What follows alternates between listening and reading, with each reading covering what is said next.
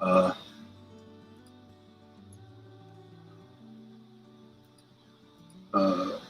put a 1 in the chat if you can hear me, to let me know that I'm coming across in an audible way. I'd really appreciate that. Okay. Yeah, just put a 1 in the chat to let me know that you can hear me.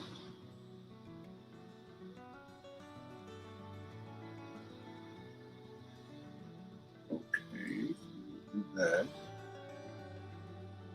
I'll leave that open. Cool. All right. I'm still, just bear with me, guys. As you all know, it's been a minute since I've been here. So I'm just, you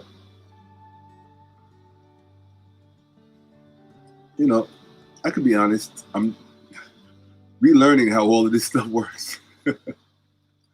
I mean, that's just the truth of the matter, you know. I really am. I'm just relearning how all of this stuff works. So bear with me, and I will. I'll be right with you. You know, we're going to get started. So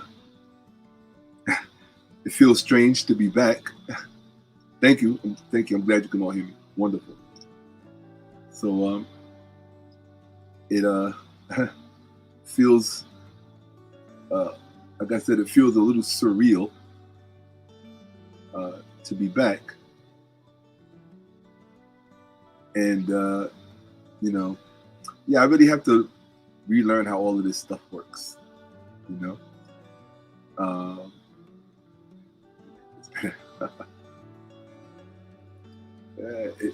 It's been an hour. Okay. All right. Alexandria. Heck of a name. Okay. Black Uhuru to you. Absolutely. I'm really glad to see you as well, RPM. So, who I thought it was? Oh, no. All right. Absolutely. So, I'm not going to beleaguer the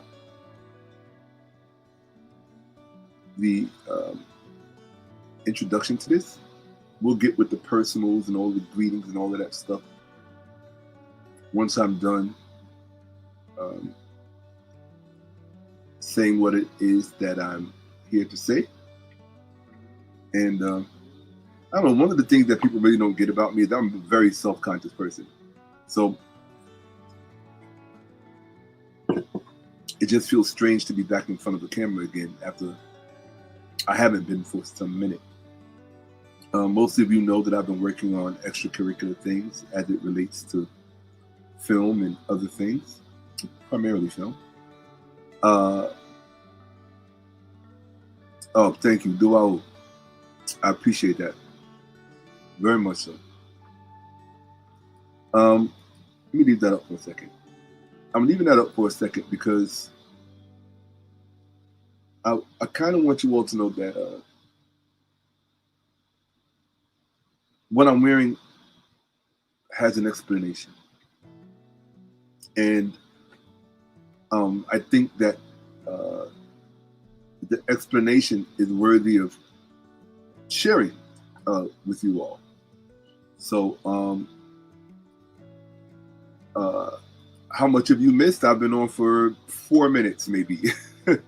I haven't started.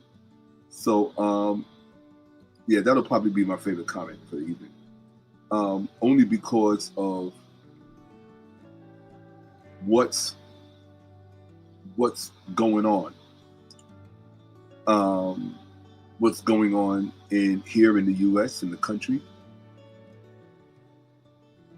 what's going on in other parts of the world, but primarily here in the country where we reside, because this is where we and our loved ones are, in this country, in the U.S. of A. Okay, so we have to prioritize that. So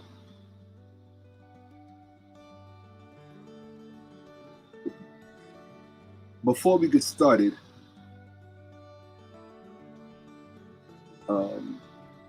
let me see, how can I put this? Oh, thank you so much. And I appreciate you. I appreciate you very much. That means a lot to me. Okay, I can be honest and tell you all that I'm actually quite nervous right now. I'm nervous because the nature of the presentation that I'm going to give, right? There are just so many things that can go wrong, right? And being a perfectionist, I always like the things to go smoothly and perfect. And lately, for whatever reason, I'm not sure why, but internet has been dropping in and out, on and off, just throughout the entire general area. And so there were a few times when I was actually going to come on and give this presentation. And I was glad I didn't, because the internet went out like within an hour or so, or even less than that. So, I had to contact the people, ask them to troubleshoot my stuff from where they are. And of course, it comes back on, but it can be very inconvenient, So I don't know if that's going to happen while I'm on. And also, to be quite honest, this is not going to be the usual presentation that I am accustomed to giving. So that's probably another reason why I am apprehensive and self-conscious and slightly a little nervous about doing it. Because I honestly don't know how successful I will be in getting across what it is that I feel is necessary to be gotten across. Okay? So, yeah, I'll try not to be, Alexandria. I'll try not to be. Yeah, absolutely, without question. Hit the like, y'all. Hit the like. Absolutely. Thank you, Alexandria. Right? So yeah, absolutely. It would have ruined my stream had the internet gone out. There's no question about it. So hopefully that won't happen today. If it does, then we'll just get started again. That's all. We'll just do what's necessary to get the message, because the most important thing is the information, the perspective, and that's what I'm here to share with you. Really, my perspective. And the reason why that's important is because in the day and age in which we live, in the ecosystem in which we all get information, these days it's very hard to tell news from information from data. And you kind of have to distinguish between these things. Sometimes they overlap, and in some ways they're synonymous, but in other ways they're not. And so I think that what I can honestly claim to be here to give, it's not necessarily news, it's not necessarily data, it's not even necessarily information, it's my perspective. A perspective that is relatively informed, right? I didn't say greatly informed, it's relatively informed. And I say relatively because I may know a lot more about the things that I'm going to discuss than most of you watching. Yet there may be many who are watching, maybe even in the future, who know far more than I do about this stuff, or currently who know far more about these subjects than I do. So I guess the greatest value that I will have in this discussion will be for persons who aren't really familiar with the topics and the subject matters in the way that I am. And so if you notice the title, let's see, I didn't put that up there. So hold on one second. Here, let's put this up here. Right? So copy. Right? Let's see here. I'm looking for, I forgot how to do it. Oh, okay. I'm like, where do I put a comment? Okay. So that's the title, right? Ahmose returns. Elon Musk Nazi salute. Curtis Yarvin. Okay.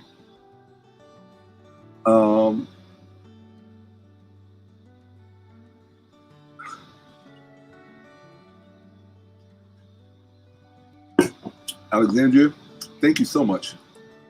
That really warmed my heart. Thank you so very much. I really appreciate that. I really do.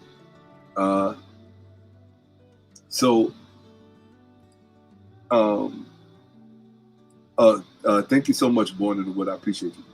Absolutely. So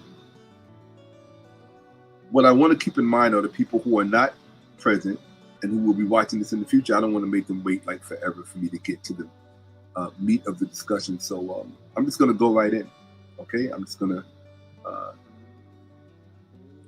try to clear my mind, I guess, and try to be effective here. Well, I'm going to be effective. I don't want to use weak terminology. Kyle bet in my eye. That is the truth. Absolutely. I got the truth up in here. Absolutely. Well, you see, Kanye West is a distraction. That's all. And he's not a healthy distraction. He's an unhealthy distraction. Most of his distraction is very self-centered in a way that really does not absolutely Hotep Shalom, in a way that really does not concern the rest of us. Kanye's diatribe doesn't really have any concern for us, right? As a nationwide community or as a global community. And with things going on in the world, I think Black people really might want to hold on one second. Yeah. Sorry guys, that's Hotep Jesus. Hold on one second, folks. I gotta hang up on him. Okay, cool. That was Hotep Jesus. So let me see. I'm live. See? When I called him earlier, hopefully I didn't. I actually called Hotep Jesus earlier, really just so he could give me a pep talk. Because I was really nervous about coming up here this evening. And so, hey, shout out to my people in LA. I'm glad you hope you're surviving those fires, and I'm sorry about all the stuff you guys are going through. But we really gotta, look, we got a lot more stuff that we have to get ready to go through. But we have to start preparing ourselves a bit better to go through the things that are imminent, that are knocking at our door and nipping at our heels, more so than we are. I've been watching the YouTube landscape and just social media, listening to what people are saying, what they're talking about. And, I look at white platforms, I look at Black platforms, I even listen to Latino platforms, Korean platforms. I listen to all different lanes of communication because it gives me a more panoramic view. It helps me to come to a more informed consensus from my own perspective. And so what I would say to you is that exactly.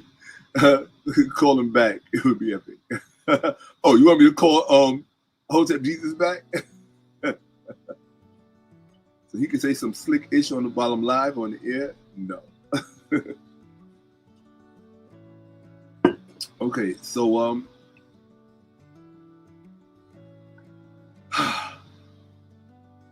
let me do this. I had to remember how to learn to work all of these bells and whistles in front of me. Like I said, I haven't done this for quite some time. So, okay.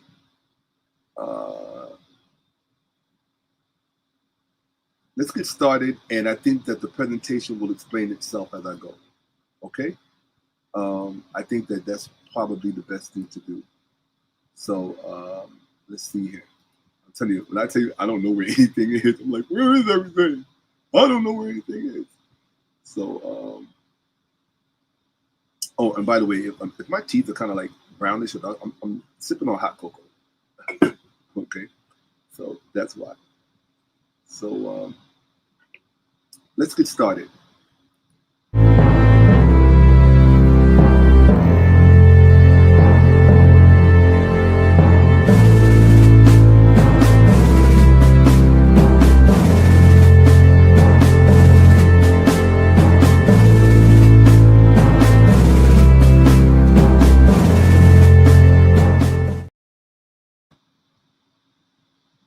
Here we are. Welcome to Facts Over Feelings. I am your curator, Shakka-Ahmose, for those of you who don't know me. I have somewhat of an illustrious history on social media. I might be what some people call a veteran social media influencer. I've been doing it for quite some time. There are people who have gone to university and graduated, and they constantly tell me and remind me how they watched me all the way through college and how inspirational it was. And that means a lot to me. It really does. There are relationships that I've developed through my efforts in sharing my perspective with the world in general, and with the Black community writ large. And it's very satisfying to know that there are those who place great value on what it is that I have to impart and to share. Now, many of you know that I've been working on a series, and let me just see the comments real fast. Hope you guys like the intro I put together for you. Oh, wonderful, wonderful, wonderful. Okay. Absolutely, absolutely. Okay, okay. That's what's up, right? Wonderful, wonderful. I'm in university right now watching you. Not that you are relevant because you're in university, right? I mean, that just makes you that much more relevant, and inspire you to do more as a young man. That's wonderful. That really it makes an evening like this evening worth it. So I'm going to. So just in case anything plans on going wrong, I'm going to try to get through this as quickly as I possible. That way, time is on our side. And any snafus that may occur, we can get this stuff done before that happens. One of the things, I was instructed to actually record this and not do it live. Record it so that it could be edited and so on and so on. But this presentation means so much to me, has so much meaning that I really wanted the presence of community with me while I did this. Okay, maybe just having your spirit with me will increase the confidence that I already have,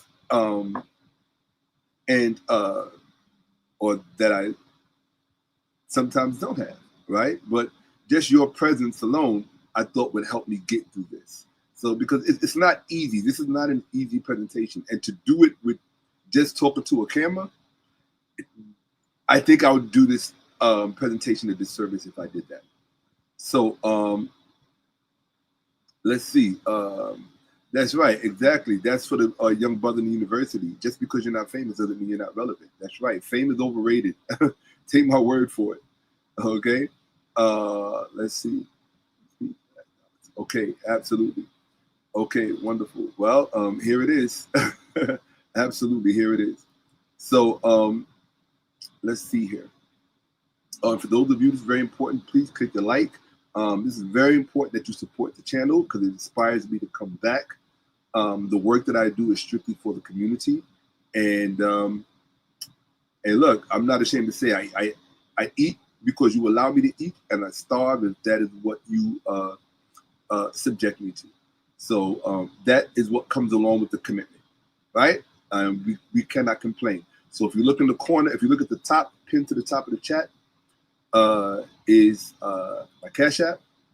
I am a Cash App warrior. And let me explain to you why I'm a Cash App warrior. This is important.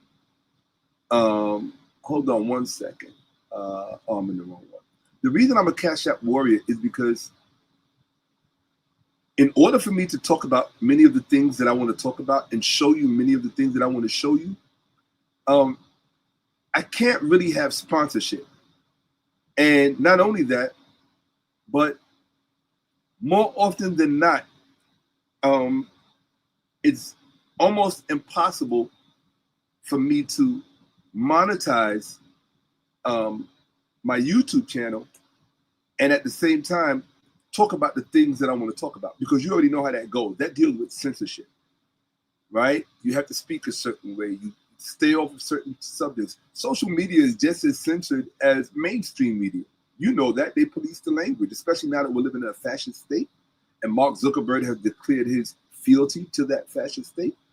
So, you know, not just Zuckerberg, but I mean all of them, right? So that said, I rely strictly on my supporters, and it's just that simple.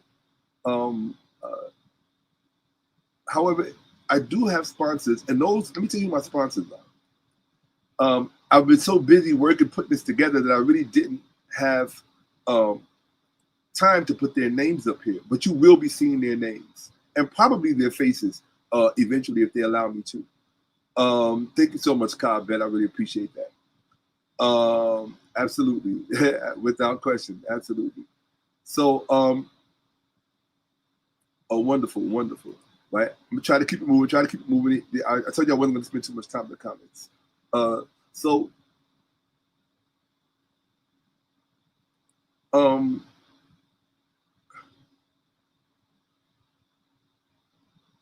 let me put this on the screen first. Let me do something. Hold on a second. Everything here at this moment is kind of for my peace of mind, right? So,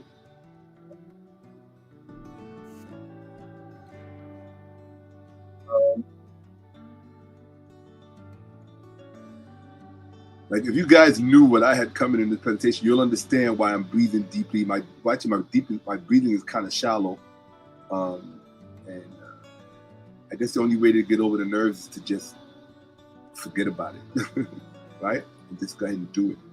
So hopefully I remember how to do this stuff. I didn't practice. Let's see. Okay.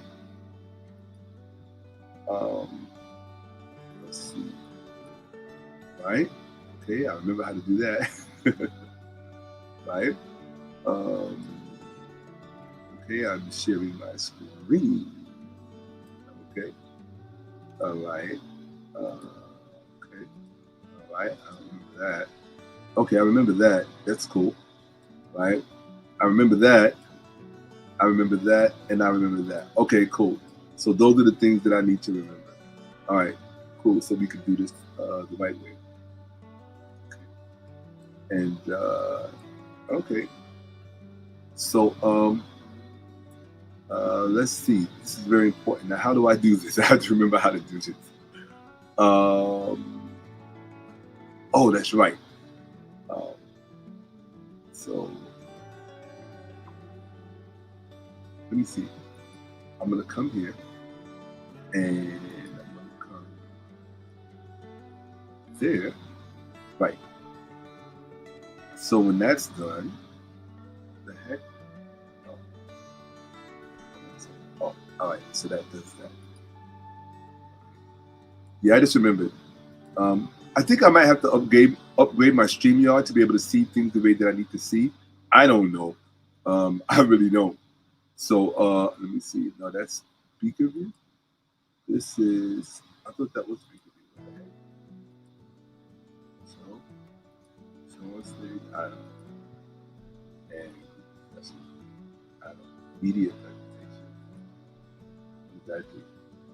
Oh, that's media presentation. Okay, cool. All right. You guys are probably wondering why I got all this flag stuff up, and I'm going to show you in a second. I think I know what I have to do. I have to look here to see how it's all coming across. I have to actually look on YouTube until I actually upgrade. Okay. All right, that's cool. No big deal. All right.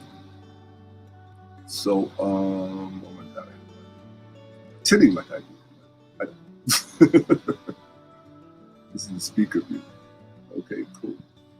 All right, and that's that. Media presentation, group discussion, speaker view. So stage and media presentation. I like it. Okay. Okay, good at that. Okay. So here we go. Hopefully you guys will be seeing. In fact, I know what I'll do just to make sure you guys can see.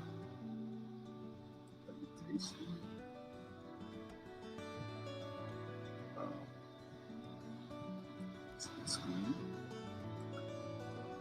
Yeah. Probably gonna have to do that.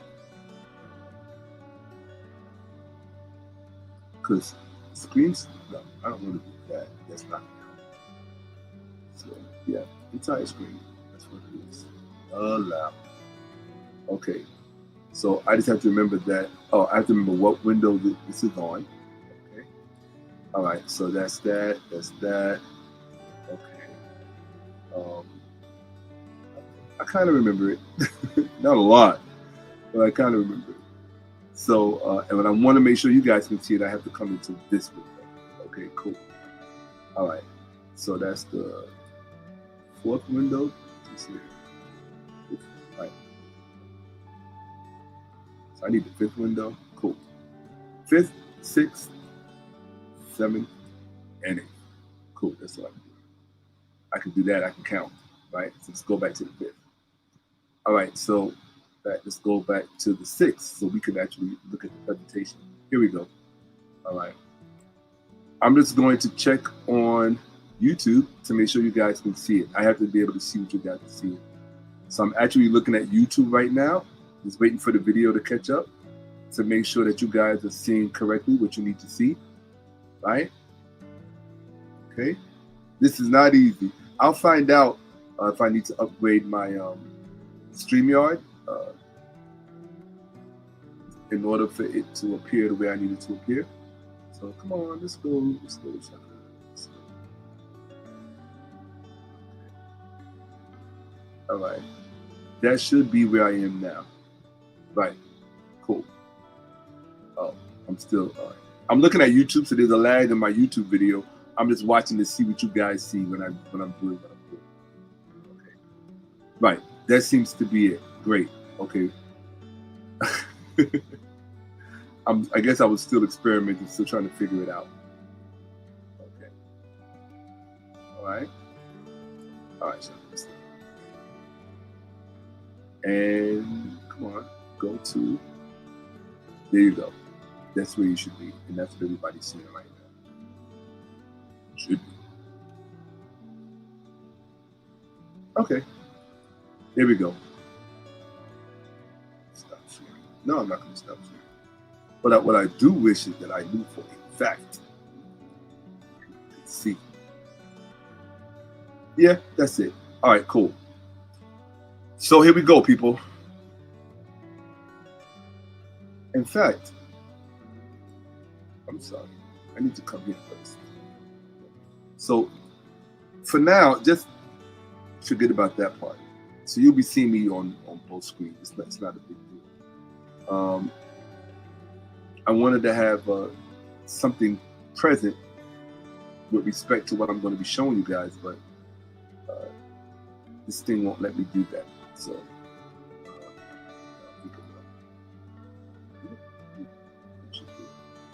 let's see. Show me. Everything I'm watching is on a delay. I have to learn what you guys are seeing by watching this delay.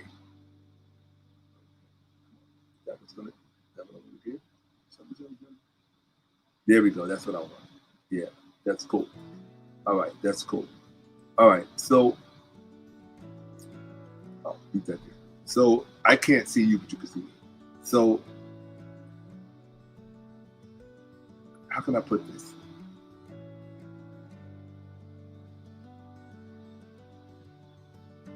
I know how. So stop sharing for a second. All right. So you know how every 4th of July comes around and we're on social media and we see some black guy draped in an American flag, and the first thing you see in the comments, particularly from the African-centric community, the first thing that you usually see in the comments is they call him a coon. It's the first thing they call him, a coon. Are you wearing red, white, and blue? You're a coon. And so what I wanted to impart to you, without disparaging the people who would call that black person a coon, is I want to put you up on speed, so to speak, on why it's actually quite appropriate for black people to don, particularly African Americans, to don their red, white, and blue. I'll explain to you why. Okay? It's very important that you understand this. In fact, this I will put on the screen.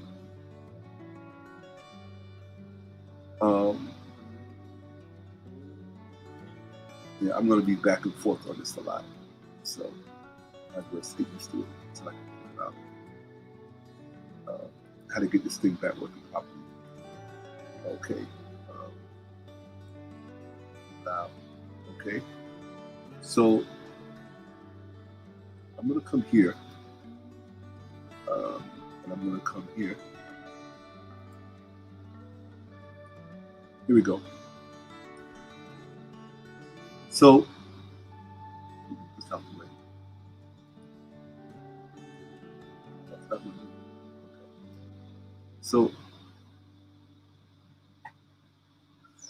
this man that you're looking at,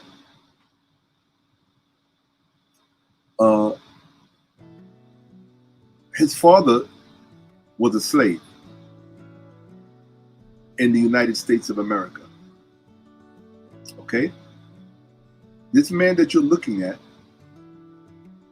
I just want to make sure you guys can see it. I'm just dying to look. I know you can see it. So, oh, you know what I can do? I can check my screen from here. So I don't have to, I just want to be able to see what you guys are seeing. Because StreamYard will not let me do that right now. So, there we go. There we go.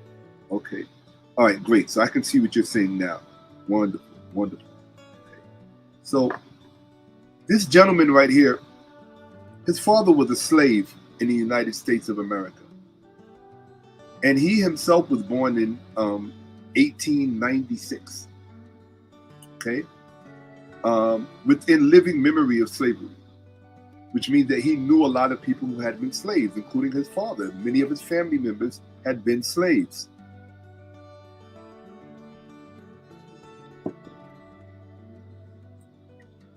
Many of his family members fought in the Civil War. Now, the thing about the flag that I want to bring to your attention is that this flag here in the red, the one that's surrounded by the red, that is a 33-star flag. It was the very last flag that was, it was the last official U.S. flag that was flown under slavery. I want you to remember that. 33-star flag was flown from 1859 to 1861, when slavery was in full bloom. His father, this man's father, lived and was enslaved under that flag. Okay? His mother was enslaved under that flag. It's about slaves, not people reading about it, not people talking about it on social media, people who were living it. His father was a slave under this 33-star flag, and so was his mother. And his siblings. Well, his uncles, aunts, cousins, the whole family. Okay?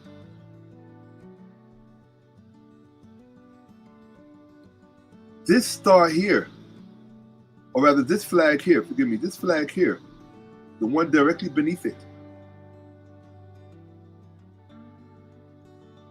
the one directly beneath it. But before I even get to that flag, let's talk about the flag over here on the right. This flag with the yellow star, you can see it superimposed on the picture as the gray or the grayish-white border. You can see it has white and blue stripes. It has red, white, and blue stripes. This flag here was also a flag under slavery, but it was the Confederate flag of Louisiana, where he was. So he was a slave under both of these flags. Okay? This was the flag of the Union. This was the flag of the state. He was a slave under both of these, not him, but his father was a slave under both of these flags. His parents, his family, they were slaves under both of these flags.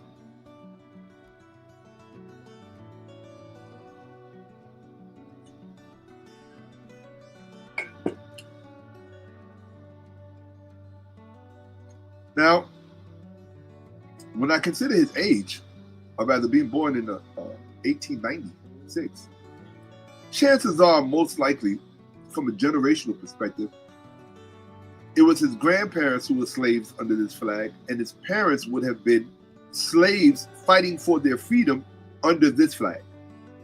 This is the flag that is most important. Okay? In fact, we'll skip that flag. This flag, 1896, this is the Jim Crow flag. And for those of you who know what Jim Crow is, you were under this flag as a de facto slave. It's a 45-star flag. But the most important flag on this page, on this slide, is this flag in the white. This flag is the reason that I wear this shirt proudly. This flag. And in fact, I'm going to show you why. I'm going to stop sharing for a second. I'm going to show you why that flag is important. I'm going to come here, and I want you to look at this image. Hopefully it shows. Let's see. No. How do I put it on stage? I don't know. Oh, it's supposed to be a. Oh, show on stage. Okay. Oh darn. I don't know how to. Let me see. Let me try this. I have no idea what you guys see. All right, let me see. Scene is currently active on stage. Okay, let's see what happens. Guys, if I disappear, sorry. Delete it. You never know with this stuff what's gonna happen. Delete it. Okay, because I'm not using these anyway. So delete it. All right, now let's see if I can get this thing to so I don't know what you guys are seeing. Okay, for some reason it won't let me show. And I don't know why. It's because it's I have it as a background. Duh. Okay. All right. I should have been trying it up here. Hopefully it'll show. Let's see. If I show here. Okay.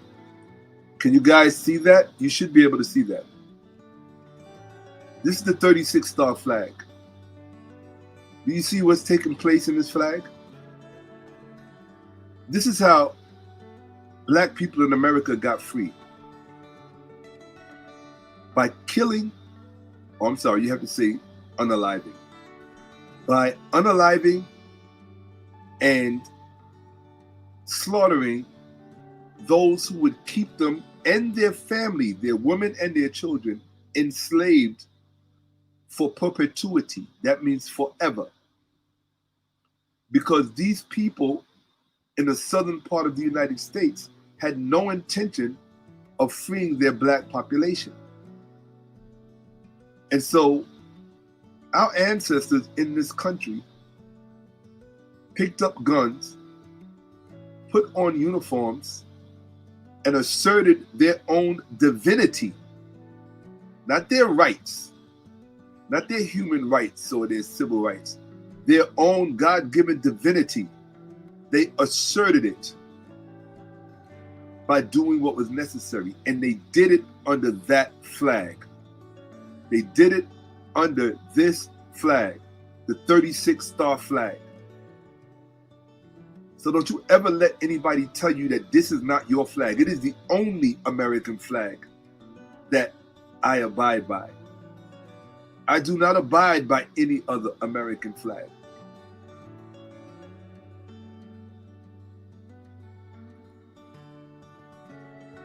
I do not abide by any other American flag. Okay, I was hoping that I would be able to include myself in this, but I can't, but that's okay.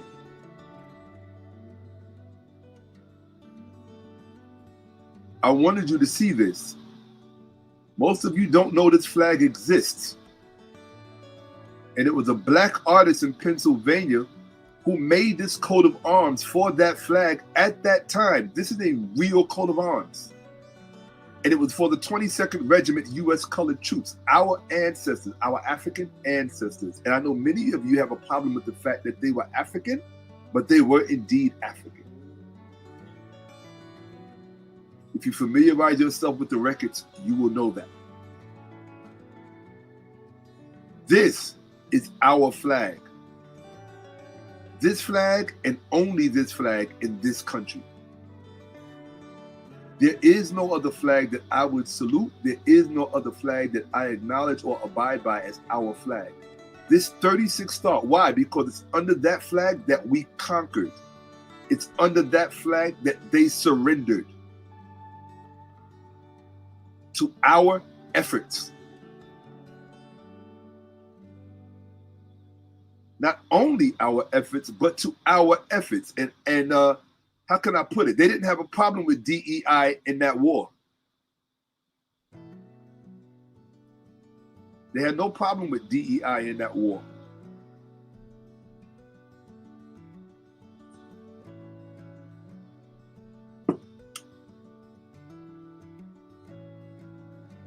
When DEI is going to make them a lot of money, they have no problem with it. When it's going to save their wealth and increase their wealth, they have no problem with it. Don't you ever forget that flag.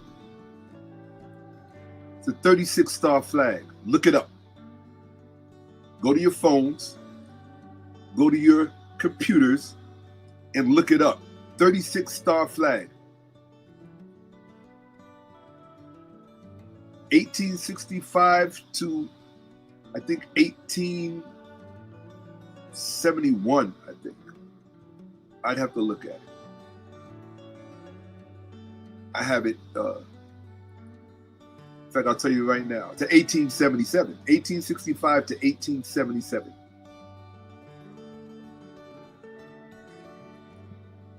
So in 1865,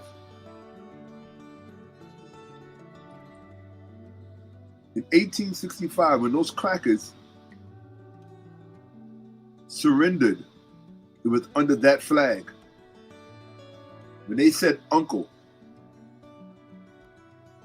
when their manhood was shut down, something they have not ever forgiven us for. And many of you are going to find that out the hard way. And the reason I call them crackers, most of you don't know, that was the term they used for themselves. People don't know that. The same way black people running around calling each other the N-word. You know we all say it, right? We all use it. I use it. I'm a part of the community out of that was most impacted by it. But they use the term cracker for themselves. I can show you footage from the late 19th century or the early 20th century, right around the turn of the century, where they're just now adding sound to film. And there's the old cracker woman who refers to herself as a cracker. She said, let this old cracker tell you what it was like in slavery. And she actually became a prominent member of government. I'll show it to you sometime. But that's something that they refer to themselves. So what I'm explaining to you is that it's under that 36-star flag.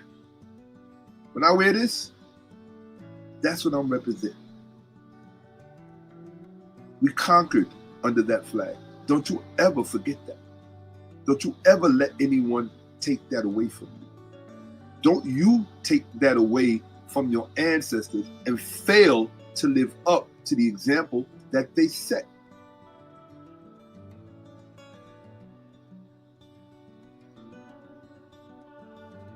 Do you think the red, white, and blue should mean the same thing to you as it means to those who enslaved you? Of course not. Most of you don't even know what the red, white, and blue means to them.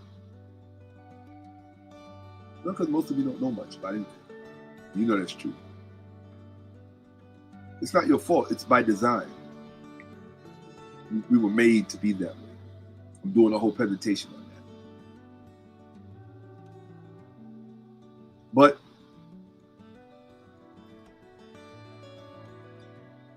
what I'm explaining to you is that when I wear that flag, that's all I see. I don't see anything else. I don't see Miss Ann. I don't see Master Yalls. I don't see none of that. And what you need to know is this flag here on the floor that the white man is holding, it was under that flag, that the colonial flag, that we were enslaved. That's why it's on the ground. It's not the Confederate flag. That's the colonial flag under which we were enslaved. So all flags are not created equal, and all red, white, and blue flags do not mean the same thing. But oh, you weren't told that. And you're going to be shocked at how much you were not told about anything.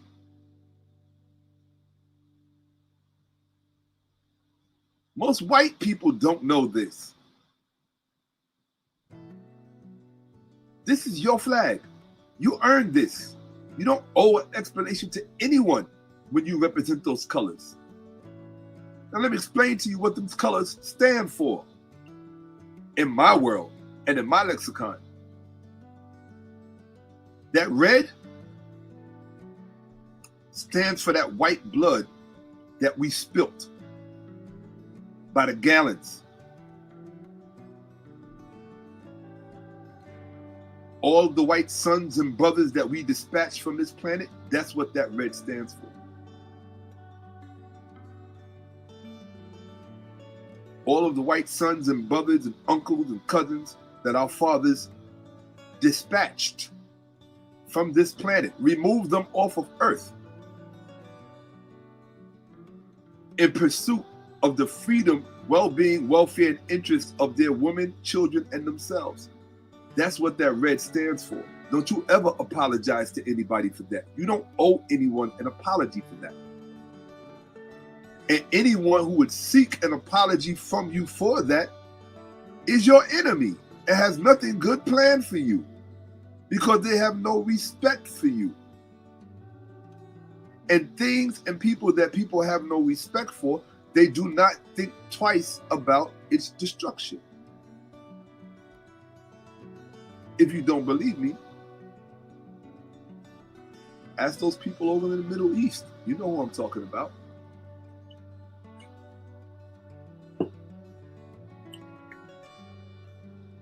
Your country rhymes with plaza. Yeah, we don't live in a free country where you can speak freely and truly without consequence.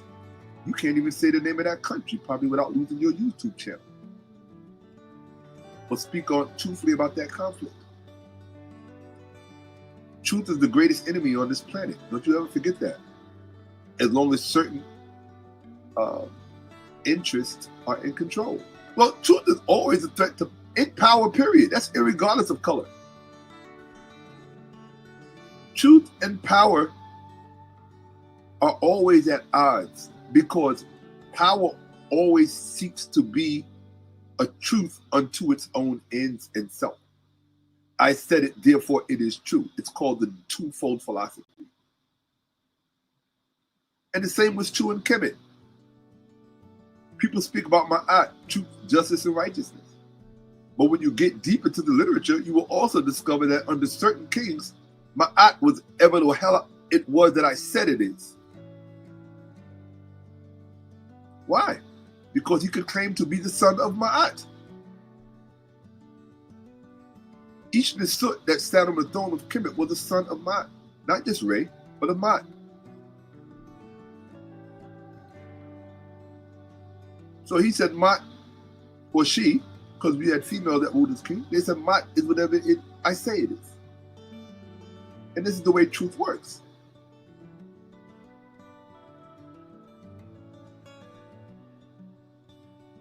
But don't you ever let an historically illiterate black person or white person tell you that you are a coon when you are wearing a flag that represents black victory, black self-respect, and black conquering. Don't you ever let anybody tell you that. You tell them to go get an education and read a book. Google the 36-star flag and Google the 22nd Regiment U.S. Colored Troops. Look it up. Put your phone to some good use for once in a change. For once in a while or for a change. I just combined two exits, right? Two sayings. So, don't you ever forget that flag. And don't you ever forget what you see on that flag. That ain't got nothing to do with the 4th of July. It ain't got nothing to do with Juneteenth, sure. I have no problem with that. Because it's that flag that made Juneteenth possible.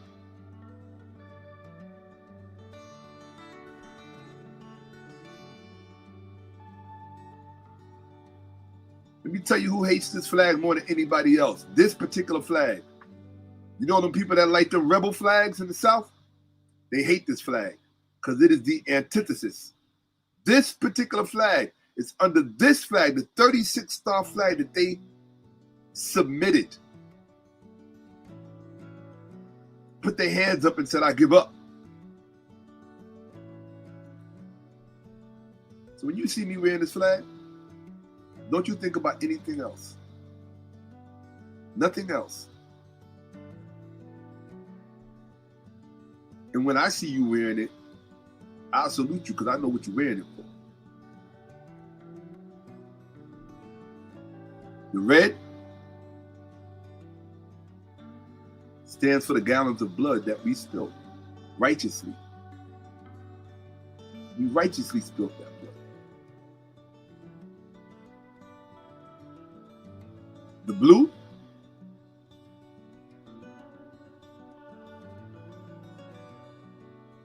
it stands for the blues that we overcame and still overcome and will overcome. Always. The white, you know what that stands for? Stay woke. Because you know what that white stands for. It's a reminder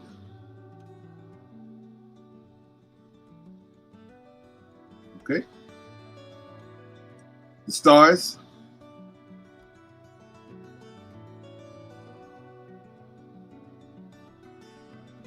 The stars represent each black community that is spread throughout these United States. Whether we are in Compton, Dallas, Houston, Liberty City, Philly, Baltimore, Boston, Jersey, Harlem, Detroit, Wisconsin, Virginia, wherever we are.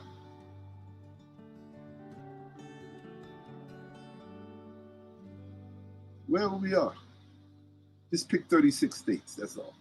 I don't care which ones you pick, even the ones that seceded.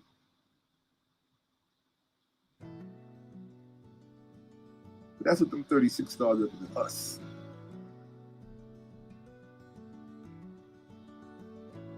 Okay? Our union. Our union.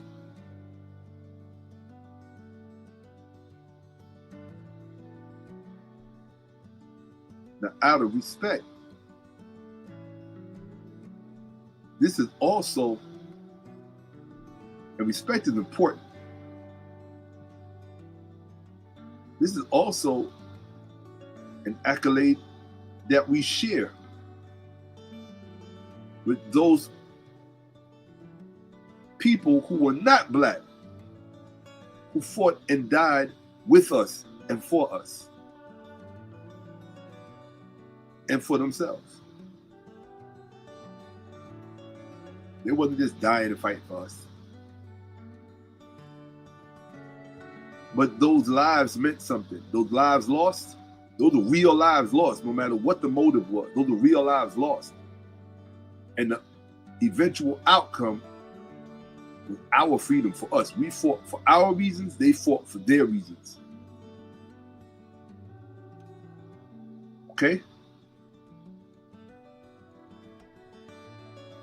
Now, let's get back to the presentation. I just wanted you to understand, because the one thing you don't find that is extant in the black community or throughout Black America, the one thing that is extant is ignorance. People don't know much about much. Okay? People don't know much about much.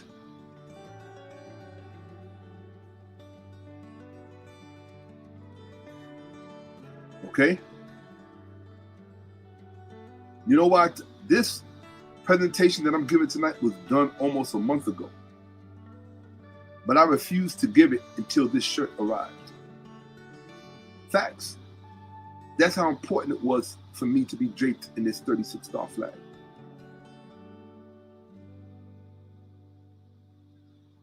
Very important.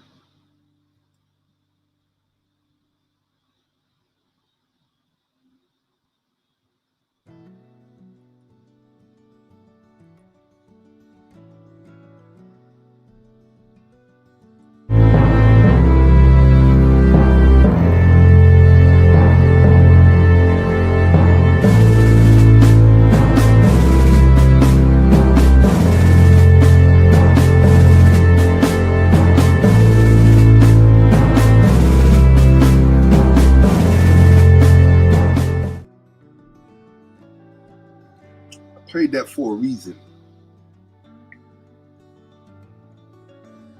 For a reason.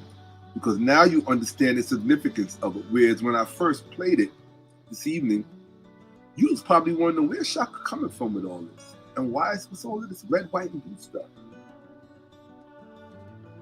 Okay? Now you know. Now he shows up. I called him earlier to get a pep talk before I did this, and he didn't pick up the phone, creep. Okay? That's why That's why. You understand? That's why that intro looks the way it looks. And it's about to get deep up in here. I strongly suggest that you call some people that might want to see this, but it'll be up for them to watch it. But I think live is always more important. You only get to do it live once. You're damn right. Chump. That's right. You deserve it. You deserve it. Here we go. 𝓈𝓿𓏿𓀍𓏁𓏫. Absolutely. So let's get back to it.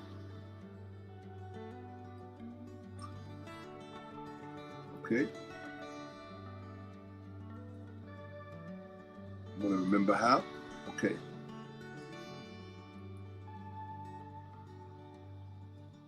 Let me make sure.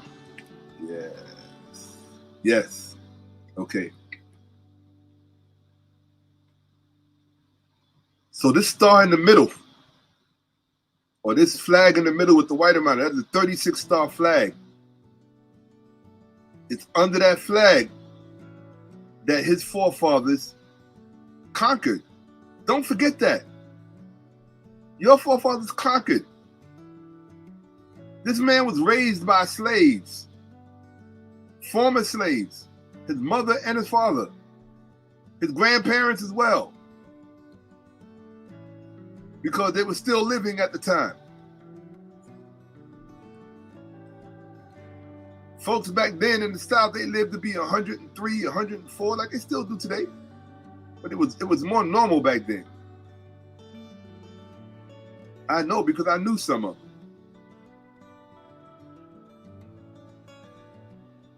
This man here was born under a Jim Crow flag. Okay? I want you to look at this. This man was born under a Jim Crow flag. For those of you who remember Jim Crow.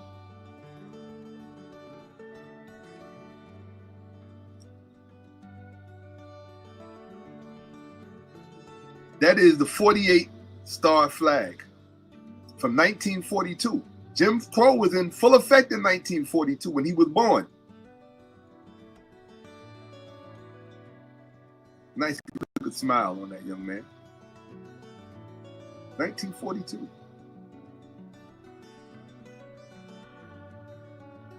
Okay. That young man grew up and served his country under a Jim Crow flag.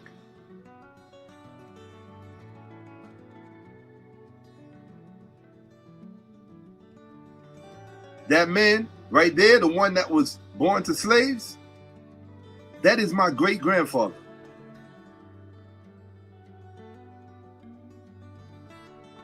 I'll say it again. That is my forgive me, that is my great-great-grandfather. I knew my great-grandfathers. That is my great-great-grandfather.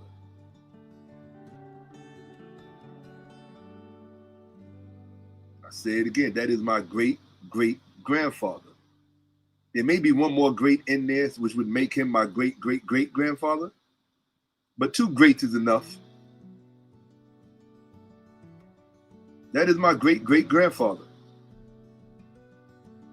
He was born to slaves.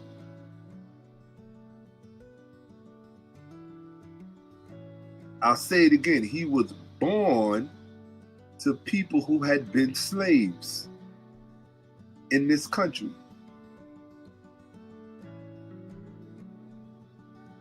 And they lived through Reconstruction and they lived through Jim Crow.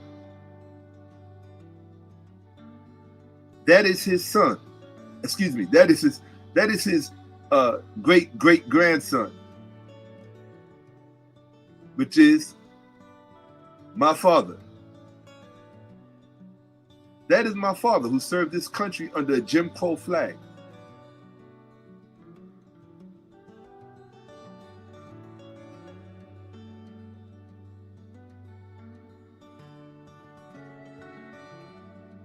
Let me see. Probably not. Okay. So I wanted you to see that. That was my great-great-great-grandfather and his great-great-grandson, my father, when he was a little boy, and when he grew up and served in the military in this country. He served overseas.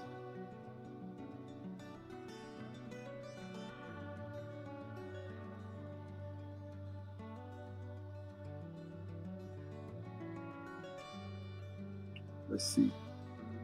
I'm gonna try to figure this out. Here we go. All right. So if I do that and I do that, I'll get it down. Right? Here we go.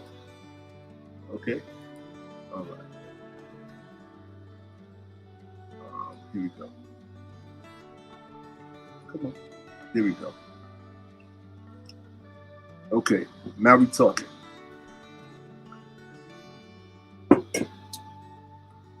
This man with the square around him, that is my father. I remember him very well. I was close to him. I have a lot of his qualities and a lot of his attributes. I'm not the man he was. I don't think I'm half the man he was. But he left a very indelible impression on me. He was married under Jim Crow, under that flag, and served under that flag. Served under a flag that still had black people only using black bathrooms and white people using white bathrooms. Black people could not drink from white water fountains when my father was growing up. Black people had to ride at the back of the bus when my father was growing up.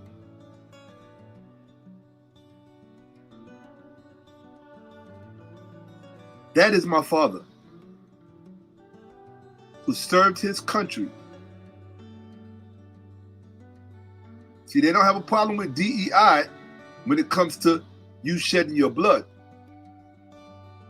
You see him serving with those white men in the background. Those are his fellow soldiers. And he served under that flag. That's 1960. And that's currently, listen to me, this is important. That is the 50-star flag which still flies over our country today. But nobody ever tells you that it is a Jim Crow flag. Jim Crow was flourishing under that flag. The same flag that you fly today in Washington, D.C., that you see over state buildings throughout this country, that is a Jim Crow flag. And you've never done anything about it. How do you expect to flourish under the same flag that said you were separate but equal?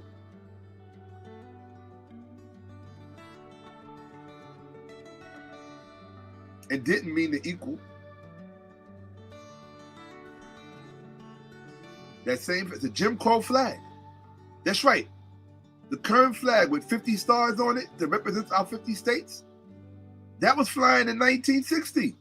Jim Crow did not end until 1964. People, with the signing of the Civil Rights Act.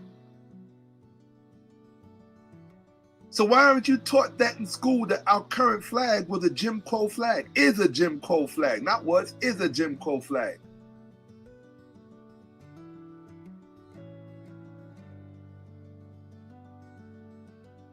That is my father and my mother. They were married while my father was serving his country under that Jim Crow flag.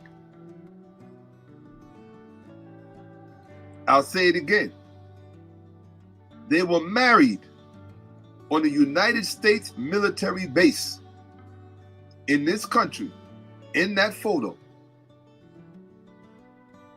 My mother, both of them, were born in Jim Crow states. My father was born in Louisiana, which flew under a Confederate flag in the Civil War.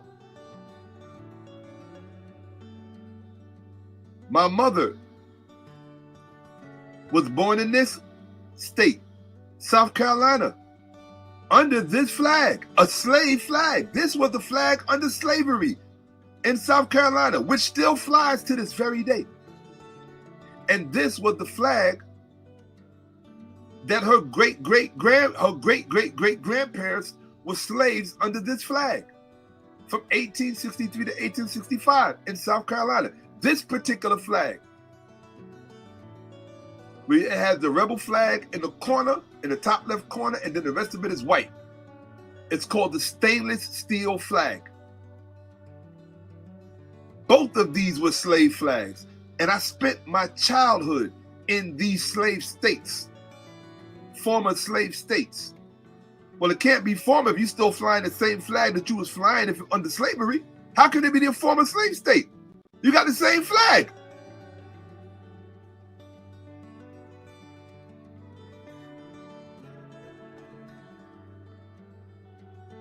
So I'm showing you all this for a reason. I don't share this kind of stuff with everybody. And I'm sharing it publicly for a reason. I want you to understand why I am the way I am.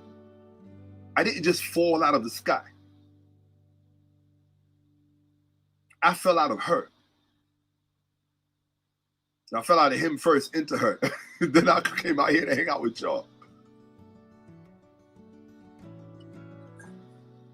Wait, I have to look cool. I gotta hold it by the... It'd be nice to have something emblazed on this, right? So every time I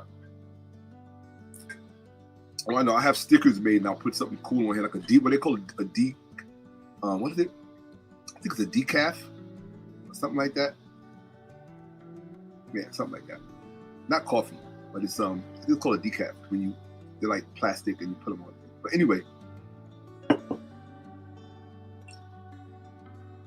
I'm showing y'all this for a reason. Yes, a decal. Thank you. A decal. It's been a long time since I've used that term. Thank you, Kelsey. Yes, my father was very in shape. He was a little too much in shape. I don't want to go into it, but he was a little too much in shape.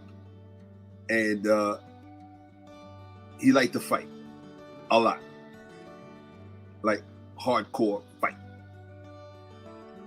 And which is one of the reasons why I personally have to work.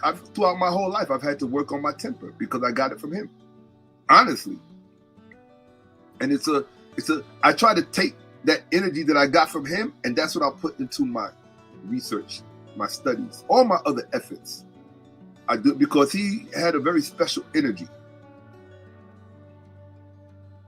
And I try to honor it. So I wanted you to see those images so that you understand me, because it gets deeper. I haven't even started the presentation yet. This is the preamble, because you won't understand why I even chose to do this the way in which I chose to do it unless I show you these things.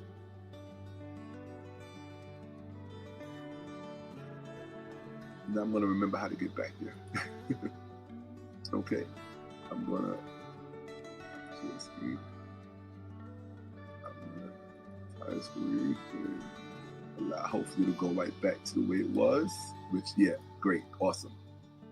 Okay. Oops. Here we go. So these are my parents. I have very fond memories of them. My mother, who was born in South Carolina under a slave flag, like her mother was. While my father has gone on to better pastures, my mother resides in Africa. Most of you who know me know that already. My mother resides in Africa.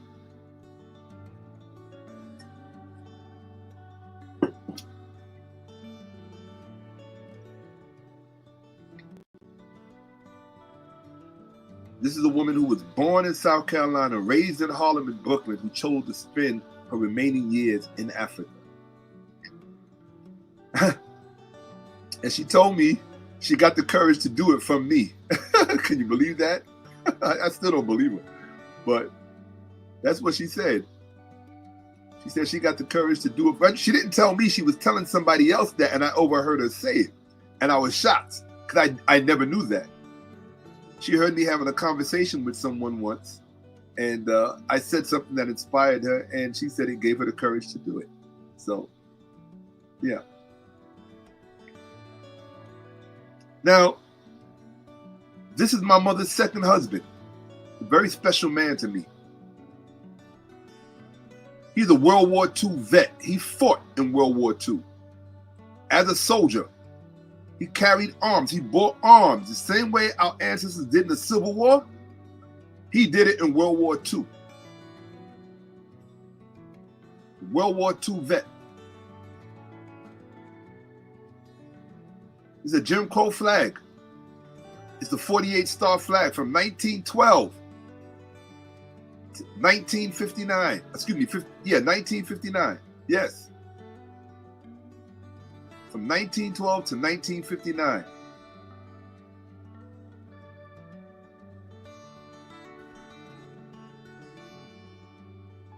The war was from 42, I think, to 45. 1942 to 1945. If I remember correct.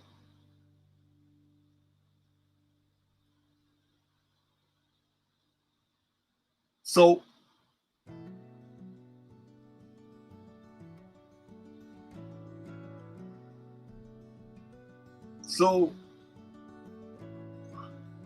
come on. I don't know why you're lugging like this, but that's my father when he was a boy. So when I show you my great-great-grandfather, who was the child of slaves, right? And who was also the descendant of those who fought in the Civil War.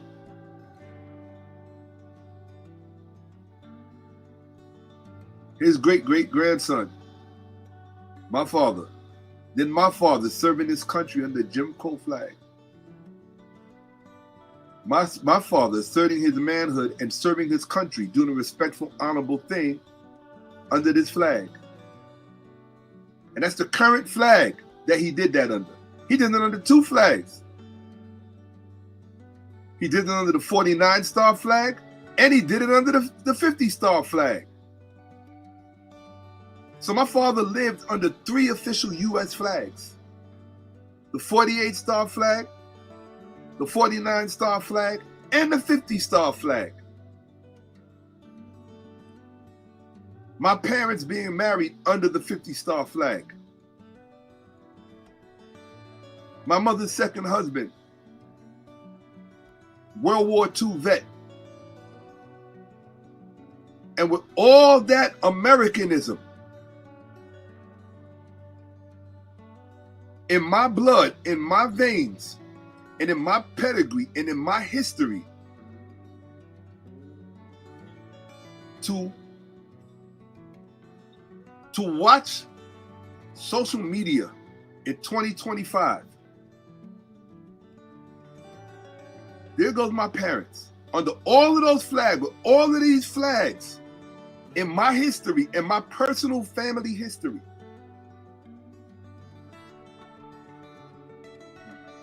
Do you honestly think that African Americans, such as myself, require permission from any white person, living, breathing, or dead, to be a full-fledged 100% American?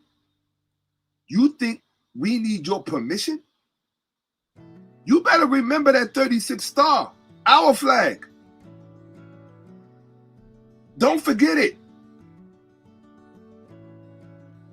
With all that Americanism running through my blood and through my veins, and everything that it means to be an American, the way we eat, the way we see all of the stuff, all the things we share in common as Americans. We could pretend that we don't, but we do. And I learned that when I traveled around this world. It came back, I realized just how American I am. And when I look at my pedigree, my family pedigree, to see a piece of shit like this come into our country and stand during a presidential ceremony and make that symbol was the most offensive. Let me pull back some. It was the most offensive. It was the most offensive. And I'll leave it there. It was a spit in the face of all those people I just showed you who gave everything for this country. Everything. And for this used car salesman to stand up there with his fake hair plugs. I said I was going to try to keep it respectful, but it's hard for me to keep it respectful for someone I have no respect for. For him to stand there and do that, there was a reason why I had to wait a month, other than just receiving my shirt. I had to wait a month to do this presentation because I needed to collect myself so I wouldn't come up here and say things that should not ever be said publicly. Certain things you have to keep to yourself sometimes. And so I made sure that I had all of those things tucked away so that when I came up here and gave this presentation, I would only say what is allowable. But for this, I don't even know what to call him. I know what to call him. He's a weak man. If I can call him a man, he's a weak one. He's a weak one. And a foolish one. Because Mr. Trump did not teach his protege certain rules about life and about lessons about life. And one of those things is, I mean, for Elon, who's supposed to be a genius with numbers,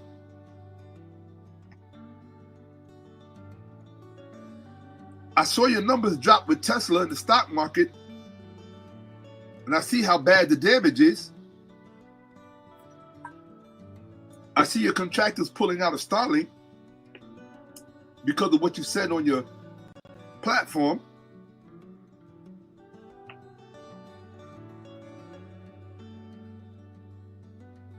Somebody who's supposed to be a genius with numbers is supposed to respect numbers. Somebody should tell Mr. Musk that there are a lot of people in this world.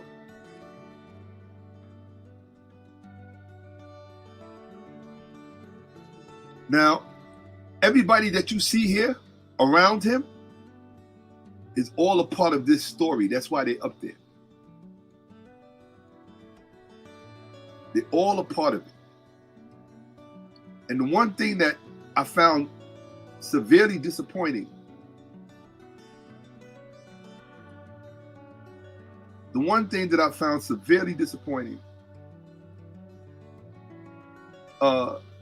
second, put that back.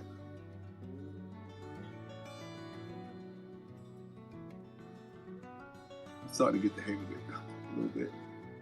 All right. The one thing that I found severely disappointing. Come on, show up. All right, there we go.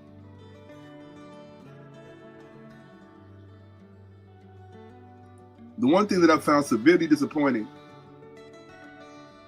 as I'm looking at the landscape of YouTube and social media, and I'm watching all of these black podcasts, and I'm wondering, I'm saying to myself, there's this refrain in my mind going over and over again. Something is wrong with black people. Something is wrong with black people. Something is wrong with black. What do I mean? when I look at the level of discussion that black people are having, I'm very disturbed because,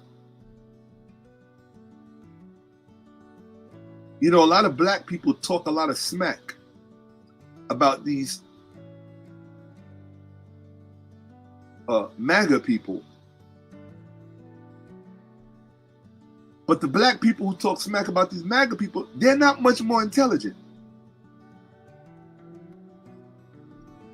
If you listen to their platforms and you listen to their talking points and you see the things that they talk about, it tells me that most of y'all don't really have time to discuss those things that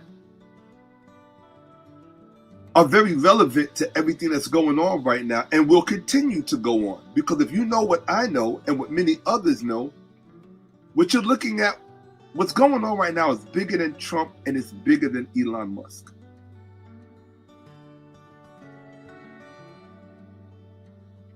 And let me tell you why most of you don't know.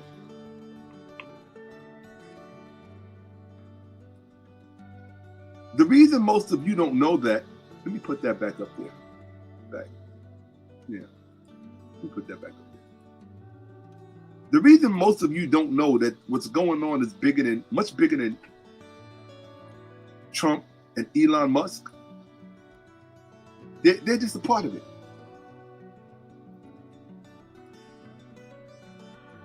Okay. But I have my, here we go. Okay. All right. Yeah, I'm sharing. Cool. All right. Go. So,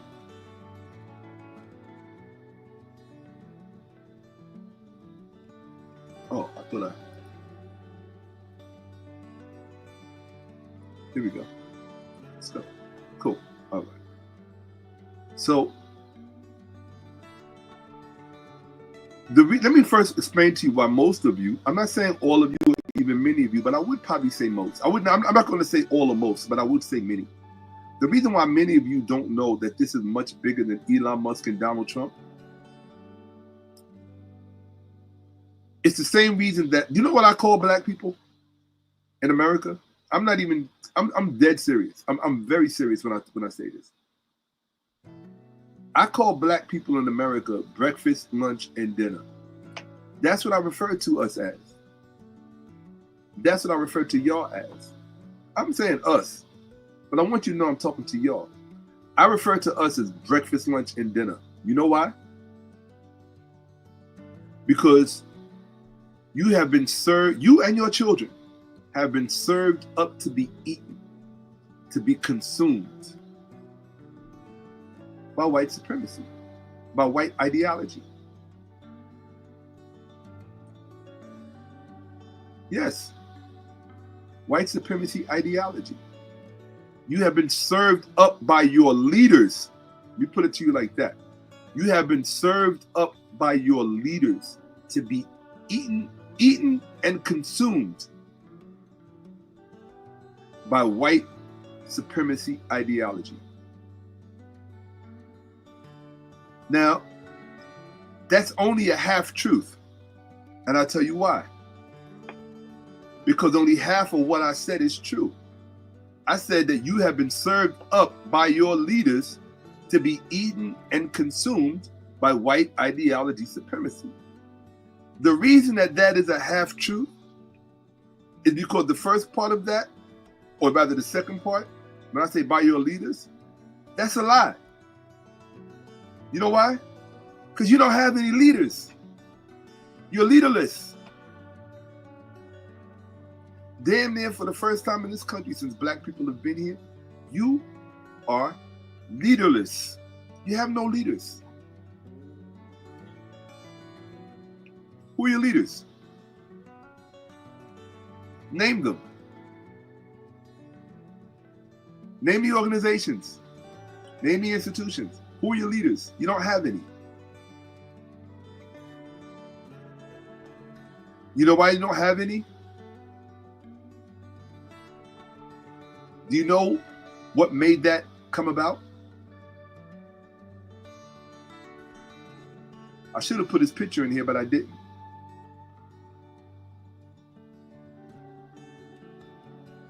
Let me show you why you don't have any leaders.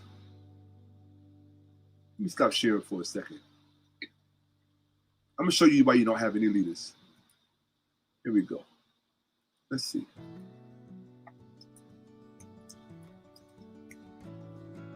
Here we go. Okay. All right. I'm going to show you why you don't have any leaders. Okay. Here we go. This should do it. That big enough? I want a nice big picture. Here we go. Right. Okay. That's a good enough picture. That's a good enough size. Here we go. That's a nice size picture. Let me show you why you don't have any leaders, black people. Here you go. All right. So I'm going to come here. I'm going to put it on that one. There we go. Then I'm going to put it. Let's go. Let me show you why you don't have any leaders.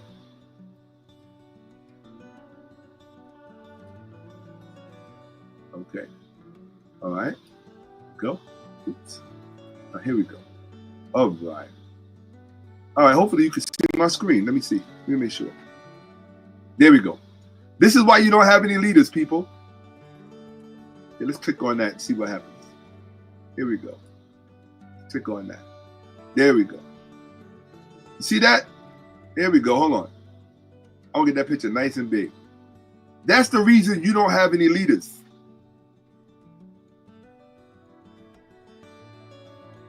Putting Obama in the White House was a plan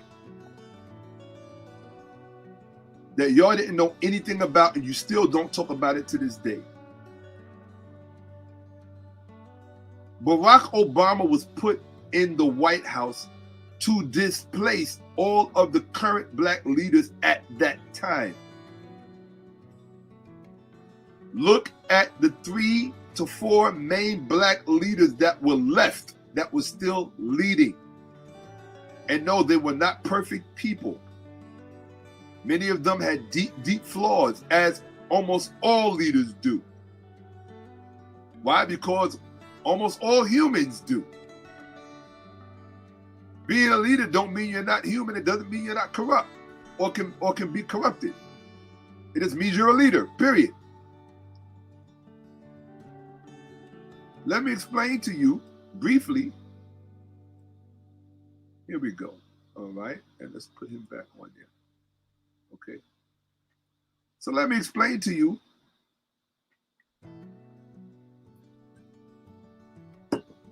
why Barack Obama. There we go. That should do it. There we go. The leaders, Barack Obama was elected in 2008. How many of you can give me a list of 5 black leaders who black people were looking to for leadership in 2007, 2006, and 2005?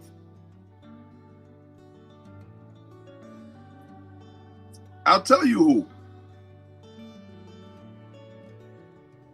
I'm not going to put them on the screen because it'll take too long.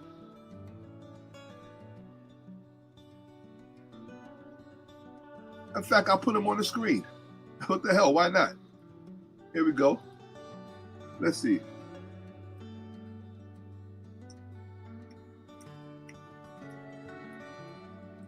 Boom. Man, come on. This man. This was one of the main black leaders that was running around at the time. Come on. Come on, bro. You know who this man is? Dr. Khalid Muhammad. He was one of the main leaders at the time. And the United States government feared him more than they feared Malcolm X. Or should I say, as much. We know how much they feared Malcolm X because of what they did. But they did the same thing to him. They just used softer means. This is the only man that has ever been condemned by the United States Congress on the congressional floor. With all of the dirt that white men have done to black people in this country. This is the only man. He wasn't censured. He was condemned after his speech that he gave at King College, in which he was shot. That's right. The same way President or Mr. Trump was shot is the same way that he was shot. Only he was actually hit. That's how much of a threat the government saw him as. Not just him, but there are two other ones that I will not put on the screen. One of them was a man who I have no affiliation with. I was never a follower of his.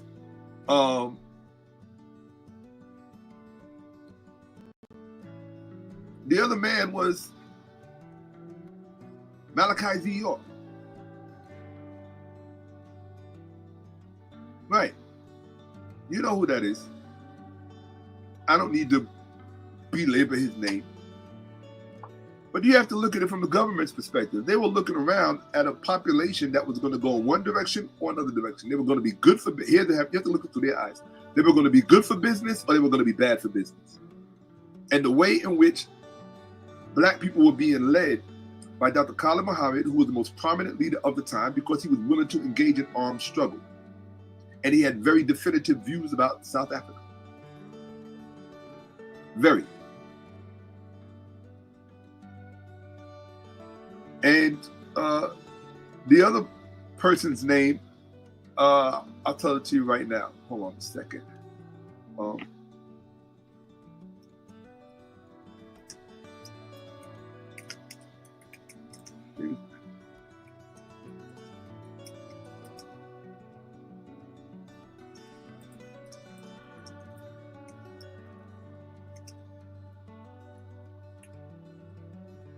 Let me see his name. Yes. Yeah. H. Brown. How many of you have heard the name H. Brown? So these were the main leaders: Khalid Muhammad, 𝓈𝓁𓏭📫, and H. Brown. Each one of them, the year prior to Obama being elected president, each one of them were neutralized, one right after the other. It was done to create a vacuum so they could have a clean slate, and they conveniently gave you Obama. Obama was what you call a plant, or in more respectable parlance, he was an option. That was the American government making you an offer you could not refuse. You think Black people was gonna refuse a biracial president that they could pretend was Black? Because Black people are too stupid to know the difference between biracial and Black? Apparently they are, because they still refer to him as the first Black president. Man, if I was white, I would love Black people because they say everything that we need them to say. They think everything we need them to think. They can't think for themselves. It's proof by their language. Yeah. Mm-hmm. Absolutely. Made sure he had a Black wife too to complete the picture. That's right. Hey, look, don't get me lying. Don't start me a line. I love me some Michelle Obama. She could do no wrong. Sorry. You know, I just love Michelle Obama. But I'm just telling you what actually happened. And the reason they did that was so that you would turn your back on all your other leaders, because now you had an official leader, Obama. And you've been leaderless ever since. All of a sudden, all your leaders are now coming from the state.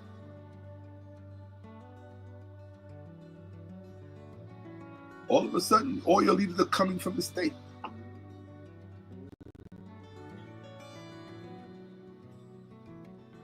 We're going to to change the system from within. Okay, that's you. If you think that, how's that working out for you? As the chairman, the Joint Chiefs of Staff, right? The chairman of the Joint Chiefs of Staff, the black general that they just got, black 4-star general that they just demoted and got rid of, fired. Ask them how changing the system from within is working. Ask all of the DEI victims how changing the system from within is working. In order for you to change a corrupt system, you have to first, what do you have to first be? You have to first be incorruptible yourself. Has Congress shown you how incorruptible they are? You think only the Republicans are corrupt? That's what you think?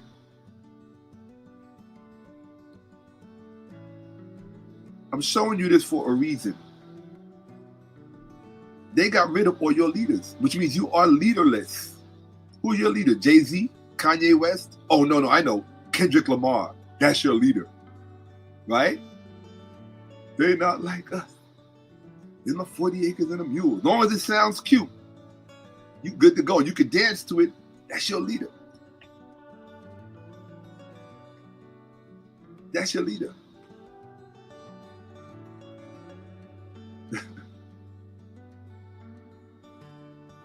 That's your leader. I guess your leaders, being that Kendrick Lamar and Kanye West and Jay-Z and all these other people, Beyonce, being that these are your leaders, how well do they negotiate on your behalf? Snoop Dogg. Oh, we saw Snoop Dogg. We saw your leader, Snoop Dogg. We saw what he did. Holmes said, whoop, complete flip. Pac told you about him a long time ago.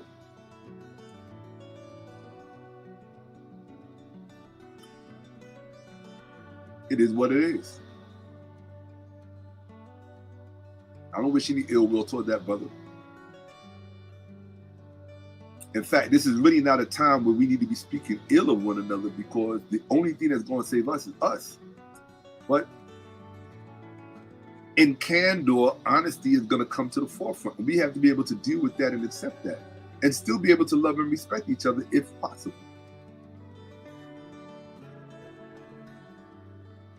So I call you breakfast, lunch, and dinner because you have no leaders. And therefore you have been served to be eaten up and consumed. And so have your children. And you've done nothing about it. You are currently doing nothing about it. And you don't want me to tell you why you're doing nothing about it, because then you really won't like me. But you know me, I think being liked is overrated. So let's get back to the presentation. And by the way, if this ends up going too long, I will end it, and there will be a part 2. And then there will be a part 3. And there will be a part 4. It's longer than you think. Okay, let's go.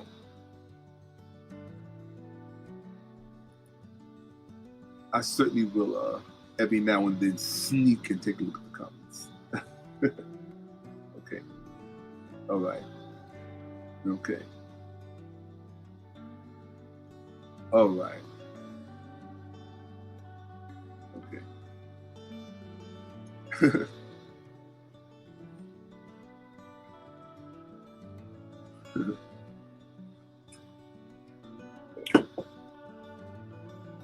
Let's continue.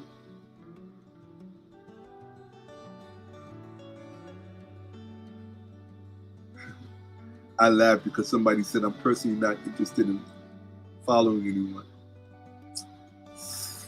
Woo! You ever seen a lone wolf get taught by a pack? It's not pretty. See the entrails and everything pulled out. Yeah. For real. Okay. So let's get back to this. Okay. So let me first make sure I'm in the right window. I'm just getting used to this. Okay. I'm going to come here. And here we go. I'm getting used to it. It just took me a while until I can upgrade my StreamYard and be able to do it appropriately. You'll all notice the difference. Hold on a second. Here we go. Here we go. Okay. So now we're going to come back here. So yeah, with all that American pedigree in my blood, for me to see this scumbag, this poor excuse of a man, come into our country and into our midst and do something like that, it was just a very prolific sign of disrespect to our mothers, to our sisters, to our daughters, to our wives,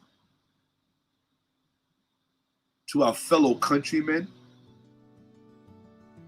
all of whom do not look like us. It was just a prolific sign of disrespect. And here's my question. This is a legitimate question. One second. This is a legitimate question that I have to ask. The question that I have to ask is, how do you, let me see, how does one step into a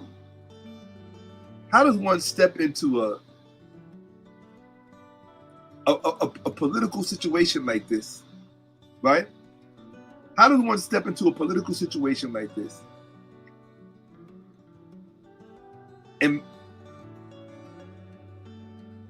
use black people's tax dollars to build your empire, to build Tesla, to build Starlink, to build SpaceX, all government contracts, which is comprised of our tax dollars, and then you come in our midst and into our homes via the media, in the midst of our political family, and you do that. You make that offensive gesture.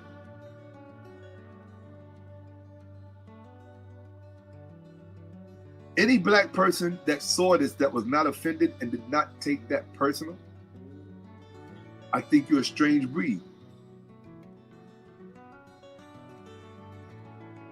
That to me was more offensive than firing all the federal workers. Clinton did that and did it with bipartisan backing. Nobody said nothing. This, to me, required some kind of response from me. Not a reaction, but a response. Now, most of you seeing this page don't know who most of these people on this page is or are. And I know that you don't. You might be able to name 2 or 3 of them, but you don't know everybody on this page, and I know that you don't. And if you don't know who they are, the role that they're playing currently and will be playing for the next few years of your life, going to shape your future. You got people that got plans for you. You got people that got plans for your children, and you think it's a joke. That's the part that I know you think it's a joke. You know how I know you think it's a joke? Because I'm looking at black podcasts and I'm seeing what they're talking about and what they're not talking about. I see who they're talking about and who they're not talking about. So that tells me that you all still think it's a joke.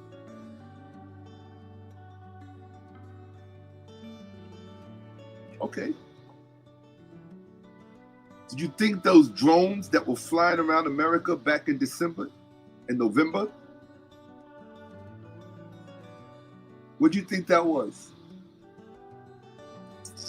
Since you like jokes so much, you want me to tell you what that was? That was a dry run. You know what a dry run is? Seeing what their capabilities are. So when a certain individual who likes to play with toys and send them into space and do this, that, and the third, see, what black people always fail to realize is they think that they are so unimportant that they don't figure at the center of other people's plans. And when you figure at the center of the plans of the worst possible people whose plans you could figure at the center of, you got problems, because one day you're going to wake up and Jesus, you're going to find Jesus was not the solution. If Jesus was the solution, all of those Christians in Syria who have been shot in the head and killed, I got to watch my language. All of those Syrians, all those Christian Syrians who have just been executed in Syria, Jesus would have been there to help them. But he wasn't. So it make you think he's going to be there to help you?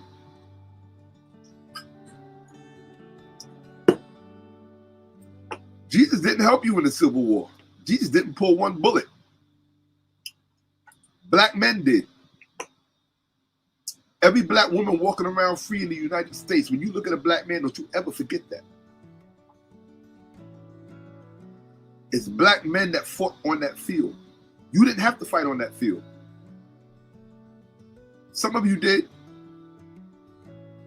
Dua to Harriet Tubman. And whenever there's one Harriet, there's going to be more. They just don't get the press. They don't get the notoriety and the fame. But if there was one Harriet, you could be sure that there were more. But when I'm talking about what we did as a collective and as a group, what we did on behalf of our families, what our forefathers did on behalf of their families, us, you. The next time, because I know that black women today have been socialized away from respecting their men. That's another discussion we can have. But don't you ever forget that when you take these freedoms for granted and want to run all over the world to try to find yourself a white boyfriend or an Italian husband just to find out Italians don't like blacks and treat you like crap when you get over there. When you're running around the world and running to Dubai to find out that the Arabs are just going to throw you in prison anyway because they don't like black people. When you've done with all of that, you just remember that every freedom that you take for granted in this country, it was a black man that shot and killed someone for you so that you could, shot and unalived someone, did it for you so that you could have all of that. That's a debt you cannot ever repay.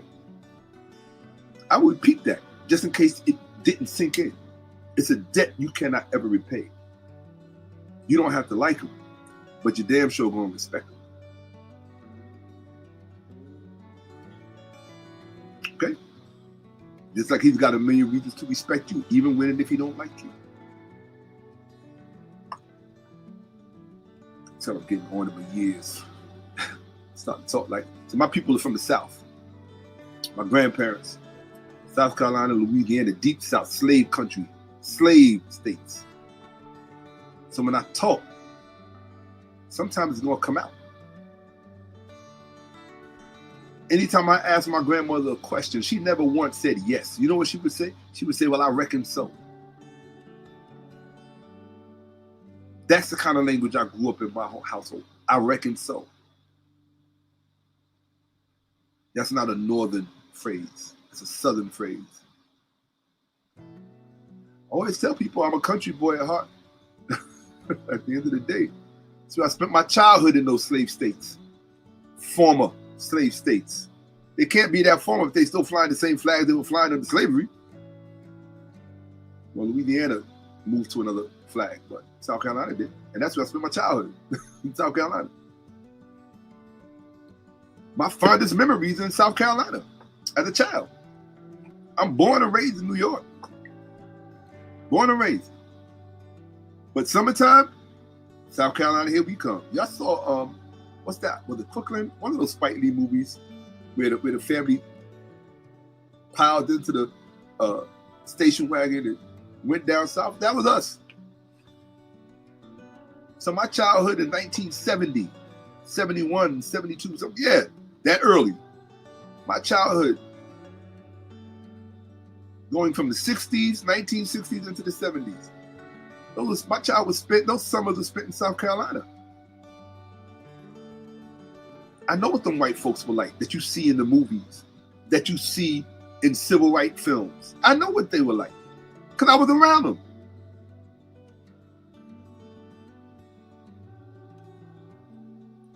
Let me not pontificate. I'm here for a reason. Okay, let me just remember what I'm doing here. Back on the right window. Boom. And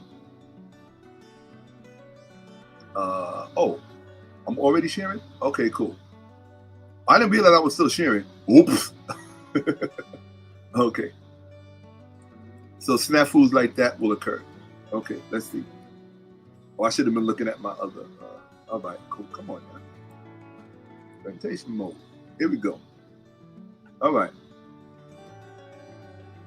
Okay. We on. All right. Before we get into this presentation, because now this is the beginning of the presentation. Okay? Before we get into the presentation, as Martin Luther King said, we need to get the language right. Black people don't seem to have the language right. What language? Black people are not white ideology articulate.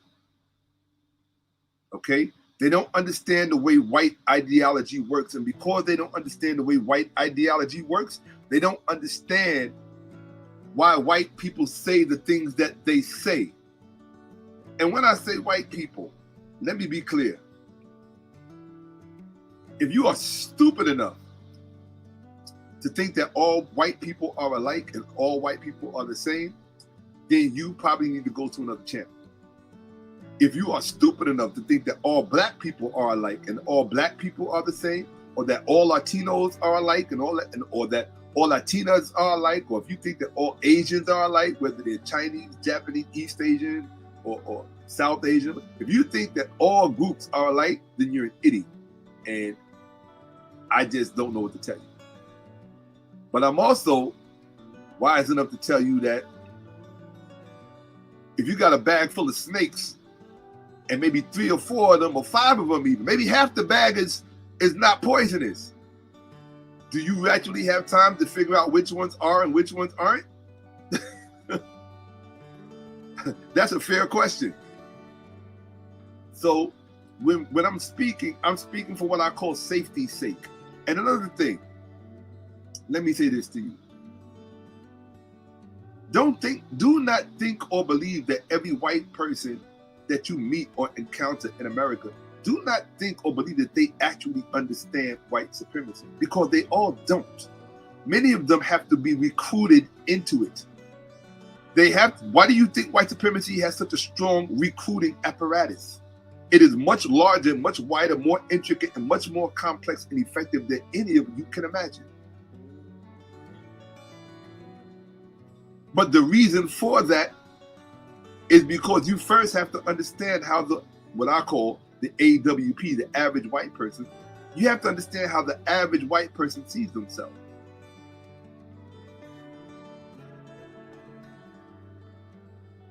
Average white person doesn't necessarily see themselves as white.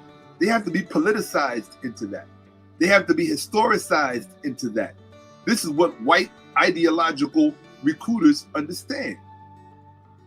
And that's what they do. And they're very good at it. They get you in prison. They get you when you're alone on the street. They get you when you're being bullied. You got problems at home when you're vulnerable. One thing all young people have in common, it doesn't matter if they're black, white, blue, or green. All young people are impressionable. This is why young minds, black, white, blue, or green, have to be protected. Now, what do you notice? Because I have to stop it on this. This is very important. We live in a society where freedom of speech is coveted, which means that ideas have reign of freedom.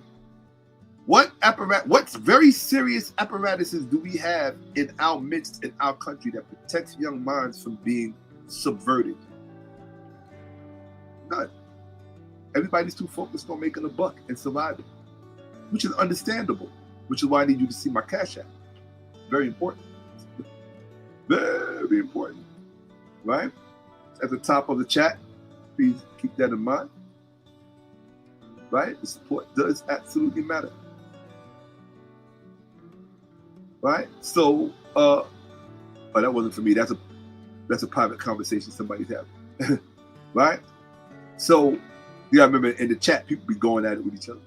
So keep, folks, in my chat, please keep it respectful with each other, with one another.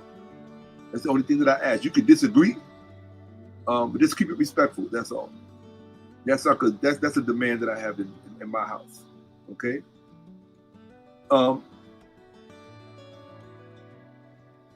So young minds in America are very impressionable. I remember, because when I was younger and I was growing up and there was no one protecting my mind at certain periods of my life, I wanted to be, if I went to the movies and saw Bruce Lee, I wanted to be Bruce Lee. If I went to the movies and saw The Greatest with Muhammad Ali, the film, I came home, I thought I was Muhammad Ali. When I watched Batman, I would tie, or Superman, I would tie a towel around my neck, and my siblings still tease me to this day. And I would run around with my arms out, and you couldn't tell me I wasn't Superman. Couldn't tell me I wasn't Batman. Why? Because when a young personality is developing, if that period is not structured in a certain way, they will embody every influence that they encounter. It's natural. That's what human beings are. We mimic. We are mimicking creatures, especially in our formative years. And for many people in America, because of what I call academic class wars, there are many people in America whose formative years last well or late into their adulthood. So you have people in their 50s and the 60s with the worldview of an uninformed 18, 19-year-old. Not because they're bad people, but because we do not live in a culture and a society that fosters general academic inclusion. We don't. That's a nice way of saying that most of the people in America are stupid, whether they're black, white, or Latino, or Asian. There have been whole documentaries made about it. In fact, there was a documentary made, I forgot the name of it, but they were showing the difference between the American education system. I can find it to you. I have the footage. They were showing the difference between the American education system and the education system in France. And they showed on camera, they showed the French students the kind of math that American students were doing as seniors in high school. The French freshmen bust out laughing.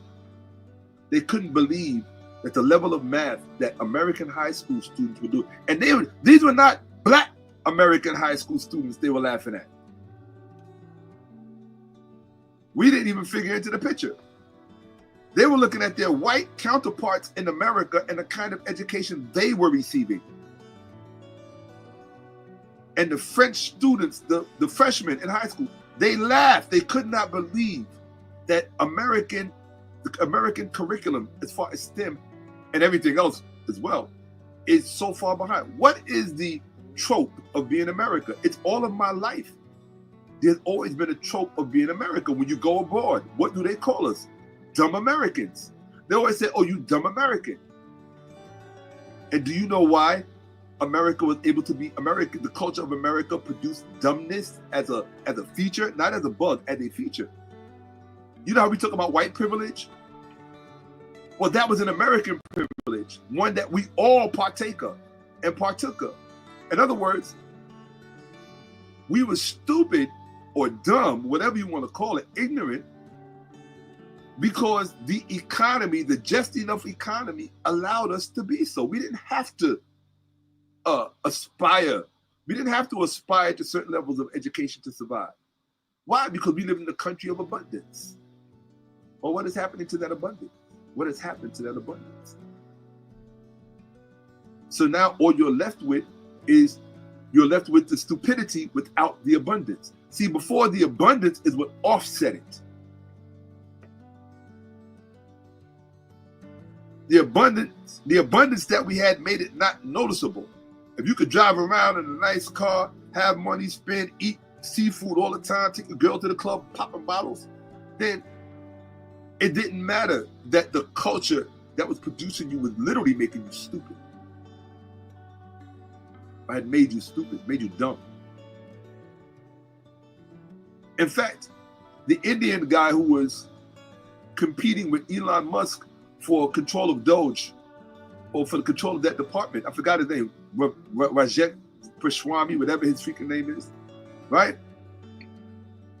He said himself. That's why MAGA turned on him, because he told the truth. He said Americans are dumb. They can't fill these jobs. He wasn't trying to insult you. He was telling the truth. In fact, the same racist white people that you follow, like Elon Musk, I'm talking to MAGA now, because I know white people are going to watch this, simply because of the names that I put on here. I put them on there for a reason. And hopefully white people will learn watching this. Because black folks and white folks don't understand. In America, you don't have to like it or not, but we are basically joined at the hip. Okay? We like to pretend that we're not, but we are. It's a precarious situation that we left ourselves in. Period. That we found ourselves in. We've tried to make the best of it.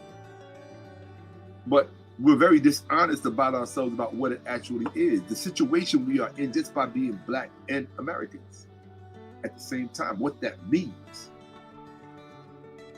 Okay? Now, let me get off the soapbox. Less time on the soapbox, more time on the presentation. Okay. I'm sure I was talking about something important. Oh, I thought I was talking about the being dumb. Right? We're going to look at that anyway. Let's go. Here we go. Here we go. Okay. Oh, no, I'm in the wrong. See, I'm getting the hang of this now. I'm in the wrong. Cancel. No. Entire screen. All right, hold on a second. All right, hold on.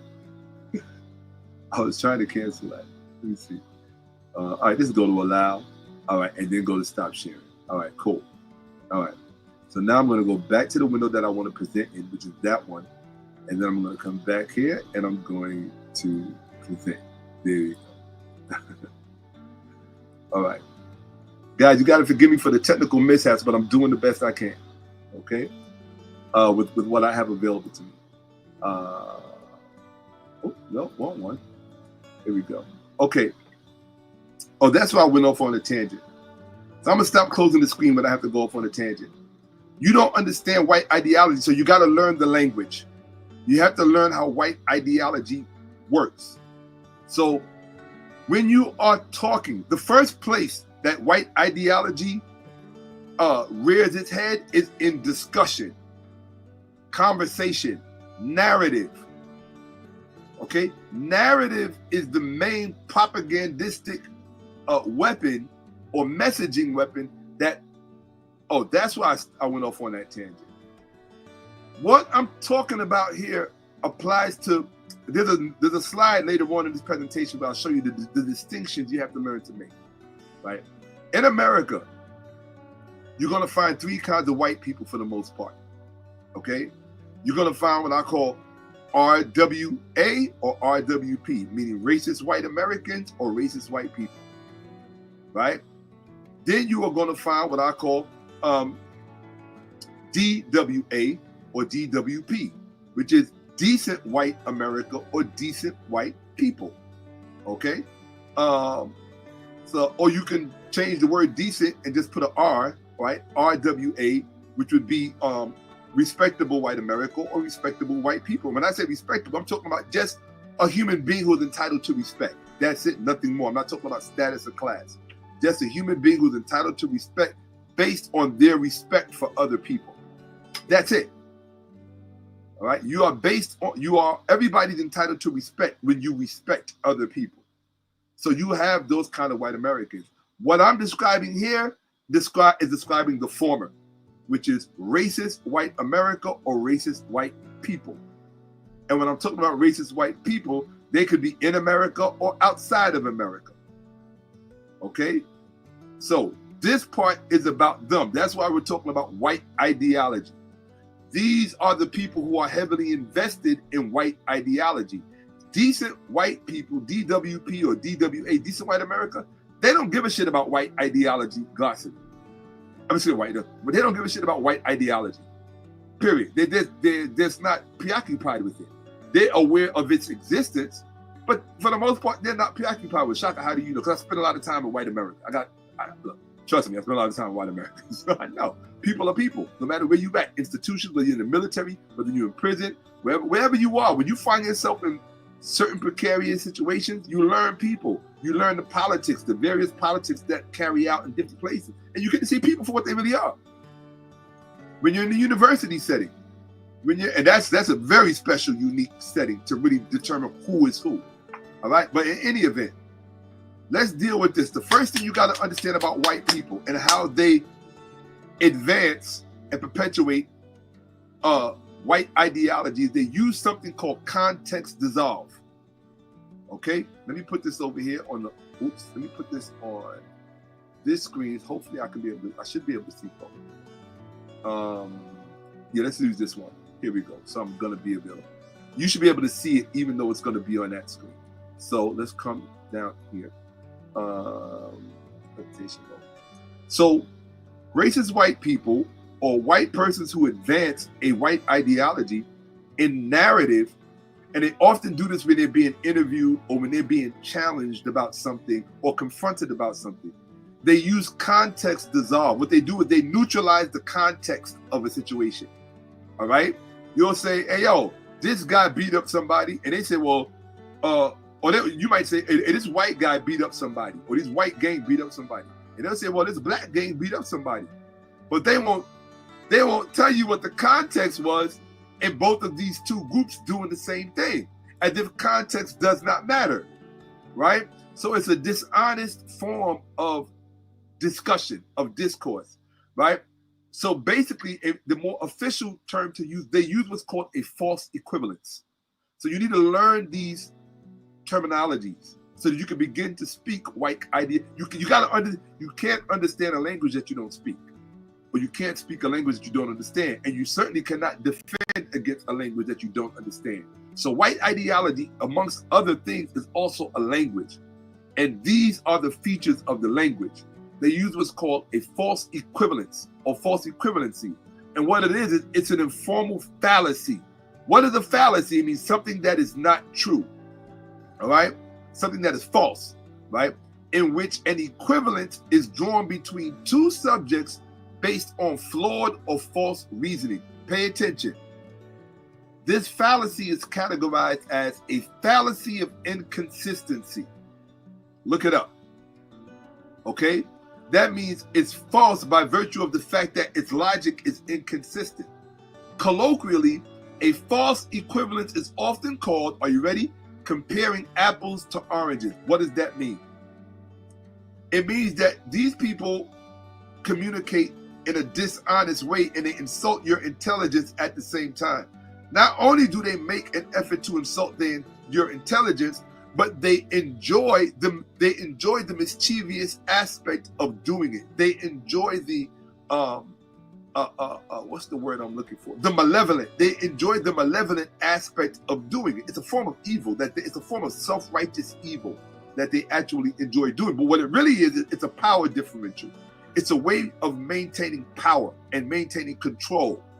As long as I don't admit to the truth, as long as they don't concede the truth and the facts, then they are in power, because power at the end of the day, like as we are taught by Wade Nobles out of Stanford University, top tier psychologist, power is the ability to define and have others accept your definition as if it were their own.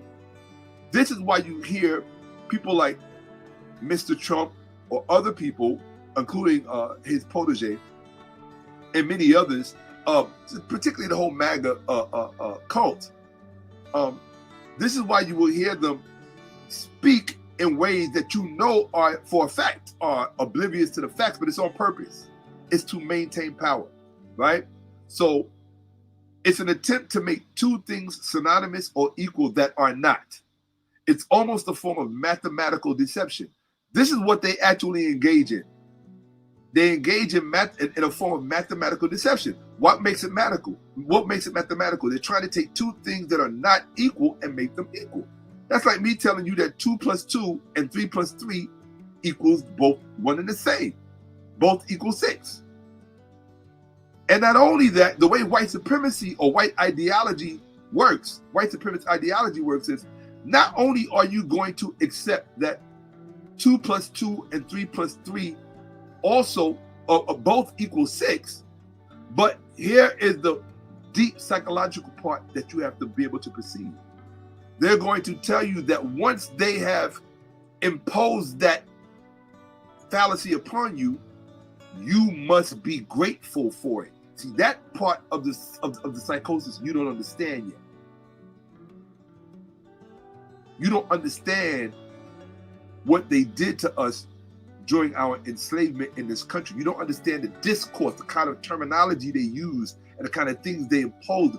They did things to us and imposed your gratitude on it.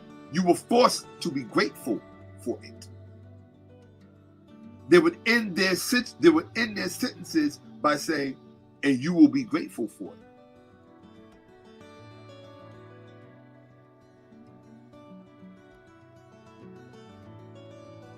Now, one thing you might need to know about me, let me just say this. Let me look at my screen. One of the things that people need to know about me, I'm going to put myself on a large screen here, so this is important. At least to me it is. One of the things that if you're watching me, it doesn't matter what color you are, it doesn't matter your background, I really don't care. Something you need to know about me. I'm not one of these people that takes slavery personal. I'm just not. I don't take slavery personal. Some people say, oh, because it wasn't you. No, that's not why. I don't take slavery personal because I understand it in its wider context, in its wider historical context. I know that all people went through enslavement. Ours just was the most recent period. Ours was like a full coming of circle. Why? Because we enslaved people. We enslaved white people. And I got a whole course on that called Black Masters, White Slaves. And it's fully documented. I don't have to sit here and, oh, this, that. No, we enslaved white people in antiquity, in ancient times. And they are, how can I put it? They are at odds with themselves about that. Because they want to be able to point the finger and say, oh, well, you enslaved us first. But if they do that, then they have to admit that we were on the top and they were on the bottom, that we were the masters, they were the slaves, and that it was not a divine injunction that Black people were born to serve, as many white supremacists like to believe, so-called white supremacists like to believe. So it's a conversation that causes cognitive dissonance, but it also causes cognitive dissonance in Black people, because then they feel like, oh, wait a minute, if you take that from us, then we have no leg to stand on when it comes to reparations. That's BS. Everything in context. Don't be like a racist white ideological or ideologist, right? There's a word that I can't think of what it is, the correct terminology, but ideologue. Don't be like a white supremacist ideologue, right? Just deal with the facts as they are. So I don't take slavery personal. I understand what it was. It was business. And what other people have to understand, and particularly white people, what you have to understand is that Black people who are historically literate, who know history, who really know history, can dot their I's and cross their T's and go into the annals of history and pull up that documentation and the primary sources, right? Real, living primary sources, right?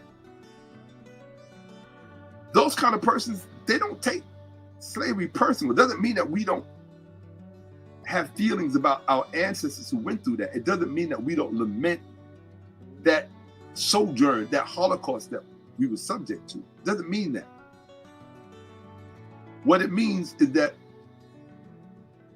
what we do take personally, and this is the part that you got to understand, this is the distinction that you have to make. What you do make personal was the pernicious thing that our enslavement did that was not featured in the other enslavements in a meaningful or prolonged way. And that was racism. See, Rome and Greece practiced slavery, but it was not slavery based on race. Kemet, ancient Kemet, Egypt, practiced slavery. Africa, and slavery was just an intrinsic and endemic institution throughout Africa, but it was not ever based on race.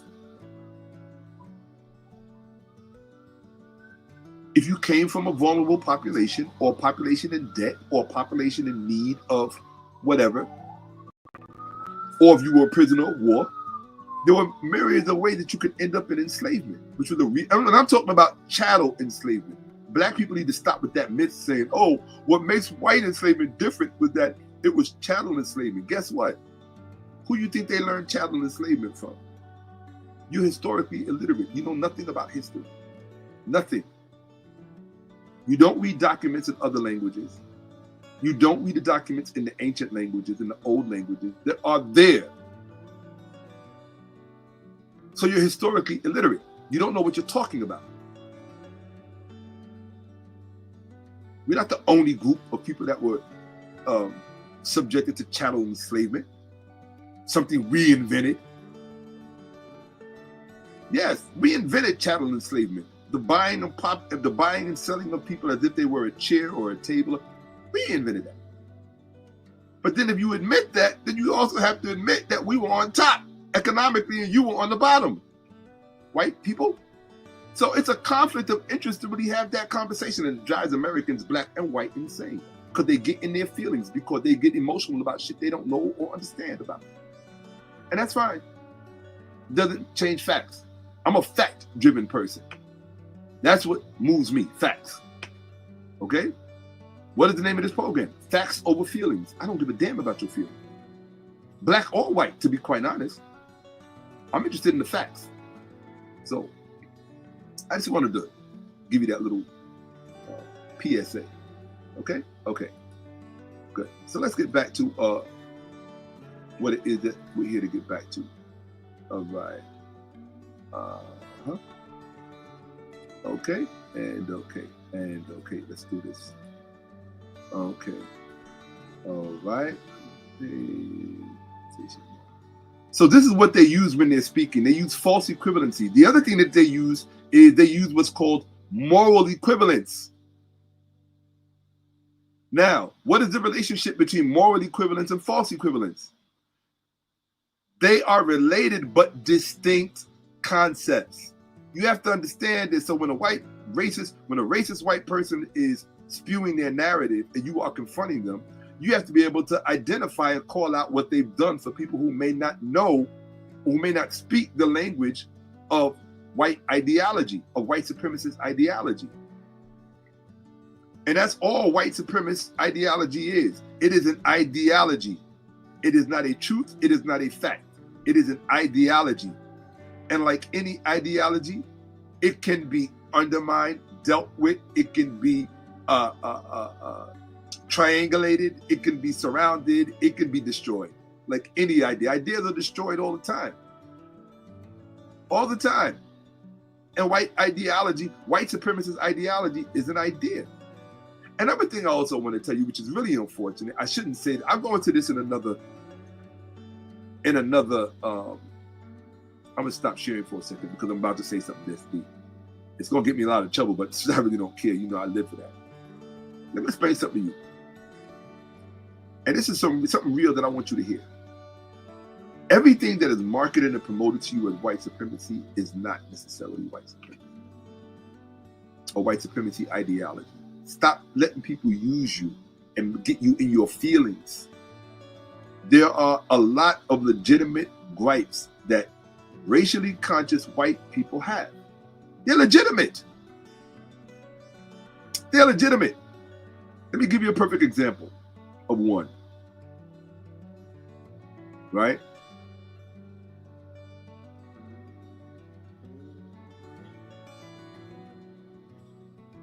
If Germans migrated to Saudi Arabia and they started to impose German culture on Saudi Arabia, and all of a sudden the Saudis looked up and they started to notice that Saudi Arabia was beginning to look more like Germany and not Saudi Arabia. After a while, it's going to build resentment. They wouldn't stand for it. They would not stand for it. Do you think the Chinese would allow Nigerians to move to China and start making China begin to look like Nigeria? So how do you think Europeans feel when they walk through their neighborhoods and it's beginning to look like Afghanistan? It's beginning to look like Syria. It's beginning to look like you're seeing madrasas, right? Madrasas, Islamic schools everywhere, mosques everywhere, the hijab everywhere. I'm not saying that these things are wrong. What I am saying is that it's human nature to want to survive. Why would you hold that against somebody? It's human nature to want to survive.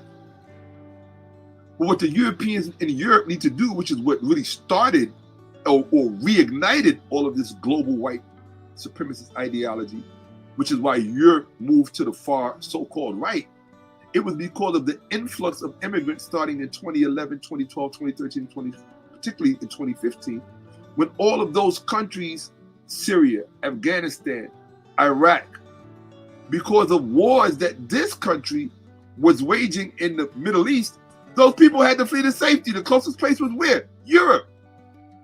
So because of American foreign policy, which a lot of it was based on BS and self-interest, self-serving interest, vis-a-vis the Bush administration and prior to that, right? Those people fled to safety behind Western walls, so to speak. And they flooded.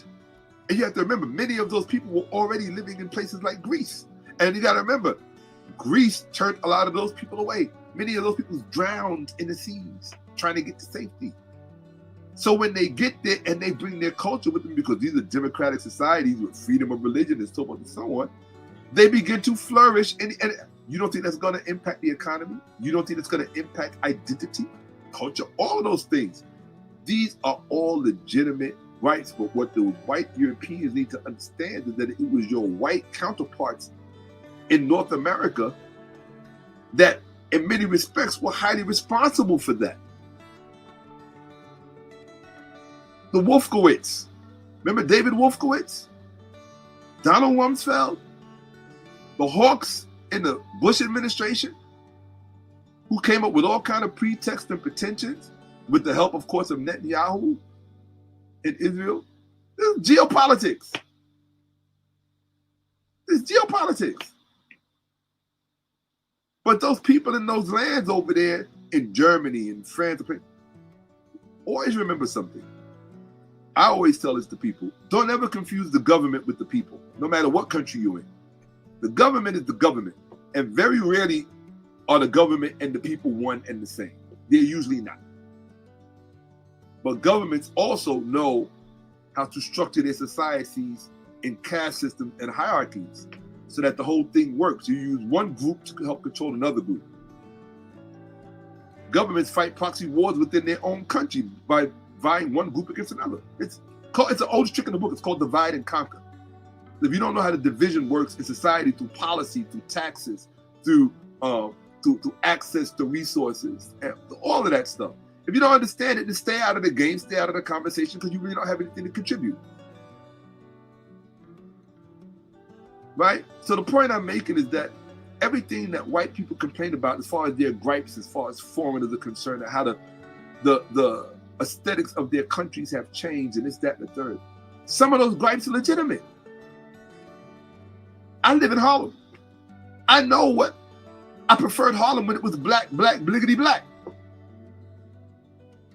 It's not like that anymore. I can't go anywhere and get my favorite food anymore. There used to be, I love Jamaican food. There used to be 100 Jamaican restaurants in a 1-block radius. Now I got to walk a mile and a half if I'm walking. I have to walk. We're New Yorkers. We love to walk and it's good for our health, right?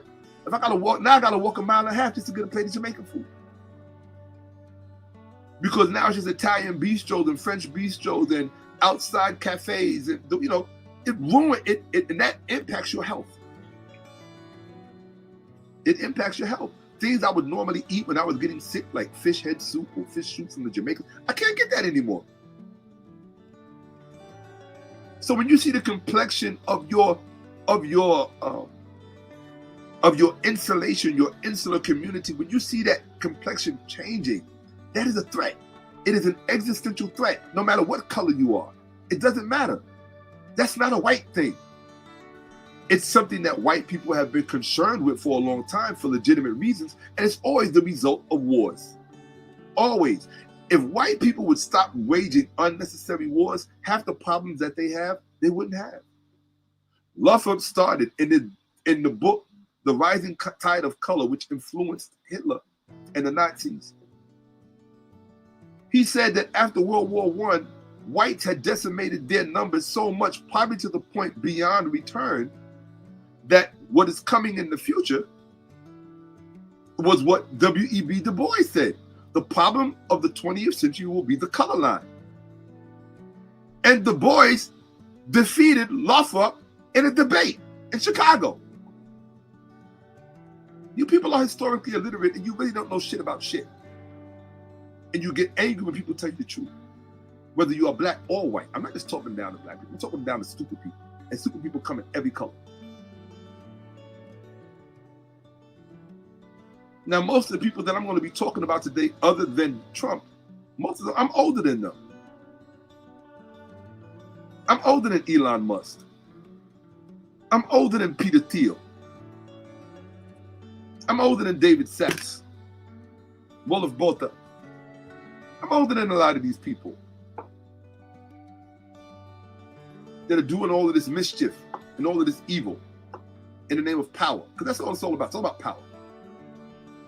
But it's also about something else called horizons. And black people don't understand horizons. You're not socialized to, you're not educated to, you're not taught to understand horizons. And it's one of the indictments that they make against us concerning our intellect. And I'm doing a whole presentation on that. They honestly believe that we are time challenged, that we don't understand the consequence of time. They certainly do. But if you go by the evidence, we certainly do not. What do we use as our greatest weapon? Appeal to white morality, appeal to white intelligence. We feel that when we speak to them intelligently, and we appeal to their moral center, then you're stupid and you get what you deserve. We didn't get free appealing to their white morality. Yes, we had the abolitionists.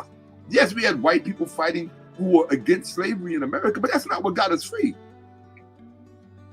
What got us free was one of our brothers, Frederick Douglass, saying, yo, put some guns in their hand, put some uniforms on them. I know because I came from what they came from, and watch, just let them loose. Watch what happens. And that's exactly what happened. They listened to Douglass and they did that. Not only that, Douglass also appealed to their sense of this because Douglass understood it would be good for business. Because you had to win that war. You had to win that war or your economy in the North was done. That was about money. That wasn't about loving us. White people got two things that they love. You better understand this. Don't ever forget it. Don't ever forget it because it's non-negotiable with them. Gold and power. Two things that are not negotiable for white people. And you might as well throw land in there as well. Right? Because that is the basis for all power, land. Without land, you ain't got no resources to make guns or armaments. Right? And guns is how you do everything else. China has most of the gunpowder on planet Earth. Oh, boy, I tell you, I love my people. I really do. I don't come and speak to you enough only because, well, if you want leaders, you got to make it worth their while. Come on now. Trump could sell a Bible and some sneakers and a fake cryptocurrency coin, and them white people will support him. They'll make sure he's all right. He can come back and give him another sermon, give him another. How do you do us? That's why you ain't got no leaders. You think leaders should serve you for free? Come on, we live in a technocracy. Leaders got to pay rent. Leaders got to pay mortgages. Leaders got to take care of their families. They got all of that stuff. When you want welfare leadership, when it's given to you, that's what you want. White people finance their leadership. Don't believe me? Ask Charlie Kirk. Ask Turning Point America. I'm going to do a whole presentation on that. Because black people, you really want me to tell you the truth. I love black people, but you should always be honest with the people you love. Black people are pathetic. That's the truth.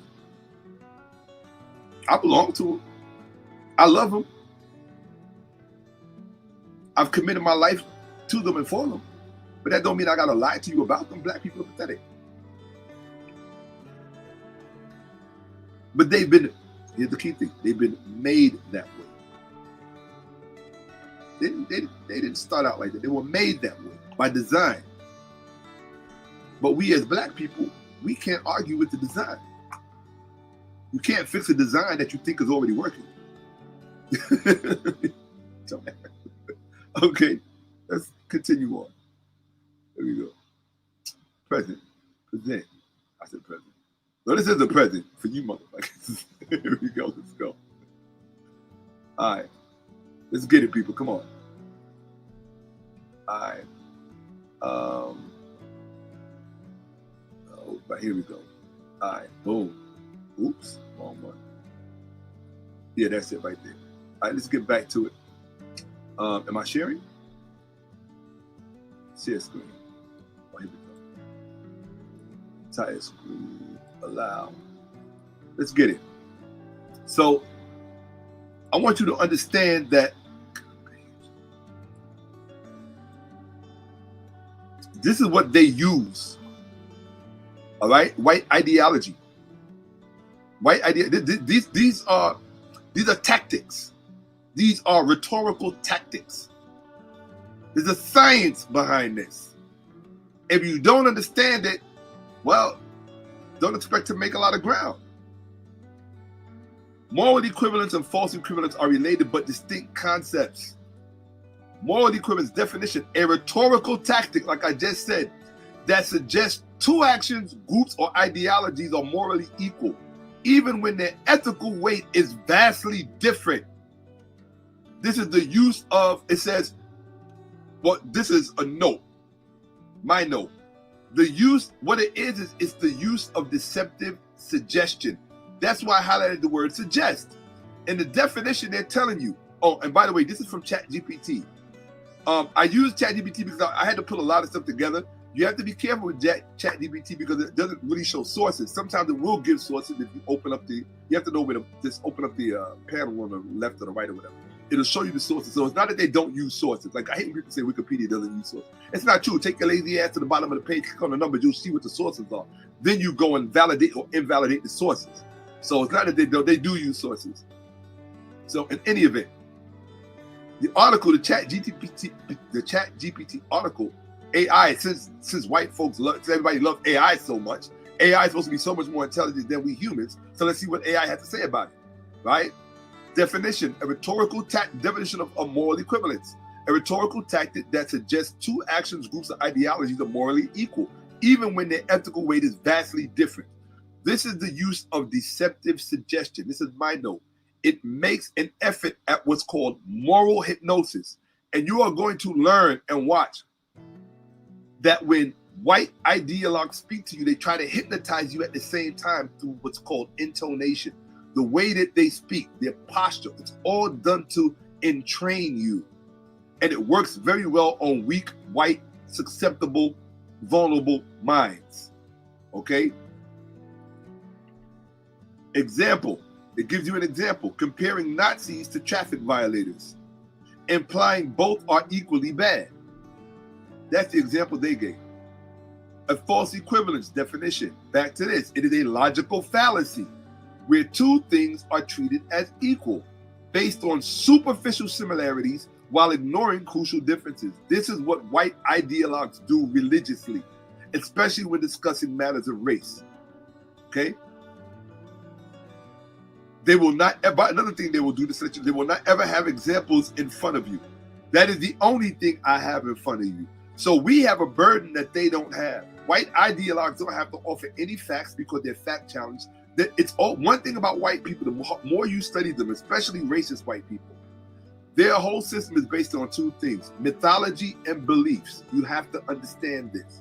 It is based on mythology and beliefs. which are two very powerful things because they don't have to be true, which means that the purveyor of the person using them to gain and keep power, they can travel light because they don't have to prove anything. They just have to say what makes their followers feel good.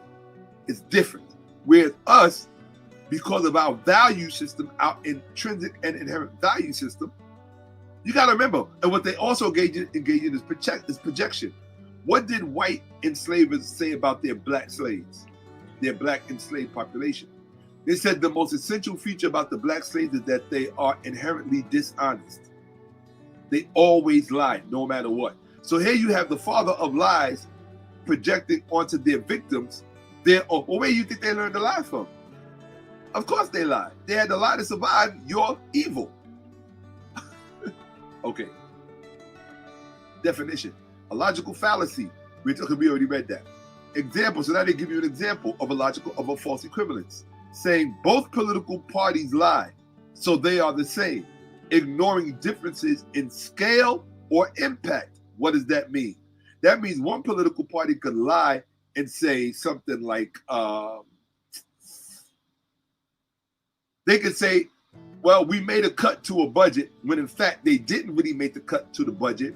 What they did was they rediverted those monies that were earmarked for that budget to something else that would just further their ends. So they didn't really cut the budget. They just moved the money in such a way that we didn't notice that the thing that we wanted them to not fund is still being funded anyway. That's a lie that one side might tell. The other political party will tell you they're not trying to start a nuclear war, when in fact that's exactly what they want, because it will give them the rationale to move large amounts of monies in ways that we could not be get, like whole generational money transfers kind of thing. Kind of like the thing that's going on right now. So both political parties lied, but they are not the same in scale or impact. Okay, this is a false equivalence. Right? Key difference. Moral equivalence focuses on ethics and morality, something you cannot ever appeal to with a white supremacist ideologue. You are wasting your time. They are not interested in morality, especially the Christian right, which should tell you a lot about Christianity, right? Ethics and morality are often downplaying atrocities or exaggerating minor wrongs. Okay? False equivalence is broader, applying to logic and reasoning, comparing two things as equal when they are not. And these two terms overlap. Very important, people. You don't learn these things, you will not learn white ideologies, right? Or white ideology. That's the name of the language. Okay? False equivalence can lead to moral equivalence if someone wrongly equates moral weight. Equating colonial genocide with tax evasion. They're not the same thing. They're both crimes, but they are not the same thing. All right, in terms of moral weight. One of the terms we use that white people often use when they're engaging in this thing, in modern parlance, the term is gaslighting. It is the manipulation of someone into questioning their own perception of reality. That is their purpose for using false equivalence. And it's usually not for you. It's usually for a show that they're putting on for weaker minds who are being entrained ideologically. They're not having an honest conversation. They're having a conversation that is designed to recruit even further, to give somebody a moral standing who cannot think critically, because these people are not critical thinkers, which you're going to see, right? And they use equivocation. What is equivocation? The use of ambiguous language to conceal the truth or to avoid committing oneself. Prevarication. This is all white ideology speak or narrative. Okay? Although truthfully speaking, and I have to say this on behalf of white people, this is not limited to white people. This is the language of corrupt power in general, or just power. Because power does not care about morality. If you don't believe me, take a fork, a metal fork, stick it in your socket, and think about the morality of the response of the electricity. It doesn't care. Power does not care about morality. It is amoral. Not immoral. It is amoral. Why do you think most black people have never been taught about power? How much family discussion do you have in black families about power, the true nature of power and how it works? Everybody raise your hand. You liars, because you know you don't have it. You're a bunch of goddamn liars. You know you don't have it. We don't have it. So don't tell that lie. Speaking of lies, this is another phrase that describes what they do. When they use the term, don't believe your lying eyes. That's an expression of it. Where did that come from? It comes from the 1933 film Duck Soup, which humorously mocks the idea of distrusting one's own eyes. White supremacy, they did it with Elon Musk Nazi salute, and we're going to look at that. It plays on the concept of questioning reality or appearances, similar to the ancient philosophical ideas of Plato's allegory of the cave and skepticism about perception. That's what it does. So now you're reaching back into the Greek explication of how the mind works, right? But he gives it the comedic twist that Groucho Marx used, right? As the character Firefly confidently tells the audience to ignore what they see and believe him instead. This is what happens every day. So this quip encapsulates the satirical humor of Groucho Marx, who frequently used absurd logic to critique authority, reality, and social norms. Right? It's just that when racist, so this thing, because it is an instrument of power, it can be used for good and it can be used for bad. It can be used for good when you are pointing it out how other people use it for bad.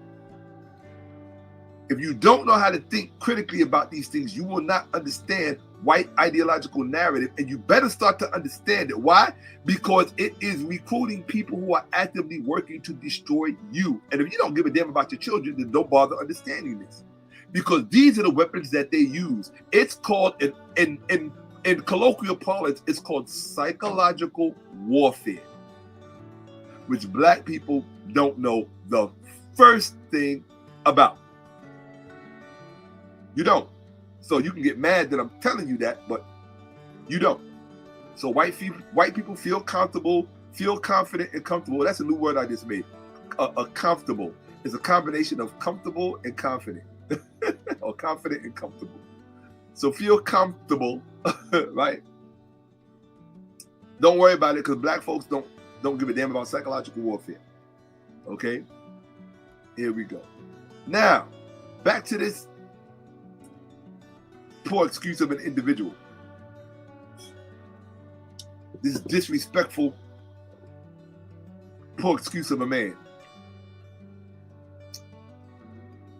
To come into somebody's home and do that.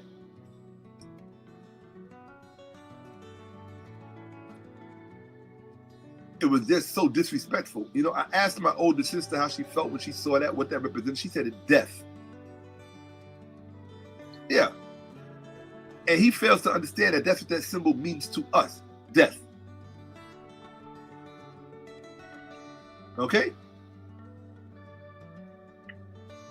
Because people who have sworn to dispatch us from this earth employ that symbol in communicating to each other. Now, let's go back here to psychological warfare so you can understand the role that it plays in white supremacy ideology. I'm gonna see how many of you are paying attention so you can learn something.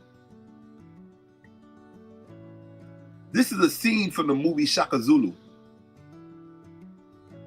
In this scene, Lord Bathurst, played by Christopher Lee, who normally played Dracula in most of the major Dracula films in America throughout his heyday, Hollywood's heyday.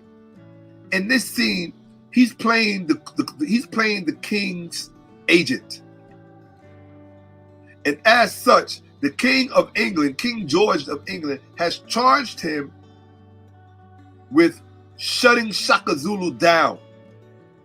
So he has to strategize and come up with a way to do that. And in doing that, he's having a conversation with his two peers and colleagues who are working with him to help him accomplish it.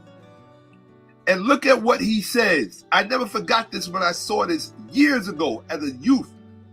It stood out in my mind and I never forgot it. They asked him, how are we going to defeat Shaka Zulu? The Queen's agent, this is the Queen's agent, Queen Elizabeth at the time. Her agent was talking to the King's agent about how they were going to destroy Shaka Zulu. And the Queen's agent asked Lord Bathurst. The Queen's agent said, surely his spies will have told him, I forgot the T, surely his spies would have told him, Shaka Zulu, about our gunpowder. And look at what Lord Bathurst said. He said, yes, quite possibly. Here's why he said this. He said this because they knew that the Zulus outnumbered them. They knew that the Zulus could destroy them. But they had to find a way to destroy Shaka, even though he was more powerful than they were when it came to regiments and the army, because he had an empire. He had a standing army which could destroy the British presence that was there, because it was a colony. They didn't have those kind of soldiers there. So look what Lord Bathurst said, and you better pay attention, because this is the shit they've been on ever since. In fact, it goes far back. They said, yes, quite possibly, his spies will have told him about our gunpowder. But these are not our only superior weapons. He said, we have one other, gentleman. And you can watch it on YouTube. There's the link. He said, their other superior weapon is civilization. Years of tried and tested double talk. Now, the problem with you, black people, is that when you hear somebody use something like a term as simple as double talk, you don't understand that the academic terminology for double talk is everything that we just looked at prior. Moral equivalency, false equivalence, right? What were the other terms that were used? Prevarication, right? There were other terms that were used, but all of this stuff is psychological warfare in narrative form. So that when you are engaging someone and you're negotiating, right? Isn't that what Trump brags about, being a great negotiator? Of course. Because he's an expert at doublespeak.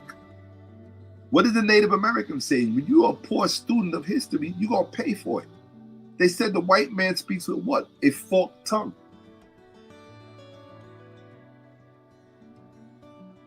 Now, he didn't say the good white man speaks with a forked tongue, or he didn't say the bad white man speaks with a forked tongue.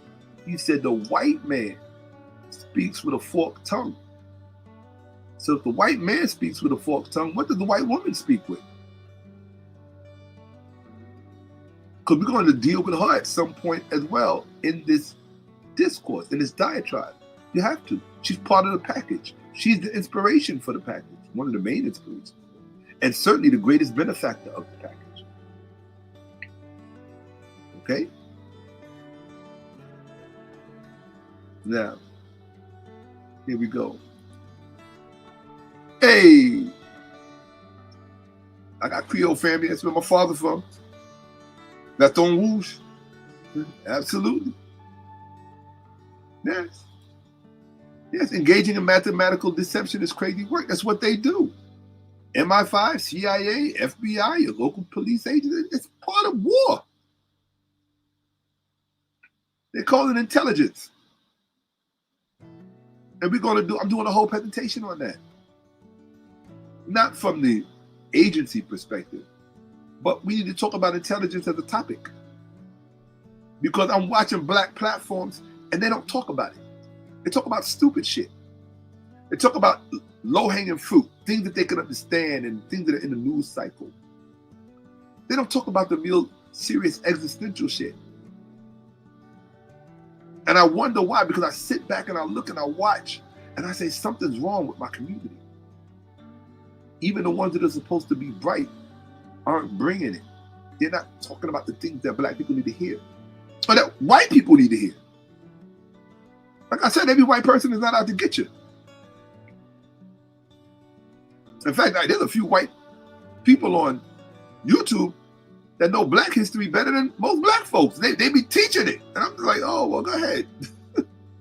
I watched one white guy give a expose on Mary McLeod Bethune. He killed it. He killed it. He did his job. That white boy knew what he was doing.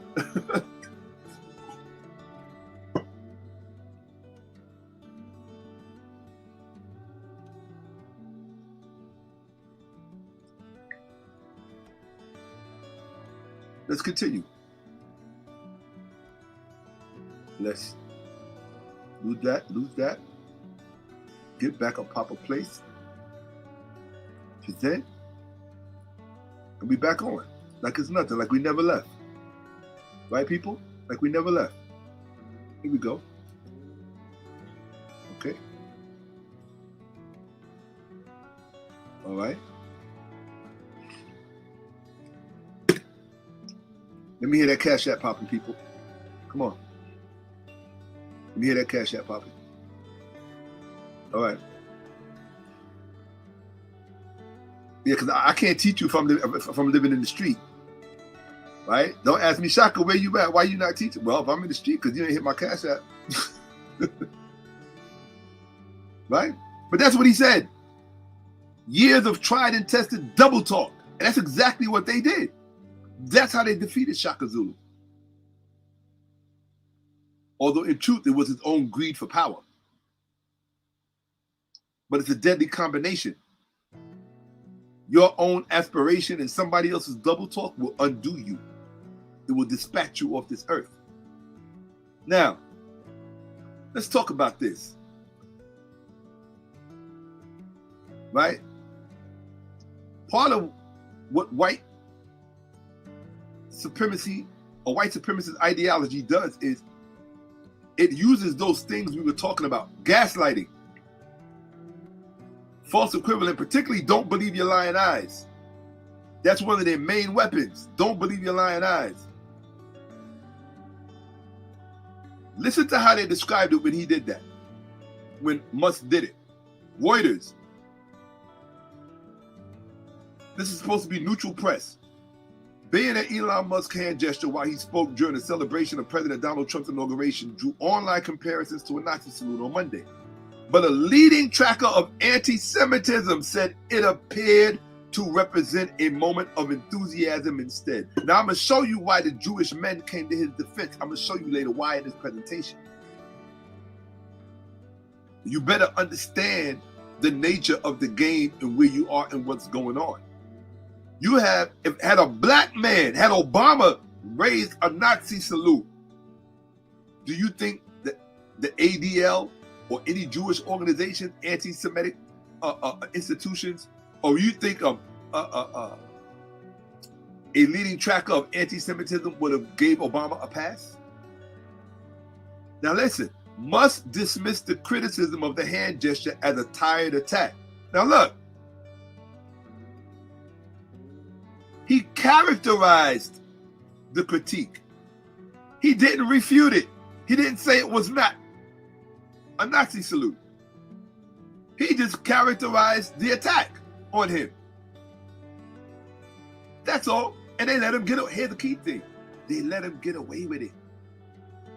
When he made that Nazi salute, and that's what you need to pay attention to, people. How many boos did you hear? How many people turned their backs on him and walked out? None. They cheered. You better know what's going on in America. And throughout the rest of the world, because it's not just in America. Musk dismissed criticism of the hand gesture as a tired attack. Musk took to the Capital One Arena stage in Washington to huge cheers, pumping his arms and shouting yes. Now you see how they described it? They tell you what some people thought it was, then they tell you what his critics said, and then they tell you what his response was.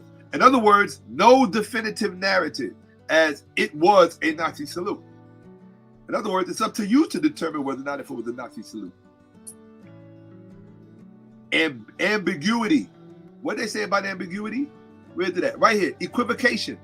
The use of ambiguous language to conceal the truth or avoid committing oneself. That's what the newspaper did. So that's how the press engages in white supremacy ideology, with the appearance of being neutral and giving you this factual information that is not grounded to any definitive truth. So the press is not committed to truth. Just the facts, ma'am. Facts and truth aren't necessarily the same thing. The truth is the conclusion that you get once there's an honest assessment of verifiable facts. Don't confuse the two. But this is still facts over feelings. It's like facts is like food. Everybody don't know what to do with food. Remember where it said that apples and oranges? It said that a false equivalency is comparing apples and oranges. Let me tell you what that means. Imagine if you go to the grocery store and you order 10 apples, and instead they give you walk out the store, you look in your bag and you see 9 oranges and 1 apple. And you go back and you complain because you paid money for this, and you say, hey, I asked for 10 apples. And they said, what? I gave you 10 pieces of fruit. It's all fruit. Apples are fruit, or oranges are fruit. They're the same thing. So that's what I gave you. That's what that is, comparing apples and oranges. Right? How would you feel if they told you it was the same thing? Because it's both fruit. But in your critical thinking, you know that they're not the same thing. So look at this. The this is the rest of the article. The ADL, the Anti-Defamation League, which tracks anti-Semitism, disagreed. It said, it seems that Elon Musk made an awkward gesture in a moment of enthusiasm, not a Nazi salute. But again, we appreciate that people are on edge. It posted on Monday. So the ADL, the premier anti-Semitic, the premier Jewish protection organization, at least they prop themselves up as such. They made an excuse for him. They excused him. This is how white power works. They excused him. They gave him a pass. They said, we disagree. It is not a Nazi salute. Look at that hand. Because I'm about to dissect it for you in a second. They gave him a pass. Germany, the president of the Jewish community in Munich and Upper Bavaria, Shakka-Ahmose, described the gesture as highly irritating. Do you see how the white masses of white Jews gave him a pass? They would not indict him. Frankly, they need, this is what Elon Musk said, frankly, they need better dirty tricks. The everyone is Hitler attack is so tired. Now look, he never says it's not a Nazi salute. This is what they do. This is what they're talking about. This is the exact kind of language they were describing. It's evasive, right? He wants to talk about dirty tricks, not whether or not if what he made was a Nazi salute. The everyone is Hitler attack is so tired. Not, I didn't make a Nazi salute. So everything is characterization, but never refutation. He doesn't have to deny it because you're not pressing him on it. You already gave. Why should he deny it if you already gave him a pass? It's like Trump telling Russia, you can already have everything you want, and then you're going to invite Ukraine to the negotiations and call them negotiations. Those are not negotiations. Some ex-users, now watch this. Some ex-users came to Musk's defense, claiming that Musk was expressing, my heart goes out to you, and criticizing posts that suggested otherwise. What did we say before? White ideology. Don't believe your lying eyes. That's white supremacy. White supremacist ideology. It's a power thing. Don't believe. So this is the language that they use. It's the language of falsehood. It's the language of gaslighting, getting you to not believe what you know you saw. Look at it. And Donald Trump co-signed it.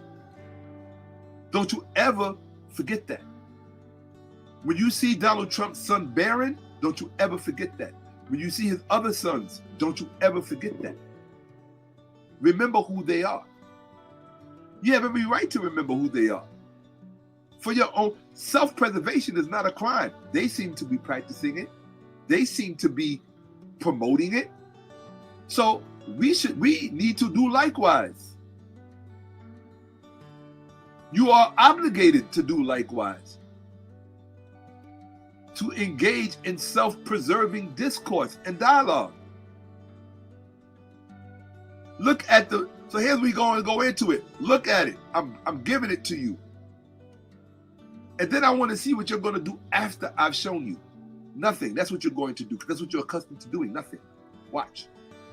You see how the arm is extended. Look, pay attention to the thumb and the closing ranks of the fingers. That's a symbol. This finger is tucked under the closing ranks. It means you are protected. The thumb is folded under the closing ranks. It's protection. Pay attention. Look at Hitler's salute. The arm is extended and look at the thumb. It is bent in and the fingers are closed in ranks. But Elon accentuated the closing of the ranks. I'm going to show you something else. Elon did it to the side. Now, most of you historically illiterate people don't know the difference. Only the followers do it straight up and out. The leader always does it to the side. Do you see the difference? Elon did this, straight arm extended, retracting thumb, fingers rigid, extended and united. It is the exact same salute. He made a point for you to see that thumb. See that thumb? Look at it. He made a Nazi salute. Elon, what I don't respect about you though, where I come from, I'm from the streets. I'm a 10th grade dropout. I never graduated high school. You a pussy, Elon, because you didn't have the balls to stand behind what you did. You didn't have the balls to say, that's right, I did it. You used white ideological doublespeak, false equivalency, all that other crap. You didn't own it. That's my point. You didn't own it. When you see a blood making a blood sign or a crip making a crip sign, they own it and they deal with the consequences that come from doing it. Elon, with all your money. Hold on, let me say this. 1 second. Look. Look at that thumb tucked underneath there. This is in Australia, where they just outlawed neo-Nazis. Right? Look, thumb tucked, thumb tucked, thumb tucked, thumb tucked. Only 2 idiots didn't know what they were doing. This fool and this fool. You can always tell the ones that pay attention in class and the ones that don't. Everybody else, look how tucked his is. That thing is halfway bent. Look at it. You think I'm lying? Look at it. I didn't circle his because he's wrong. I didn't circle his and he's wrong. Them 2 idiots, they just waving the grandma. They just glad to be there. They probably just joined a week ago. These guys know what they're doing. Thumb is bent like Elon's. Thumb is bent. Thumb is bent. So look how bent that thumb is. You can put a plate of eggs and French toast on it and eat off of it. That's how flat it is. Look at these 2 in Australia. Australia to ban Nazi symbols and bid to curb far-right symbols such as swastikas SS insignia will be banned in Australia. Yet why? Because they murdered 12 million black people to take that land. They call them black fellows. The Aborigines of Australia, blacker than you and me.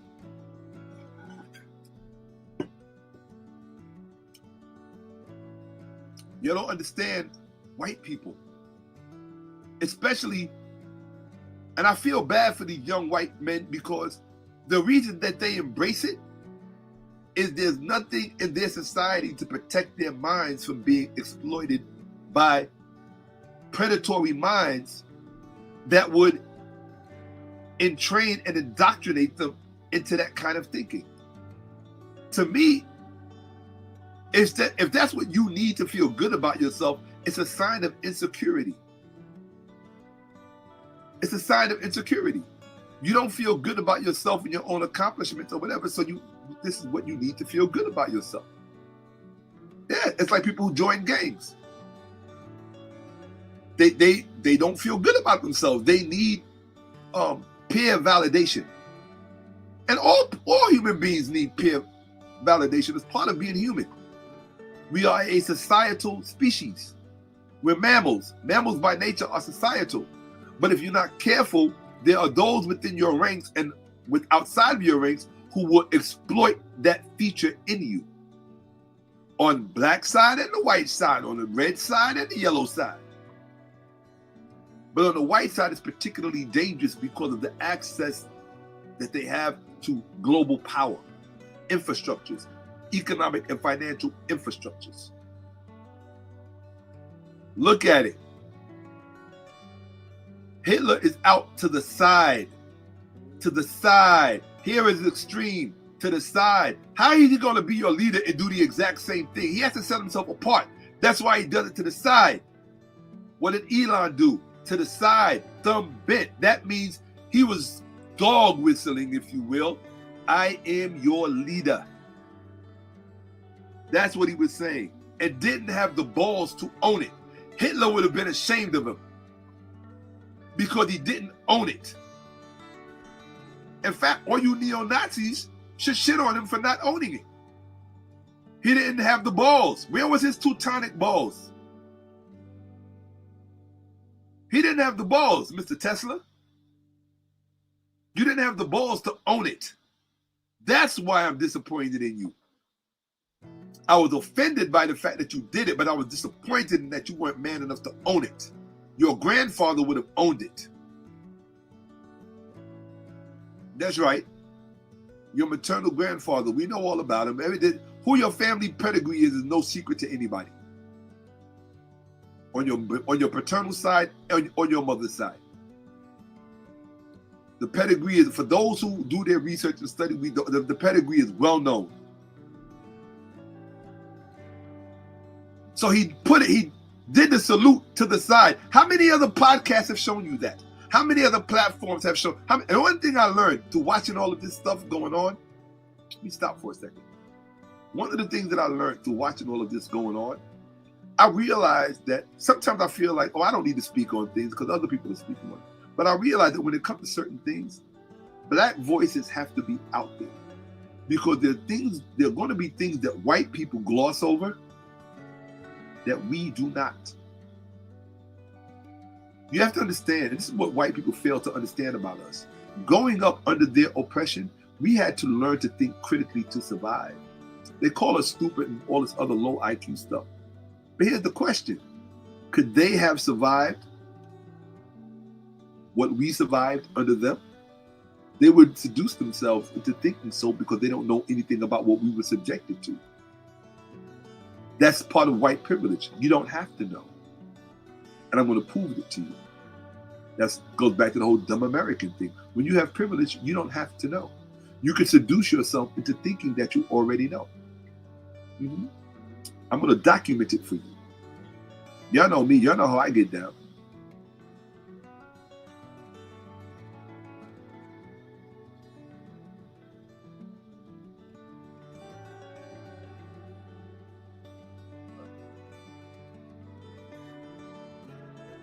Okay, I'm just looking for intelligent conversations in my chat. That tells me if people are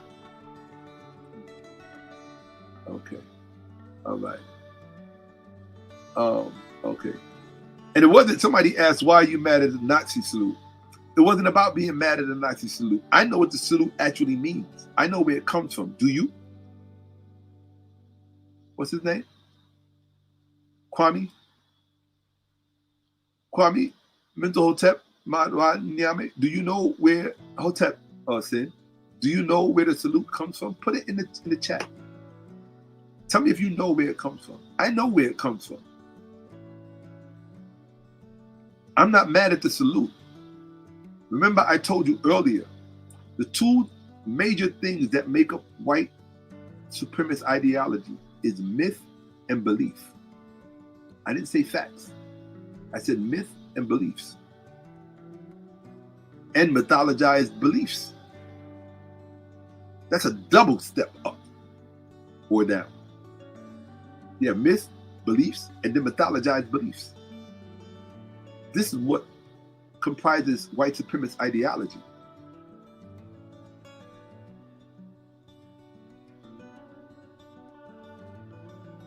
What offends me is not the salute. What offends me is what he thinks the salute means, and in that context had the balls and the nerve to do it, and the disrespect to do it, because it wasn't balls and nerve. When you got $800 billion standing between you and the people, that's not balls, that's protection. Because under normal circumstances, that fool would have never thought about doing that. I know it and you know it. When there are consequences to pay, people think twice. He's delusional. He thinks his money will always keep him protected. He doesn't understand the concept of collateral damage, ancillary damage, things of that nature. But his Tesla company is feeling it now.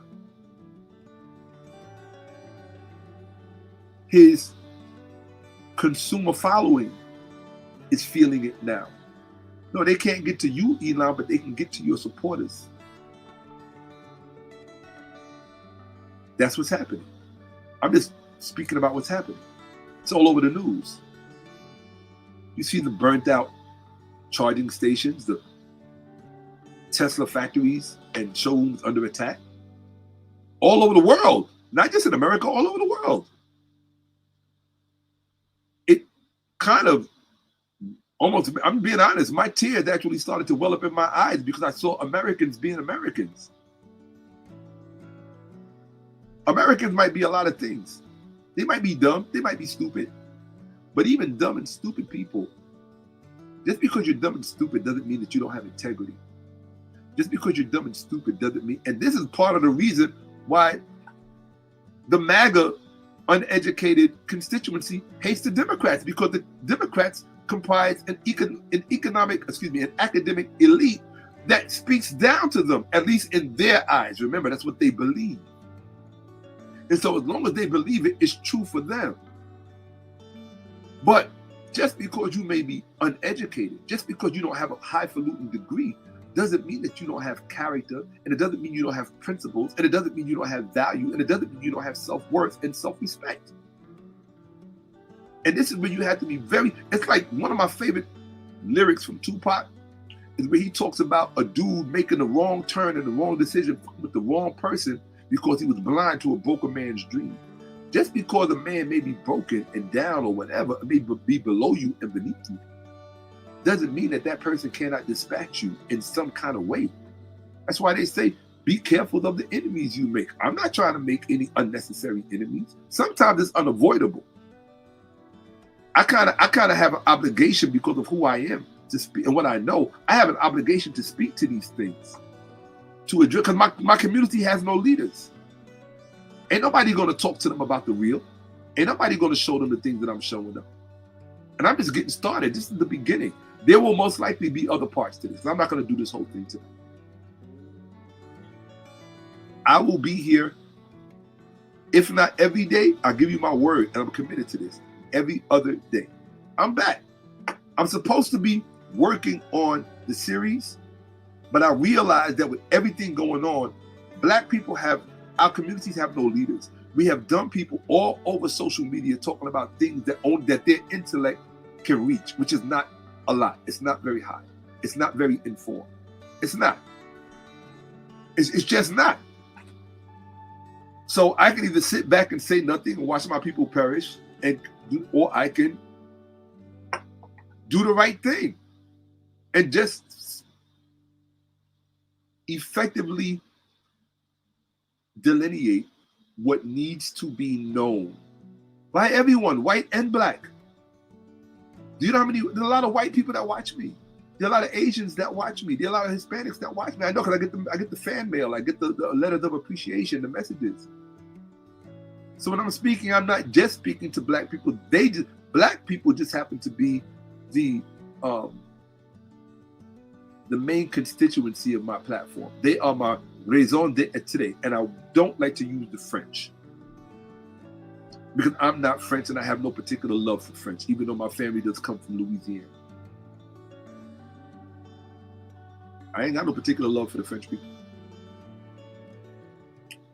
No, not the way they've exploited us. But then again, as I have said before, do not confuse the people with the government.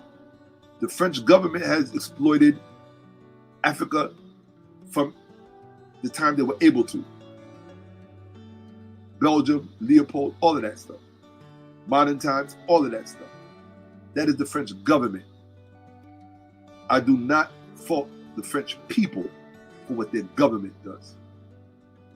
I just don't. The same way I don't want other people faulting people in the Bronx or some broke dude in Yonkers or Houston or some dude that can't pay or some girl that can't even get her nails done. I don't want you blaming them for what this government does. Like right now, what's going on with Trump and the tariffs and all this other stuff he's doing. And by the way, let me just say this to you about that because this is really important. Do with it what you will. You can ignore me. It's just something that I don't hear people talking about. But what Trump is doing, and this is what I mean when I say I don't hear black people talking in ways that make sense. Like there's no, I don't want to say what, unfortunately, many of the things that white people say about us, unfortunately, is true. As far as, in many cases, it's often true. But I'm going to tell you why in one of my upcoming presentations. But one of the things that's true, that black people, we're not too sharp up here. And if we are, we don't speak like it. And that's important. Performance is important. It matters. What Trump is doing is, anytime you want to destroy somebody, what do? If you're a hunter, you already know. If you go hunting, you isolate your prey. That's what Trump is doing. He's isolating Americans. You're isolating Americans from Mexico. You're isolating Americans from Canada. You're isolating Americans from Europe. Why? Why are you isolating us? That's the question you should be asking. Think about it. Think like a predator. All human beings have predator in them. All. And that includes everyone watching. When you're preying on something, you isolate it so you can capture it, corner it. Why are we as Americans being isolated? But I got a better question. Why isn't anyone asking that particular question in that particular way? Are you afraid of the answer? I'm more afraid of you not asking the question. Why are we being isolated? What do you have planned for us that we need to be isolated?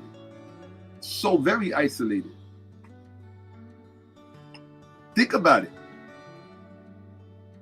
If we don't have a relationship with Europe, I'm talking about the people now. Why would Europe come and help us if our government turns on us? Have you ever even wondered if they would?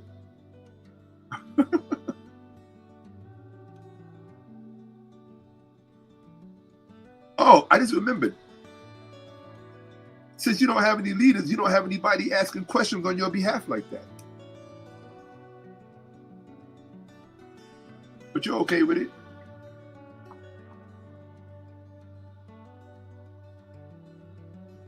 Yeah. Why is he isolating us? black, why he's isolating everybody. Why are we being isolated? Why are we being, it's like putting a rope around us. Why are you closing us in? Why are you isolating us? What do you have planned for us?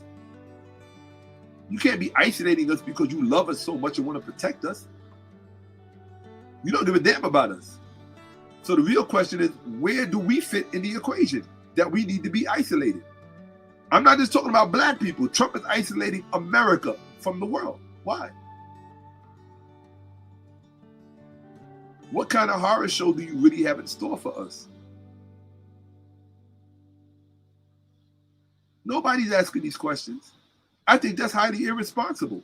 Nobody's even speaking about it in this context. Everybody's assuming that they have the answer. Oh, it's just about a billionaire tax cut. Really? People who have no money can only think in terms of more money, more money. Because money is everything to them, because you have none, not in any real sense of the word. But people who have all the money and access to all the money, that's not what they're thinking about. Because they realize that that money can only be of use to them in certain type of environment. So what kind of environment is being created where we have to be isolated in order for their goals to be achieved? What are those goals? Why aren't they being pressed? Nobody's really, you think the White House press corps, the AP, Reuters, the Washington Post, definitely not asking. Bezos don't want to know because he's probably part of the answer. Anyway, let me continue. Let me continue.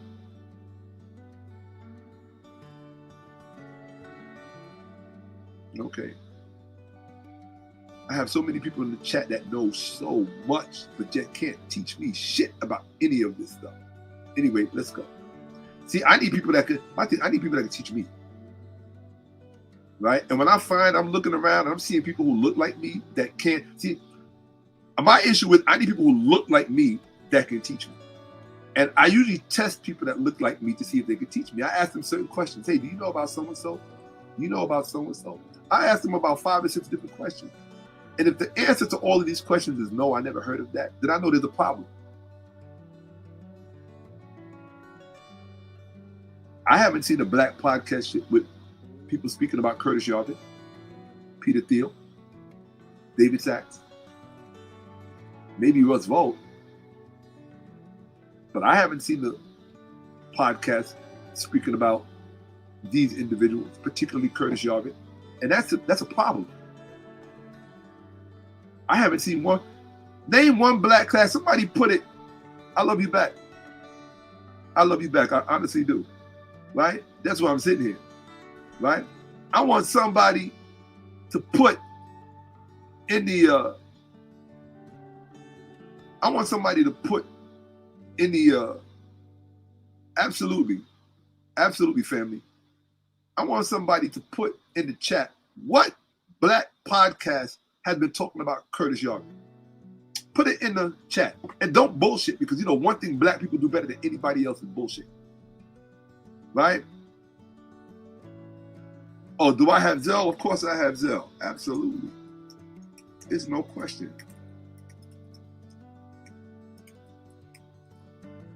Oops, here we go.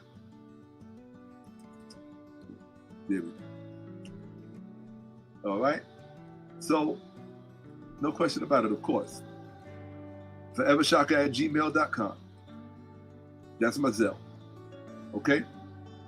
So, and if you're able to glean any personal information of my own from using my Zelle, I'm quite all right with that. I really don't. I'm not threatened by that.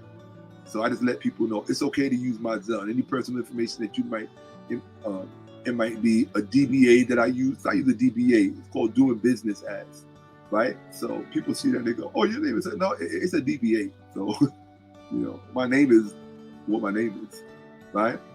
So, but please, by all means, anybody who wants to express their appreciation vis-a-vis Zelle, forevershakka@gmail.com. If not, $ Shakka-Ahmose at Cash App. Either one is effective. So, allow me to show you.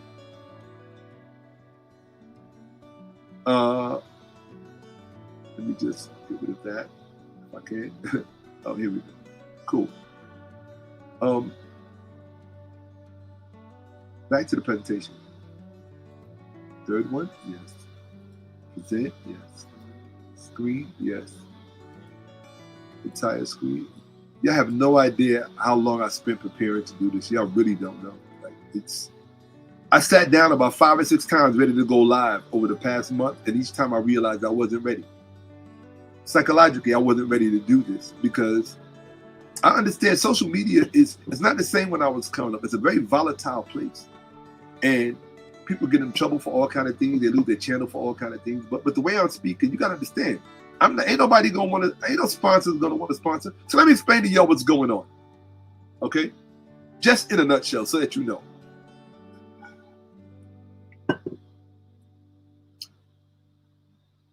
These people, 1, 2, 3, 4, are known as the PayPal Mafia. I call them the Apartheid Mafia. Okay? For those of you who know what apartheid is, you don't need any explanation. I call them the Apartheid Mafia because that's what they grew up in. That is what they were socialized in. That is what runs in their veins. Peter Thiel from South Africa. David Sachs from South Africa. Wolof Botha, South Africa. And you already know who this Nazi is. Now, just to let you know what happened in the election, for those of you who don't know, Peter Thiel bought and paid for J.D. Vance and moved him into the vice presidency in an effort to get him closer to the presidency. Elon Musk bought and paid for Donald Trump with the help of these persons. You see, when you see Elon Musk, most of you, you're seeing a front man. He's a hatchet man, meaning that he's marketed and promoted as the richest man in the world, which people need to stop referring to him as that. The media needs to stop saying that every single time they mention his name. Stop adding to the myth. Okay? The reason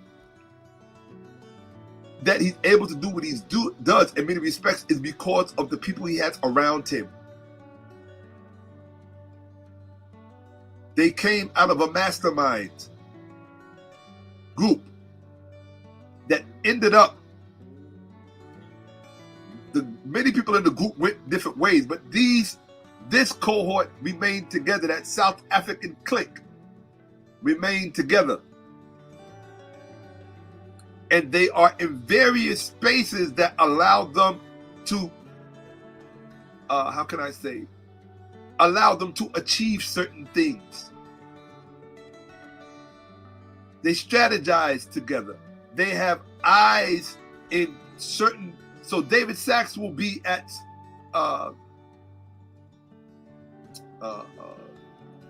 Sequoia, right? The financial firm Sequoia. Peter Thiel, other than PayPal, Facebook, or whatever, he's at Palantir.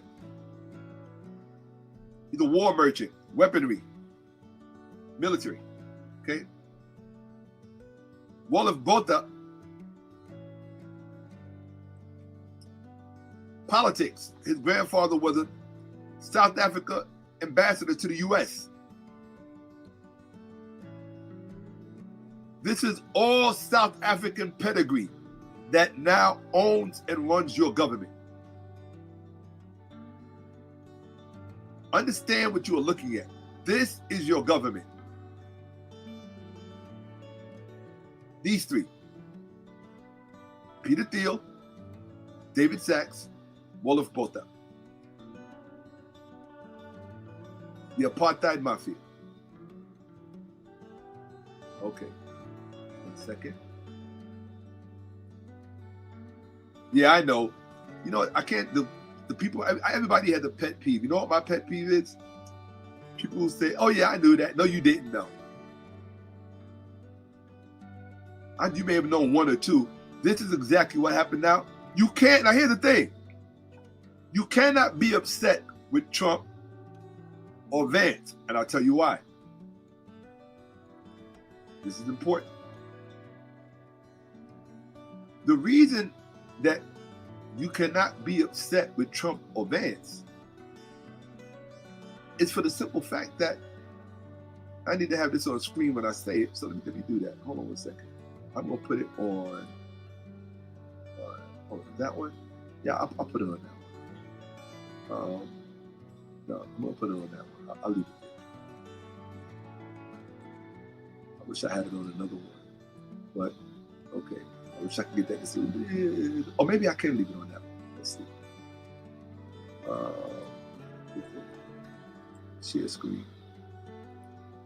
And, you know, my brother hit me up, Sunday, on this channel. He hit me up because he wanted me to present this on this channel. For good reason, because he felt like the black community, when all of this was first happening, that they were afraid. There was a lot of fear. I had fear. With the things that are going on are touching everybody. Not just white people, not just MAGA, not just federal agents. Everybody's touched by it at some point or another, depending on what you got going on. So, let me say this about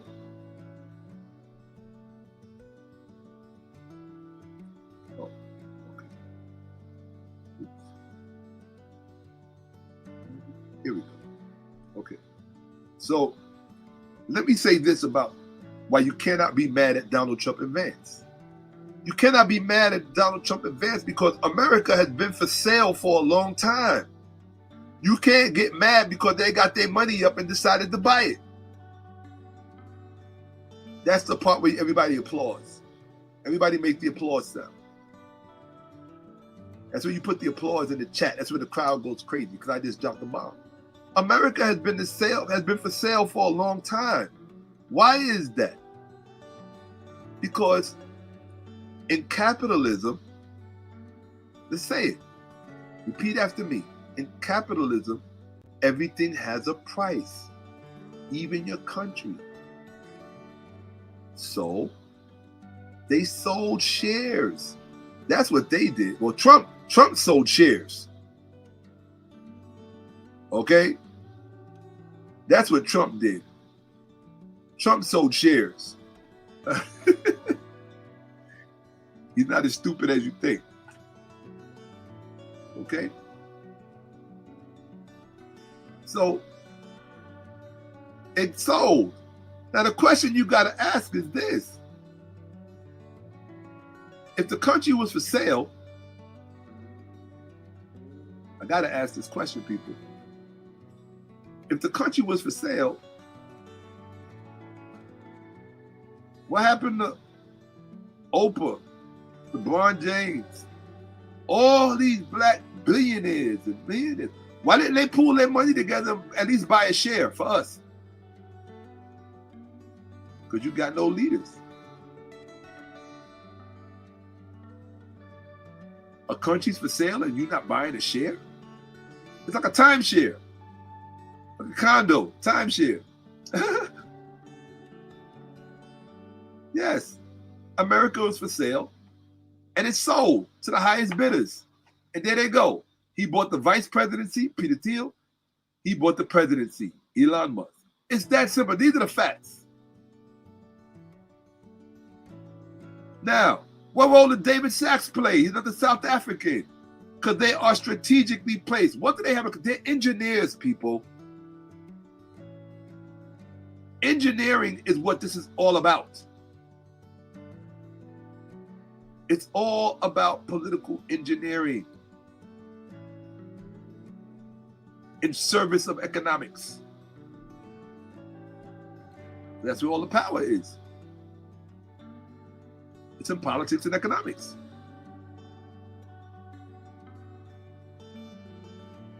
Yes, yes. Technology alone is not enough.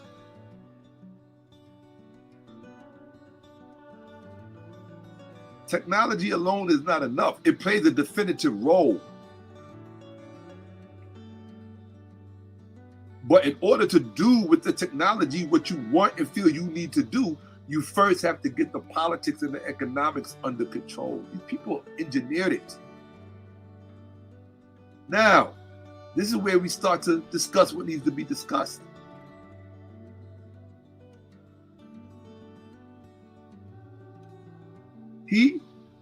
Let's do it backwards. Botha and Sachs, they support Musk. They're part of that South African apartheid mafia. So is Peter Thiel. Peter Thiel purchased and subsidized and underwrote J.D. Vance. Peter Thiel is under the influence of Curtis Yarvin. Curtis Yarvin, he sucked Curtis Yarvin on J.D. Vance. Or should I say introduced him to J.D. Vance. So psychologically, you gotta remember we live in the age of influence. This man politically had influenced these men. Okay? And now, by virtue of that, he is also under the influence of Yarvin. You got to remember, everybody has a specialty. Everybody plays their role. You have to know what the role is that they play. Yarvin is the most dangerous one of all of them. More dangerous than Elon Musk. So if Yarvin is more dangerous than Elon Musk, remember what did we tell you? What does white supremacy do? What does white supremacist ideology do? It recruits. It recruits. This is their master recruiter. This weirdo. And he looks like a weirdo. He looks creepy because he is creepy. About as creepy as Elon Musk looked before he got the hair plugs. And if you ask me, he still looks creepy because you could see his heart.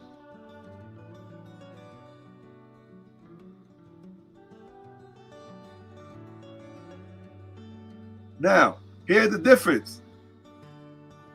Russia, not for sale. America, for sale. Russia, not for sale. Russia already sold once, they got a refund.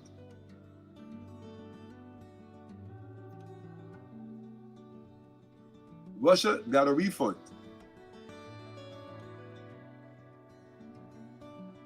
Now, these are very principled architects, and they play their role. I said architects, not thinkers. Thinking and architecting are not the same thing. But you know this already because you're so bright.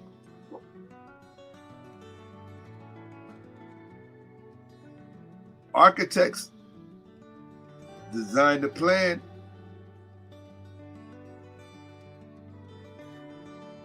and some of them, if they are hands-on, execute it. But because you design it, doesn't mean you conceived it. Conceptual framework requires thinking. Okay, let's continue. If you don't know who these people are, then you're way behind it. There's nothing I'm going to tell you that's going to help you.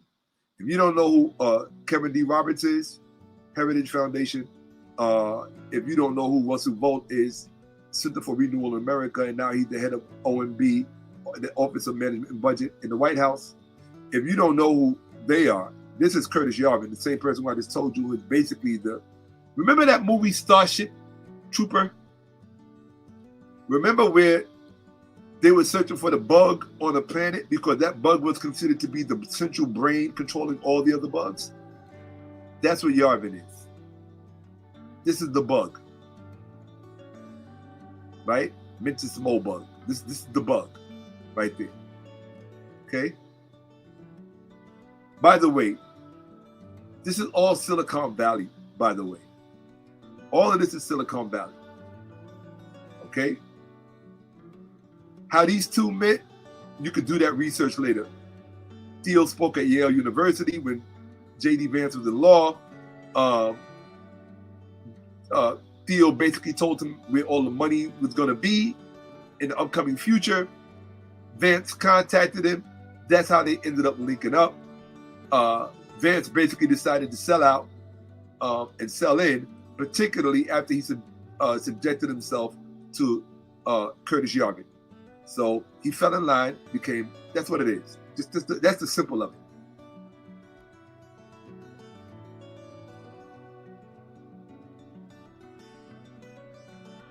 Trump, now, why does he matter? He's not that young anymore. He actually has gray hair now. He looks a lot older. David Sachs, the other South African from the apartheid mafia. Trump selects law school alum David Sachs to be the White House AI and crypto czar. So Thiel at Palantir controls Vance. Musk has Trump. And these guys who are driving this, they have David Sachs at his service. Trump. David Sachs is the White House AI and crypto czar. Now, if you understand, he will serve as an advisory role on policies surrounding artificial intelligence and cryptocurrency. Now, if you're going to pull a coup, you can't be worried about things that don't have anything to do with these two things, because this is the future, according to them. It's a future through cloud economy that they control, or cloud capitalism, as one of my favorite Greek economists says. Now, let's talk about the salute for a moment, and we'll come back to this. Most white supremacist ideology idiots, we're going to deal with the salute and the origin of where it comes from. They think that it is a Roman Praetorian salute. It is not. The salute itself comes from an 18th century romanticized painting of what 18th century Europeans thought Rome would have looked like. This came out of the imagination of this man, Jacques-Louis David, in his 18th century painting, while we were being enslaved and they were beefing in France, and while French were enslaving us as well. He was part of certain movements that were unfolding, and he used his art as propaganda. Now, the story behind this painting is very politically entrenched. There's a lot of political messages in this. If you know the story of the oath of the 𝓈𝓏𝓏, inside the story is a lot of political principles. It's never happened before. It's not historical. It is out of his mind. And he clothed it in Roman clothing so that the people would pick up on it. You have to remember, at this time, you're dealing with the Holy Roman Empire. Pretty sure it's still going on at this time. Or remnants of it. Now, you have to know what's going on. I'll give you the quick version of it. This is where these idiots believe that it comes from, but they think it comes from Rome. It doesn't. There's no evidence of any Praetorian salute in Rome of anything that looked like that at all. But they still call it a Roman salute because I told you, everything with them is mythology and belief. Nothing about them is true. They have no allegiance to truth. Truth does not serve them. Truth is only something that is to be used against people, to be subverted. That's the word. Truth is there as a weapon of war to be subverted. It has no other function. Okay? It must always be subverted in such a way that it serves your power. Truth is a tool to them, not a virtue.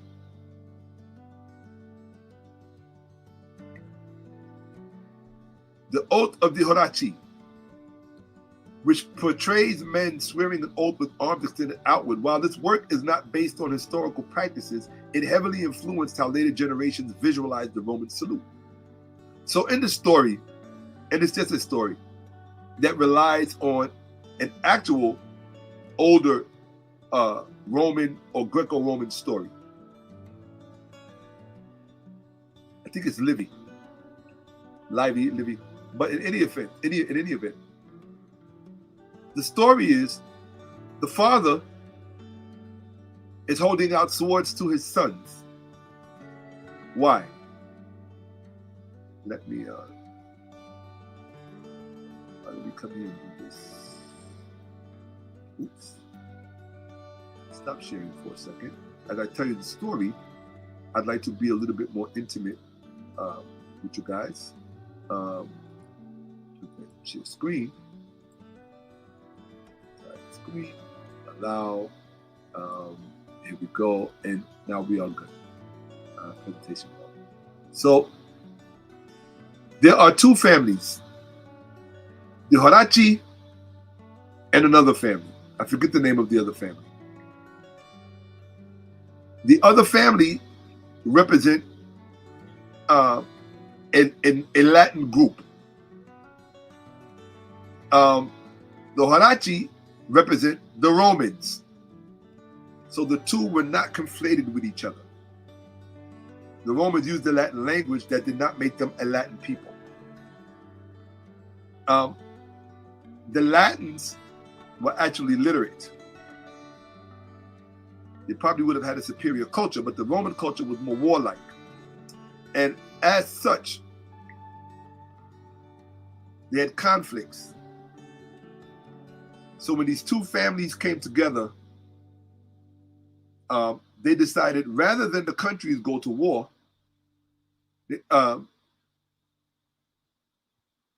one family, the 𝓈𝓁𝓏 family, said they would send their 3 sons to fight the 3 other sons from the Latin family, and whoever would win, whoever survived the battle, their country would rule. So this way, there's no major wars. There's 6 people fighting. Long story short, 2 of the 𝓈𝓁𝓏 brothers are killed, but the last surviving 𝓈𝓁𝓏 brother kills the other 3 brothers. He takes them, they chase him, he does all of the strategy, ends up killing them. When he comes back home, his sister, who is crying over here, she's crying because one of the other brothers were her husband on the Latin side. So they were fighting their in-laws. Because his sister was crying, he felt that she was being disloyal and he killed her. That is a message. That is the political message within white Nazism. If your sympathies are not with us, we will kill you. You are a victim. We will unalive you. I have to use the YouTube word. That is the message of that. These are all political dog whistles. Now, did this story ever happen? No. But you got some people running around thinking it's a Roman salute, and it's not. It's just painting. It's 18th century painted propaganda. That's all it is. But when you don't have anything else, you got to go with propaganda, myths, and beliefs. So the reality of it is that white venture capitalists, what we're talking about here is white venture capitalist funded white nationalism. That's what this is. And I'll say it again. White venture capitalist funded white nationalism. That's what is going on in our country. Okay. Now, and these are the players. Now, how do we know that? I'm just going to teach you about the salute, because when you demystify something, it loses its power or fear over you. Okay? Understand where it comes from. What did Hitler say? And this is from his own mouth.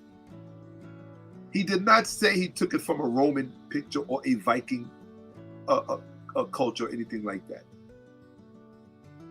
Okay? And this is from an article called the Olympic Salute we don't use anymore because it looked too much like hailing Hitler. If you didn't see the old statues, they looked like they were making a Sieg Heil salute in the Olympics. They stopped using it because it looked too much like Hitler's salute. This is what Hitler said. Pay attention. Hold on one second. Stop sharing so I can make sure that my camera is where it needs to be. This is what Hitler said concerning where he got the salute from. So this way you don't have to wonder anymore. And you don't have to be intimidated by something that you don't understand, because you don't understand. It's bad enough that the people that are using it, most of them don't understand it, but you should not share their, oops. Share screen.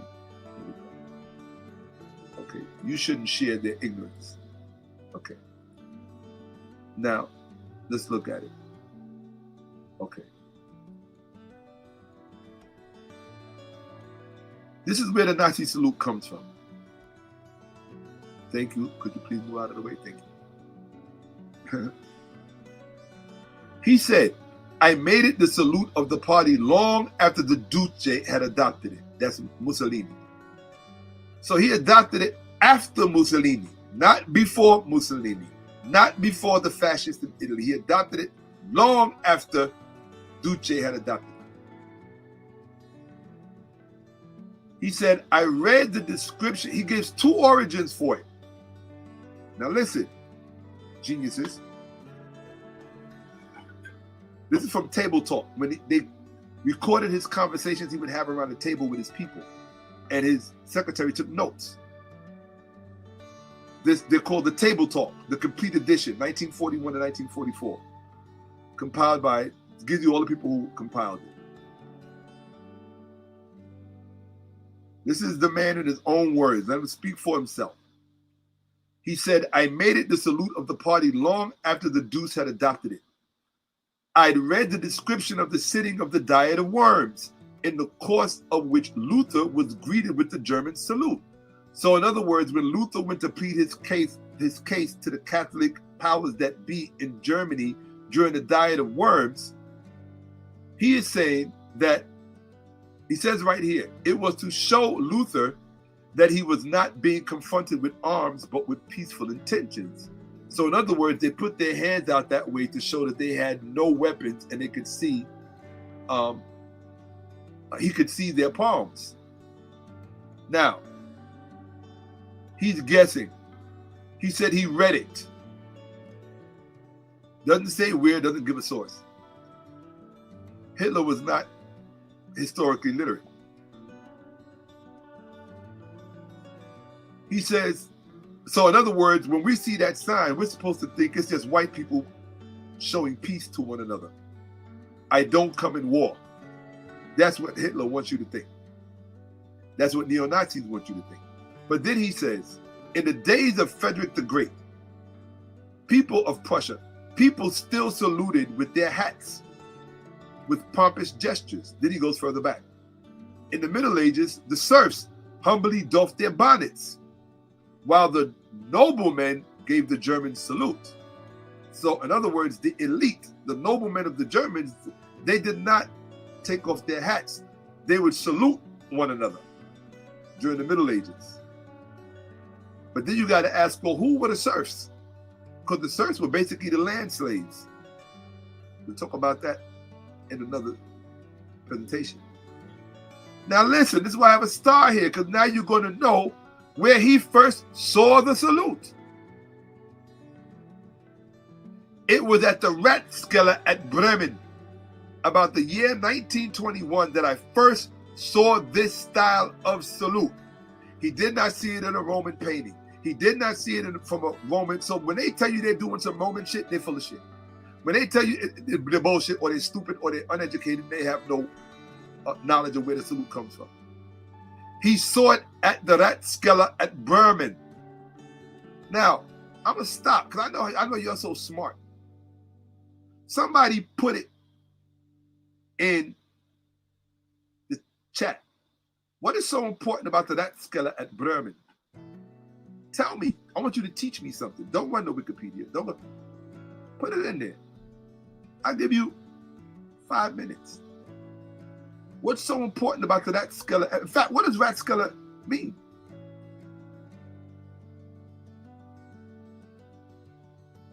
Let me see. I want somebody to teach me something. Come on. Teach me something, people. I'm looking. In fact, yeah, his grandfather, absolutely. His grandfather absolutely would have been disgraced that Elon did not own up to the salute. He coward. He's a coward. Only a coward would make a salute like that and then don't own up to it. We from the street. We don't have that luxury. If we say it, we got to mean it. Whether we say it symbolically, whatever it is, we got to mean it. Whatever it is. Because if not, we ain't got 8 billion standing between us and our adversaries. And in the streets, you never know when you're going to get put in a situation where you ain't got no choice but to be subject to your adversaries. So if you say it, you better mean it. And if you mean it, then go ahead and say it. Remember that saying? Your mouth is writing checks that your ass can't cash. Elon feel he got all the cash in the world, so his mouth can write all the checks he wants. Okay? All right. I'm not a Christian, but I know the Bible has a story about somebody who thought they were so on the Tower of Babel. You got 2 stories. You got the Tower of Babel, and then you got the fall of the Pharaoh. You don't even want to use that one, right? And both of them fell from what? Pride and hubris. Right? Elon?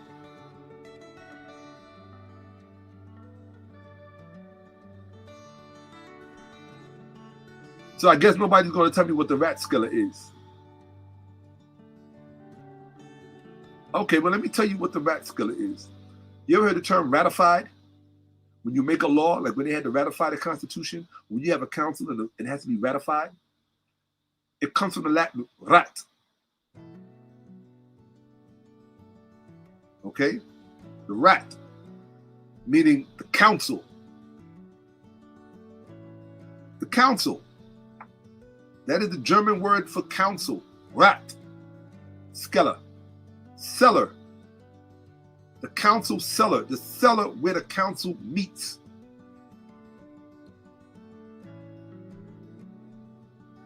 He was in the 𝓈𝓔𝓿𝅁. And they had different 𝓈𝓔𝓿𝅁s. But they had different scholars. But he was in the 𝓈𝓔𝓿𝅁. And in the 𝓈𝓔𝓿𝅁, this particular 𝓈𝓔𝓿𝅁 at Bremen was not just any 𝓈𝓔𝓿𝅁. It was in the basement of the town hall. And that particular 𝓈𝓔𝓿𝅁 has a very fascinating history.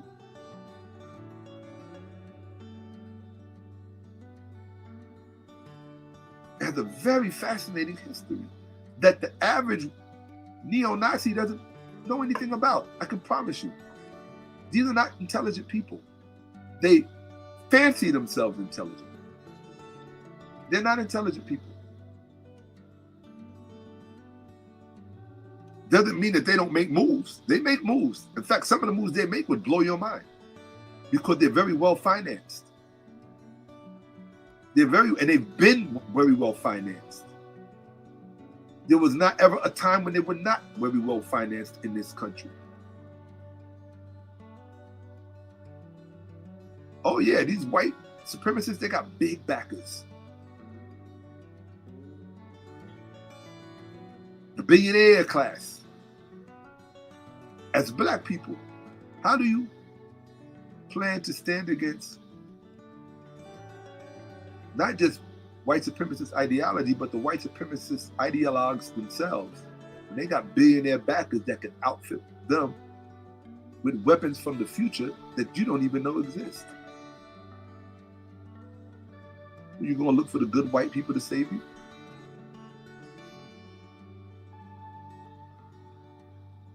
Or Are you preparing your children for what? What are you preparing your children for? To be eaten and consumed?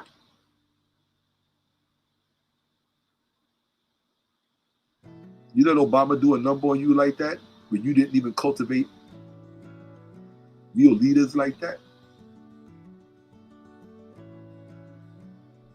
You figure Obama's here now, all of our representation is going to come from inside the White House, inside that system, Congress, Senate. So I'm not saying that representation is everything. So we need to be there, but we need to be everywhere. But here's the thing. What we're black people feel is you don't understand what we mean when we say we. Your identity's fucked up. You got an identity problem as black people. You don't even know who the we is when you're talking about. You don't even know who the we is when you get angry when white people do something to piss you off. All of a sudden now you blacker than black and you best friends with every black person in the world.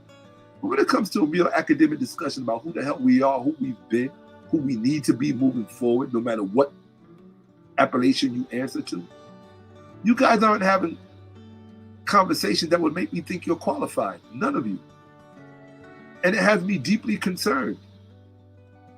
And I think I'm so deeply concerned because the kind of black people that brought me up, they was about that life. I watch these people, I watch folks drag their children out in 10-foot snowstorms just to go to a black consciousness meeting to make sure that their identity of their children was not being divested or disenfranchised from them. And they wouldn't grow up to be like the rest of you weirdos. Most of you don't know if you're coming or going. When on Tuesday you want to be white, on Saturday you want to marry one, or not that you can marry whoever you want. But I'm saying, you lost through television, through rappers, through who's the rapper that wears the skirt? Soldier or something? The one from I forgot his name. He was on trial. He won the trial. I'm glad he won his trial. But Slim Thug, I think something like that. I don't know. I don't follow, right? But I'm just looking at black people, the things they do. You know, I don't wish no. I'm not trying to talk down to anybody, but you know, because like I said, right now in this climate, we don't have the luxury of talking down to each other or even about each other. But I need to use some examples to highlight people. And if you get mad, you feel a kind of way about it. Yeah, Young Thug. Thank you. Yeah, I still haven't gotten over it seeing that dude in that skirt and that dress. I'm like, wow, like what are you doing? I can understand a kilt. I know what a kilt is. I own a kilt. I own kilts, plural. We created kilts. That's what we wore in Kemet. I ain't no problem with a kilt, but you wear a skirt. There's a difference. Even LeBron James, when he did that pink skirt thing, that was not a kilt. I know a kilt when I see a kilt. The Irish, the people of Scotland, the Scots, they wear kilts. You ever see a police uniform or fireman's police funeral or fireman's funeral? They wear kilts. I ain't got no problem with that. That's the old dress of warriors. I ain't got no problem with that. That's not what these dudes was wearing. That's not what they was pushing. And I'm always looking at what are people pushing at our young people? What are people pushing throughout our communities? We have a lot of uncared for, unkept for minds coming out of our communities, and they don't know any better. They're not doing it. They're not doing it to be. They're not doing it to be mean or to purposefully destroy the black community. I don't think that that's their intention. They just, when you don't know better, you don't know better. And like most black men throughout our communities, we grew up. Now I'm not saying anymore, but when we were coming up, there was a pandemic of fatherlessness. I suffered from it as well. Even between my father and my mother's second husband, I had two fathers and a grandfather. But in ways that it counted, I had no father. Because black men back then in the late 60s and the 70s, especially if you was in the hood, your concerns are just trying to keep the lights on. Maybe take the family away for the summer once a year. And if you see them throughout the rest of the year, great. If you don't, you do. If you do, you do. If you don't, you don't. Having meaningful conversations, that wasn't even a question. The only thing I knew about my father was that he did not believe in the Bible. That was it. And for me, that was not a good enough answer. I said, okay, if you don't believe in the Bible, then explain to me what is correct. And where he failed to do that was where my mother's second husband stepped in. And but like when I hear black women talk down about stepfathers, you're talking about a community who was sold from plantation to plantation to plantation, and we all had to make we all came up in makeshift. Our ancestors, our forefathers, our forebears in this country had to create makeshift families wherever they found themselves. And I see black women on social media talking down about stepfathers. You're mentally ill. You are historically ill. You're historically mentally ill. You have psychological, historical impediments. You don't understand the value of it. In fact, you don't understand value at all. Most black people, especially stupid black people, you need to take an actuary course. You don't even know what an actuary is or what the actuary sciences are. But you need to take an actuary course. Because you are a weight on the race. You're a weight on the race. I think black people need to engage in their own version of eugenics. I really do. I'll probably change my mind and feel bad for saying that later. But yeah, when you look around our communities, I think we tolerate too much. We accept too much and we tolerate too much. And when you look around our communities and you see that there are people who are hell-bent on not improving the race or not working on themselves to be of an advantage for the race, because many of them don't subscribe to the idea of race. But I get it. It's hard to be race enthusiastic when the number one people coming to kill you is your race. The number one people that will look to destroy you and take you down is not white people. Even with all of the plans they have, the biological weapons they're preparing for you, or the race-specific biological weapons that they were working on in South Africa, yes, we know the gain and function research that they were doing in South Africa, that America was actually subsidizing it. We know all of that. But with all of the deviltry that white people that racist white people have in store for black people, whether you're racist or not, white people don't have to do anything to you. It's the people that look like you who hate you the most. They're the ones who sell you. White people didn't sell you out. It's your own people that sell you out. Not because your people are bad, but because they're human beings. The same way white people sell other white people out. The same way Asian people sell Asian people out. It's part of the human condition. This is not about singling out white people. And it's not about blaming the victim, so to speak. But when the victim victimizes his own in pursuit of profit and the alibi of survival, then you got to call it what it is and say it is what it is. That's all. We having grown-up conversation in here.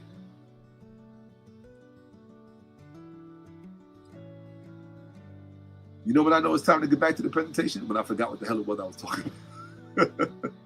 Oh shit, I messed up. All right, let me just do this. All right, stop sharing. I forgot to fix my window. Let me get my window back. Okay, I don't know where I'm at. Let me just get back to the presentation. All right, all I can think of is food right now. All right, here we go. Oh, right. So we're talking about the 𝓈𝓐𝓏𝓏. That's what we're talking about, the 𝓈𝓐𝓏𝓏. So this is where he first saw the salute. How come nobody ever taught you this? You go from channel to channel, Umar Johnson, this person, that person, son of the TV, this one. Ain't nobody ever taught you this. Where the white salute actually came from. He saw it at the 𝓈𝓐𝓏𝓏 at Bremen about the year 1921. And there is a white, significant, symbolic thing about that. And in fact, you're looking at it in the picture right now. There is a white symbolic circumstance about this that makes it the perfect place for that salute to be associated with something white. But wait until you find out what the white thing is. And I think it's very symbolic. It was at the Rathskeller at Bremen about the year 1921 that I first saw this style of salute. It must be regarded as a survival of an ancient custom, which originally signified, "See, I have no weapon in my hand." So he cannot be referring to the pseudo-Roman painting made by the 18th century artist David, or Jacques David. He's not referring to that painting. So miss us with the Roman salute bullshit. He was referring to what he read about the Germans greeting Martin Luther when he came to plead his case in front of the Diet of Worms. They were trying to see if they could accept what Martin Luther was saying within a Catholic framework. He said, "I introduced the salute into the party at our first meeting in Weimar. The SS at once gave it a soldierly style. It's from that moment that our opponents honored us with the epithet dogs of fascists." Now, why is that important? He said it was the SS that gave it the soldierly quality to it. When they do it hard, the way Elon did it. You see how Elon got the fingers bent, and he got the fingers and the thumb bent, and had the nerve to pretend it was not a Nazi salute. Because the coward. Whatever little bit of respect I may have had for him prior to that, I lost it. I lost it. And you know, I hate speaking down about Elon. I'm going to tell you why. I'm going to be honest with you. Now, I don't care what you think, because I have to be me. I can't be you. You understand what I'm saying? I have to be me. The reason why I hate speaking down on Elon, right? Here we go. I'm in the wrong place. Right, here we go. Let me tell you why I hate speaking down on Elon. Okay, that should do it. The reason I hate speaking down on Elon is because he's younger than me. I don't like to speak down on any man that's younger than me. I don't care how much money he got, because where I come from, the money doesn't make the man makes the money. So if the money does not make the man, I can only think about Elon Musk in terms of being a man and nothing else. If he needs to add the white part to it, that's his security blanket. I just think about him in terms of just being a man, a younger man, a man who's younger than I am by years. So as a young man, I'm disappointed that somebody with your breadth of knowledge, and I presume historical perspective, you should know better than to be doing what you're doing. And the fact that you don't know why it's counterproductive to your own success tells me you're not the intelligence that you market yourself to be. And I'm going to say this, and I don't care who likes it or not. I really am. I'm going to say this, who likes it or not. And this is, I'm going to say it. I promised myself I wasn't going to say it, but I'm going to say it anyway. The thing that offended me most about Elon portraying that Nazi salute at a moment that was, despite our differences politically in this country, it's still one political family. It's the United States of America, right? In other words, if we are only as unified as our politics make us, then stop calling us the United States, because we're not united. It's just a marketing brand. It's just a brand. It's a marketing slogan. Stop calling us the United States if the only thing we define ourselves is by our politics. Because if we define ourselves by our politics, then we're not united. So let's pretend for a moment that we are the United States. Let's pretend.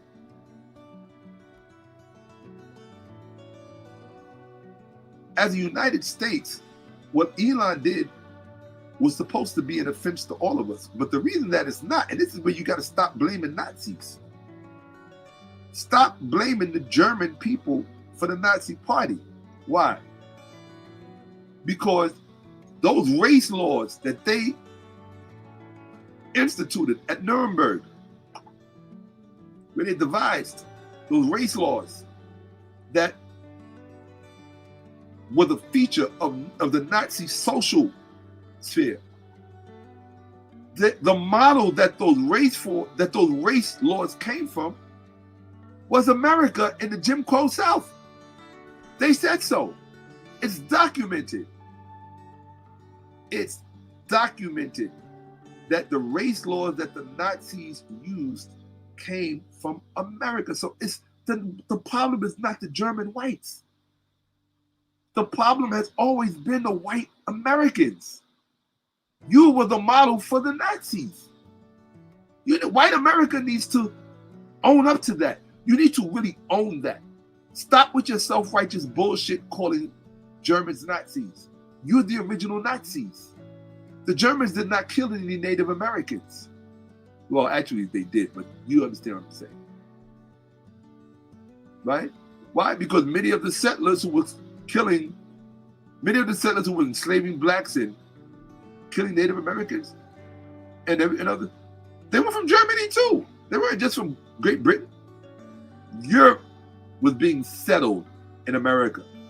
You had the French, you had the Americans, you could find German.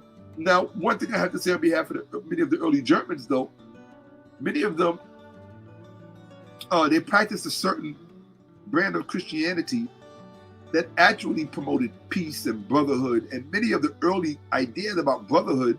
And that's the one thing you'll learn about Germany too. Germany has a lot of beautiful history, has a lot of humanistic history that is very humane and very lofty with ideals and values. The problem is branding.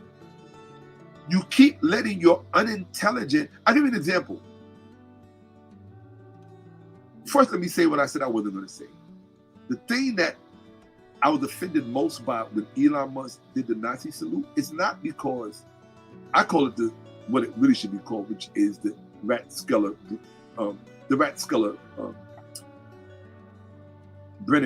salute. Brennan, whatever it is, right? What is it? Bremen, right? The Rathskeller-Bremen salute. That's what you should call it. And from now on, moving forward, don't call it a Nazi salute. Call it what it is. The Rathskeller-Bremen salute. And when somebody asks you, well, why you call it the Rathskeller-Bremen salute? You give them the history. That's where Hitler was sitting when he saw the salute. People were just waving to each other like so. Like, you have the elite and those in power who are just going like this. People across the room, because there was a very long table of the long hall. You're about to see it in a minute. The very long hall and different rooms throughout these different cellars where they would sit and plan. But that room, that particular cellar, that particular Rathskeller had been used since the Middle Ages for commerce and for war planning, fighting when other powers that be, particularly amongst the Catholic princes, would try to colonize them in terms of economics and business. And they would be like, the Germans was like, nope, we ain't having it. And that's where they would plan in that particular Rathskeller at Brennan. But even deeper than that, about that particular Rathskeller at Brennan, where that salute comes from. And this is what the Nazis don't tell you. The place where that salute was actually born was actually the headquarters of the Hanseatic League in Bremen, Germany. Why is that important?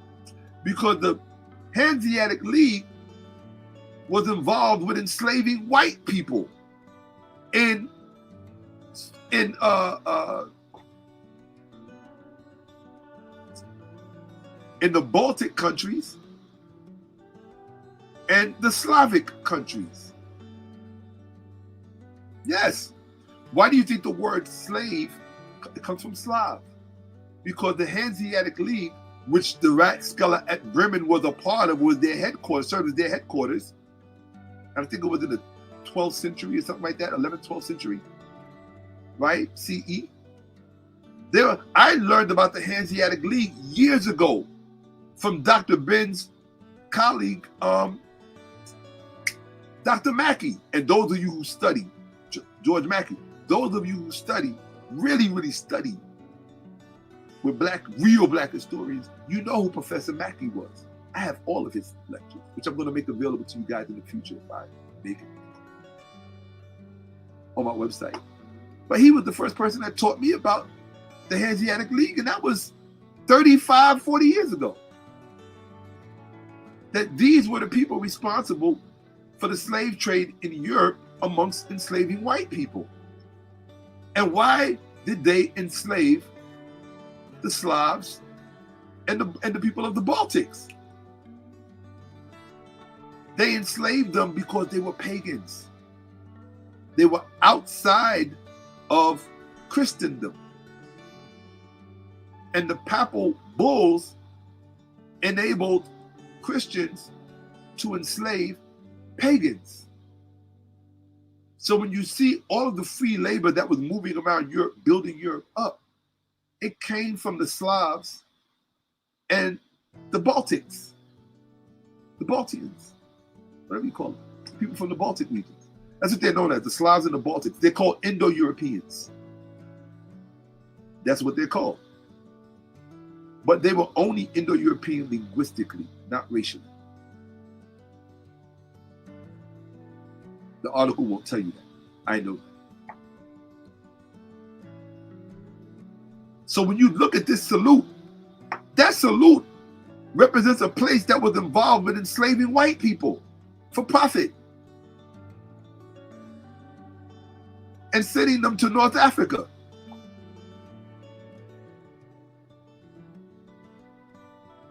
That's your white power salute. When you're historically illiterate, you will do the dumbest things and not even know it because you're short on knowledge. So when I see the 𝓈𝓔𓄿𓅓𓏭𓀢𓀁 salute, I don't think white power. I think white enslavement of white people. That's what I think when I see that. Because that's the true origin of it. If it's affiliated with the 𝓈𝓔𝓿 at Bremen, and Bremen was the headquarters of that particular branch of the Hanseatic League, and the Hanseatic League was heavily involved with the enslavement of white people in Eastern and Central Europe, then there's no other conclusion. When you're historically literate, it's all about connecting dots. Or in astronomical terms, when we talk about stars, it's about a constellation of confluence. Look it up. Look it up. You don't got to take my word for it. Look it up.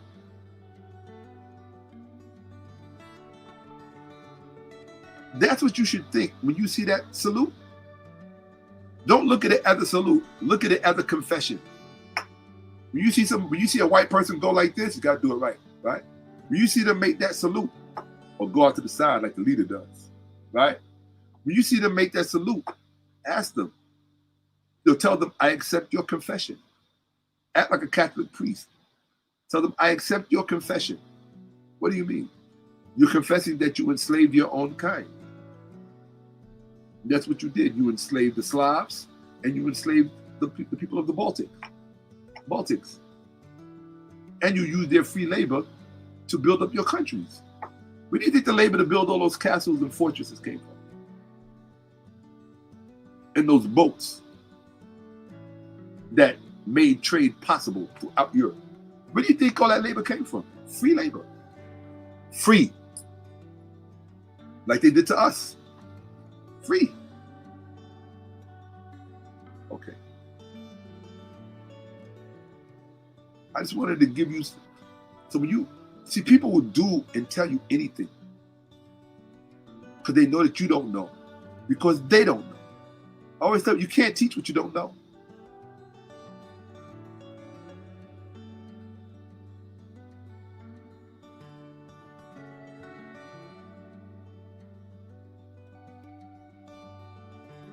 No, I knew somebody was going to say that. No, it's not. No, it's not a Viking salute. There's no evidence that the Vikings ever saluted one another that way.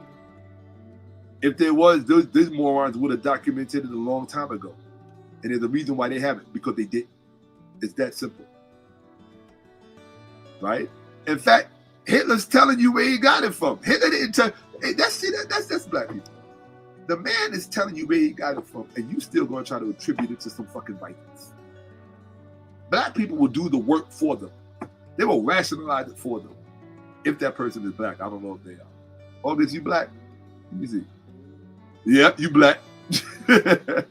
What about the Vikings? No, the Vikings didn't do that. No, the Vikings did not do that. So now, the man told you where he got it from. He was sitting at the rat. Okay, August, repeat after me. 𝓈𝓔𓄿𓅓𓏏𓀢𓀁. 𝓈𝓔𓄿����𓏏����𓀁. The council in the cellar at Bremen. 𝓈𝓔𓄿����𓏏����𓀁. Okay, I'm going to show it to you right now. Let's look at it. See, one thing I realized about these podcasts, and this is why I know they all full of shit. All these black podcasts are full of shit. They do a lot of talking, but they don't teach you shit. They're like the white podcast. They talk, but they don't teach you shit. They don't show you anything. You just got to take their word for it. They don't teach you shit. They don't show you any documentation. They don't show you something and then say, yo, I got to go back and look at this.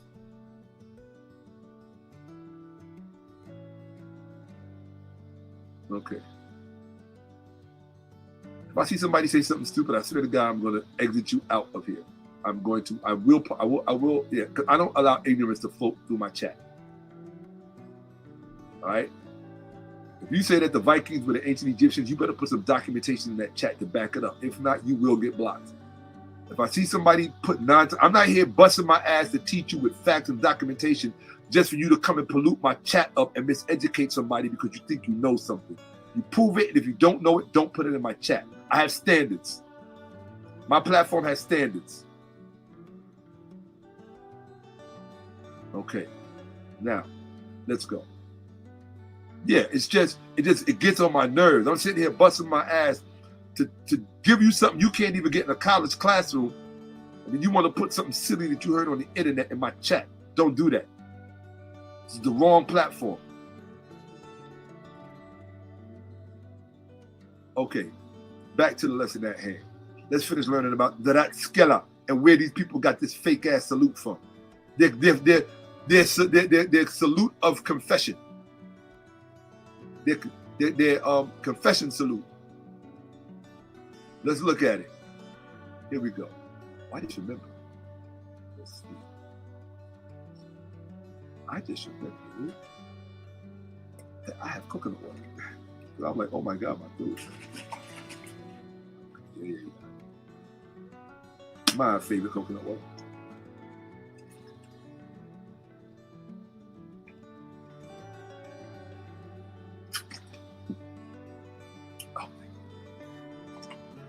Okay.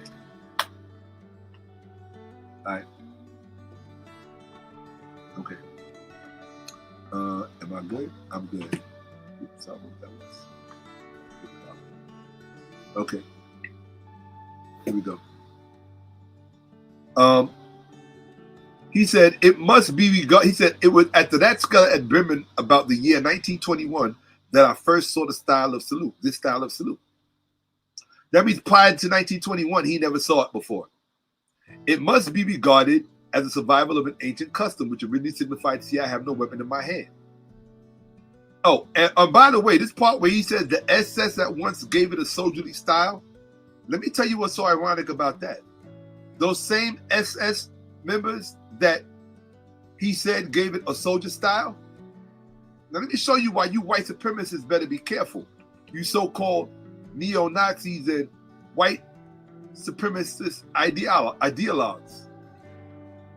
Let me tell you, I gotta stop this. I gotta pull this close to tell you this. You know what he did to those SS men that gave that salute a soldier feel to it? Because originally it was soft. It was just like for the elite. It was the SS that made it militaristic. Not no Romans. It was the SS. And do you know what he did to those SS? He killed them. He killed them. That's right. Stupid. The Hitler that you love so much killed the very SS officers that made that salute militaristic. Do you know why he killed them? Do you know why he killed them? Because one of his closest commanders, and this is a historical fact, I'm not even going to bring it up. I could show you right now, but I'm not. One of his main commanders was an open homosexual, but he was as good or better a soldier than Hitler was. They had fought in World War I together. This is a fact.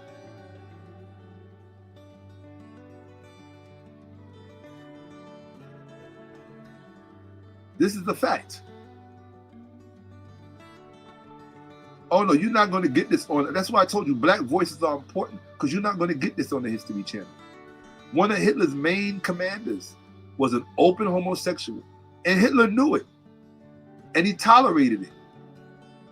But what he did not tolerate was all of his other generals telling him that that particular homosexual commander had too much loyalty from the SS soldiers, and that if he wanted to, he could pull a coup on Hitler. You know how it is when you're a leader and you tight with one leader and the other leaders get jealous and they get him to turn on you? That's what they did.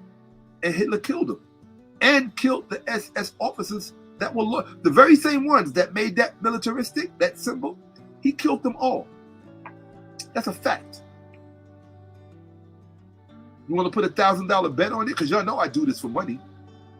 For those of you who don't know me, have never seen me before, you do know I debate for money and not a small purse. Oh, I didn't show y'all. Some white guy hit me up. How do I debate an intelligent black man like yourself? I wouldn't suggest it. I wouldn't suggest debating me.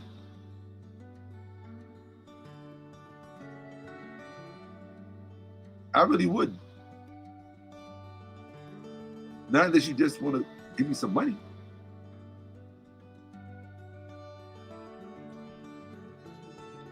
Respect.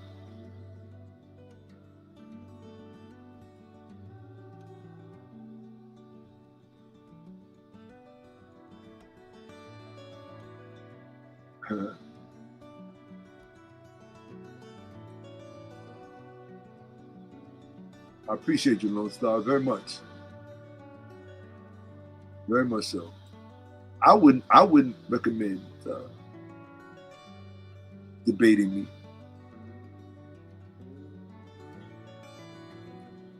I'll show them to you. Let me see if I can find them real fast.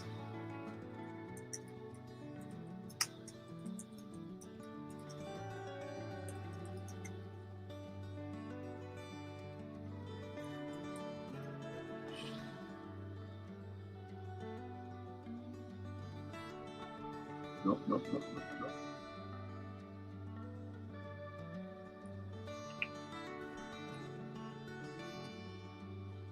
Here we go.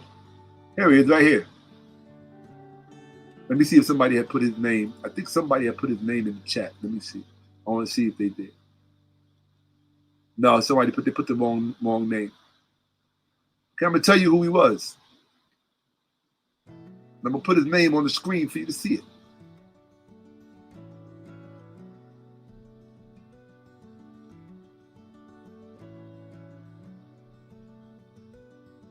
Here we go.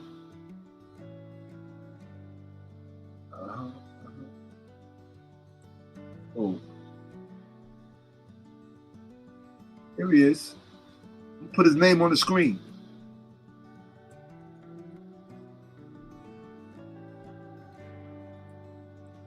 And don't say I didn't give you something. I'm giving you this. Okay? That's his name right there. Look him up. Rome. Forget the scandal. I'm sorry. His name, that's not his name is Ernst Rome. I didn't mean to put scandal. Here you go. I'll put it to you. I'll give it to you. Here. You have that. Okay. Put that. And bang, bang, bang. Here we go. Right there. That's his name. Ernst Rome. Look him up. He started out as the head of the brown shirts. But he was with Hitler for a long time. Remember, they fought in World War I together. This guy went with Hitler all the way up to the SS. In fact, he was in charge. And in fact, he was the only man in Hitler's military that could call him by name, first name. Imagine that. You got all these people you're in charge of, everybody fearful of you. This guy calling you by your first name. Which is something leaders often have to deal with. If you watch the movie Shaka-Zulu, Shaka-Zulu had the same thing. He had one particular person who was his friend that he had met while soldiering and trying to survive. And once Shaka became king, he was trying to give Shaka advice on how to deal with these white people. And Shaka looked at him and said, because Shaka wanted their power. And Shaka looked at him when the guy was on his way out of the crowd, and he said to him, he said, Dingaswayo, don't ever take our friendship for granted again. Oh, the pressures of being a leader. So I just wanted you to look at that name. Look at that name, Ernst Rome. Look him up. Tell me I was lying. Tell me I'm lying. He killed Ernst Rome and the SS members who were loyal to him. The very same faction that had militarized that 𝓈𝓿𓏿𓏫. So what's the first thing you learn? They cannibalize their own. They eat their own. Look at the story from the 𝓈𝓿𝓏𝓿𝓏 painting, right? The oath of 𝓈𝓿𝓏𝓿𝓏. Look at that painting, the one where the Roman sons are reaching out, grabbing the sword from their father. That's why their hands were out, because he was giving them a sword to go fight the other family. In that painting. And what did the surviving son do? He came back and he killed his sister because she was crying over her husband. But here's the thing. She wasn't even crying over her husband. Who was part of the other family. She was crying because she felt that no matter which way it went, she would lose a loved one. Those are two different rationales. Y'all don't understand how deep shit be sometimes. It's two different rationales. And he killed her. Another sign to you that they cannibalize their own. They eat their own. Yes. Very much so. Duo, I appreciate you. I appreciate you. I appreciate you. I appreciate you. Always, Kabe.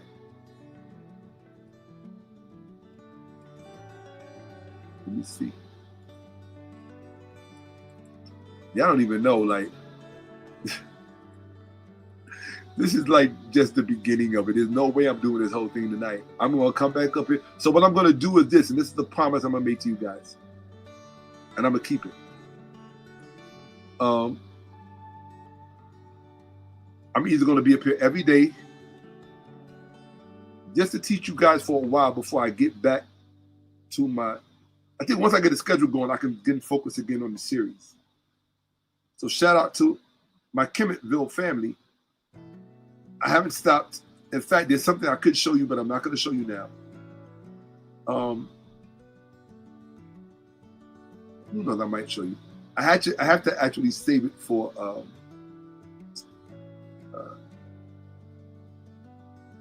the crowdfunding. So I didn't want to show you here and then use it for the crowdfunding. So God, 4 hours? Okay. Because y'all know I can go to sleep until the sun comes up.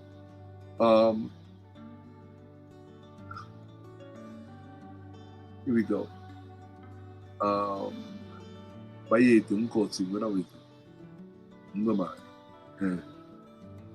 Okay. Duwa'o said,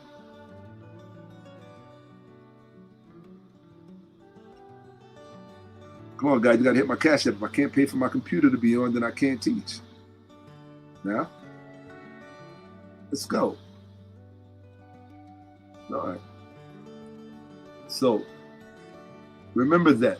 And when I teach you something, if it's something you never heard before, I should not have to repeat it.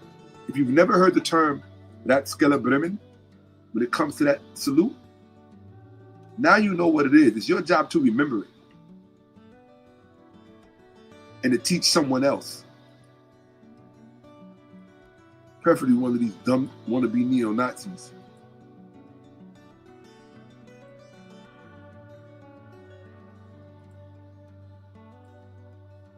That one. That's the one I want.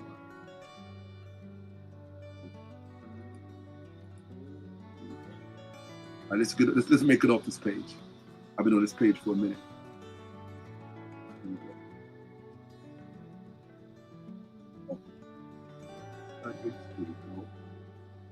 Move that, and I'm good.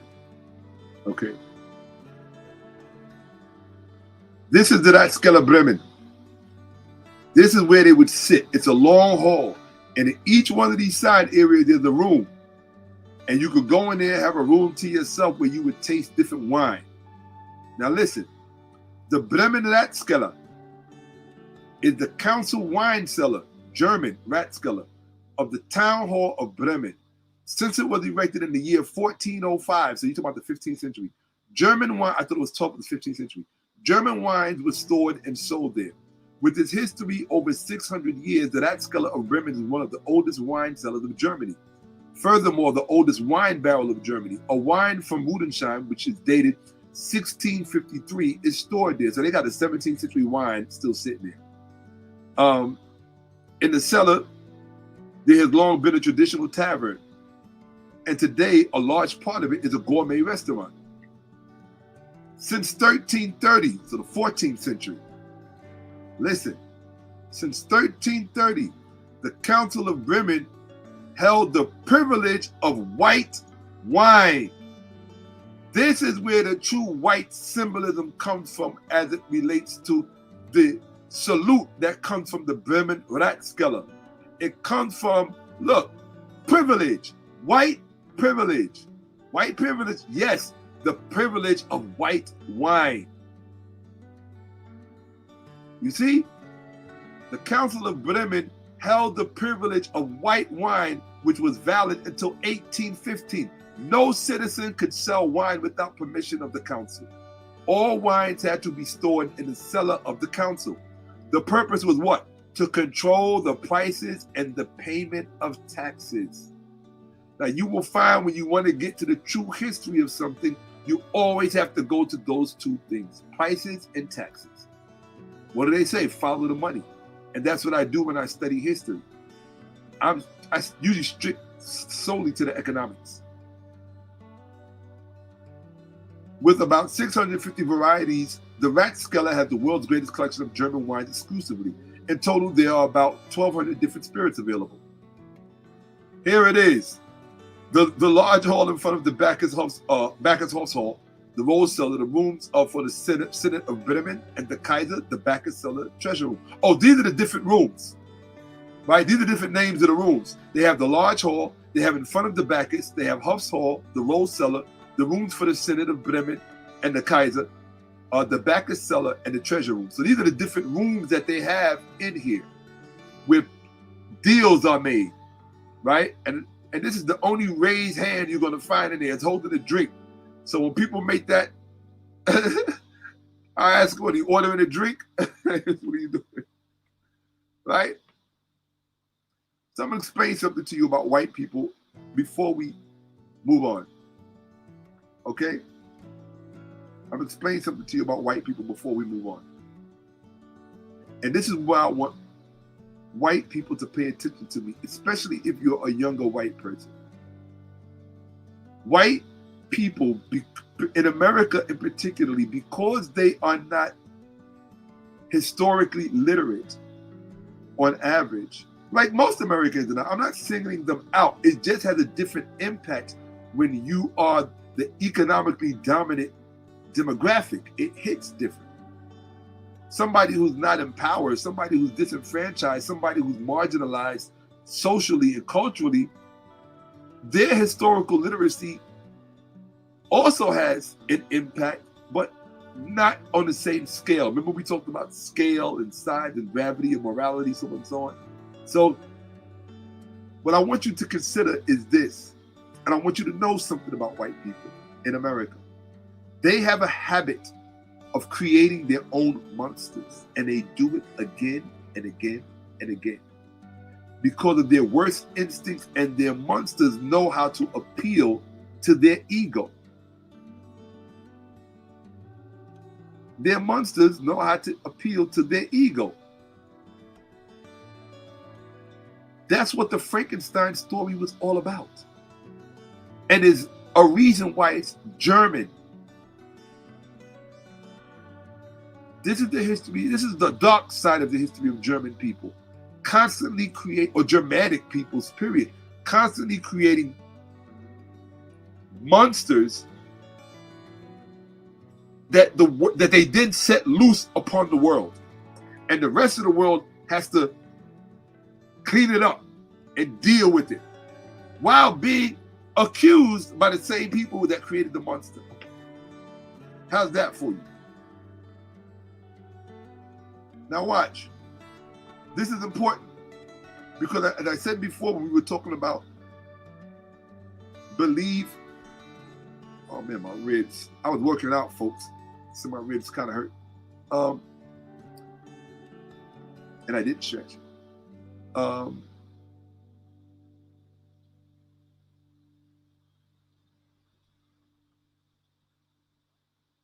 just looking at some stuff and I'm deciding what I want to zero in on. But I'll zero in on this, and you should be able to see me.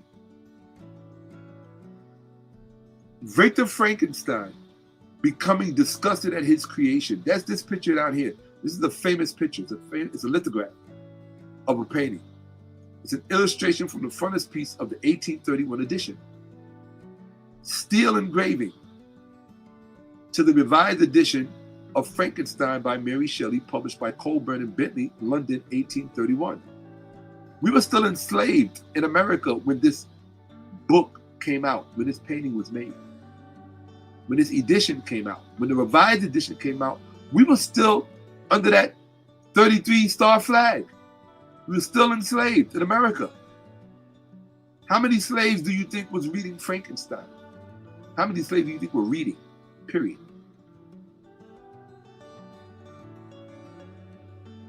Had they read Frankenstein, they would have truly understood what kind of monsters. See, these are the kind of monsters they create. Monsters like Nick Land, Mr. Nobody, who I won't even name. This monster here, monster in training. And this monster here. He's no different. He is the same. He provides the rationale for young, impressionable minds to go and do what they do. That's what makes him insidious. He is the personification of white privilege. And you're going to find out why later. He is the personification of white privilege. The only thing that I can say about Curtis Yarvin is that, well, I'll save that for later. Look at this. I want you to hear this about Frankenstein.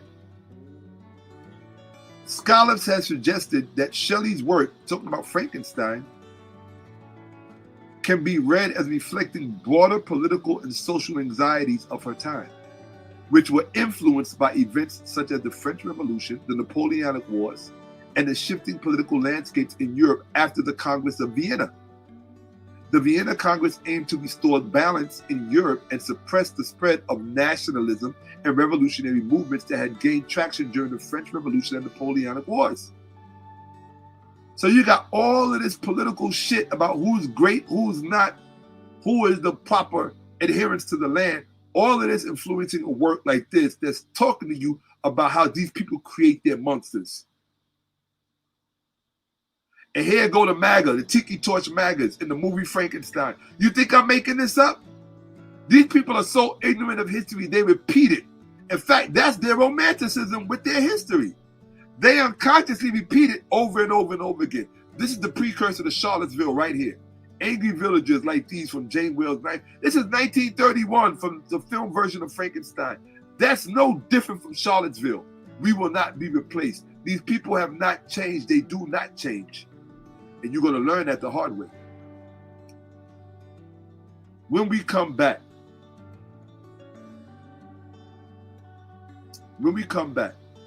tomorrow, because I'm tired. I'm sorry. I'm really tired. I got to get my video legs back. Right? I got to get my video legs back. In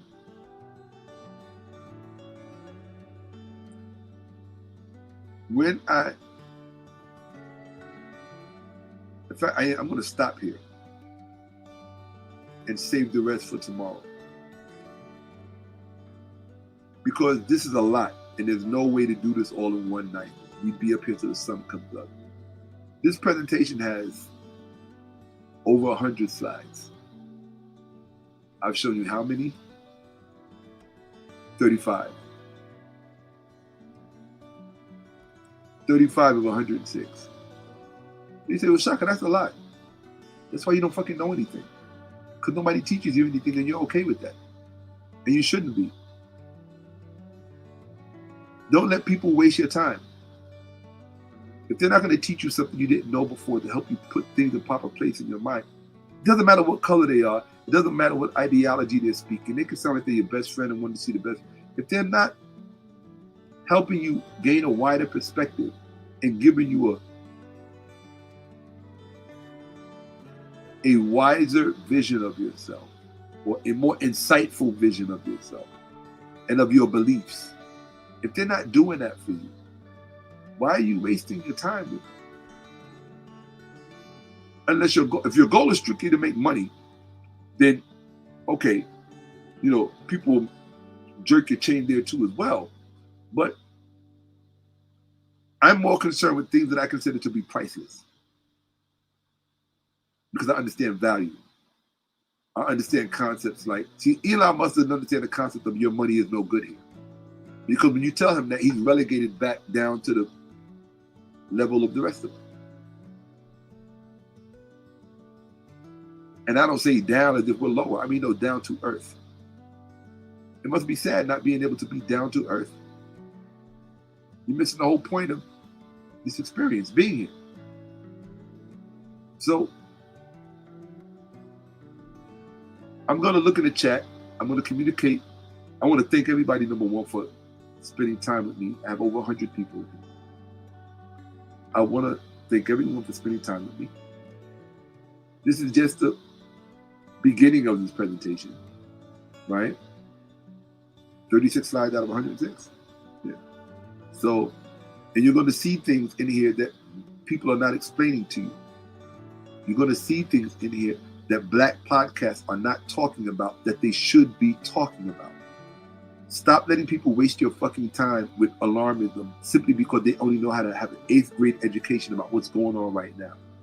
Oh, the news is shoving at me, therefore it must be important. Oh, the government's doing this. Oh, you're laying off this person. Oh. I'm not saying don't react to the news. What I'm saying is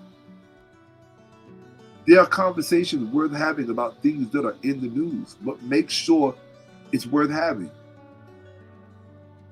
You understand what I'm saying? I mean, it's one thing to get online and just dump out your opinion. I'm not asking anybody to come get my opinion. I haven't shown you my opinion in any of it. I may have shared my opinion about some things. I certainly did. But that's not that's not the centerpiece of this presentation. It certainly is not, you know. So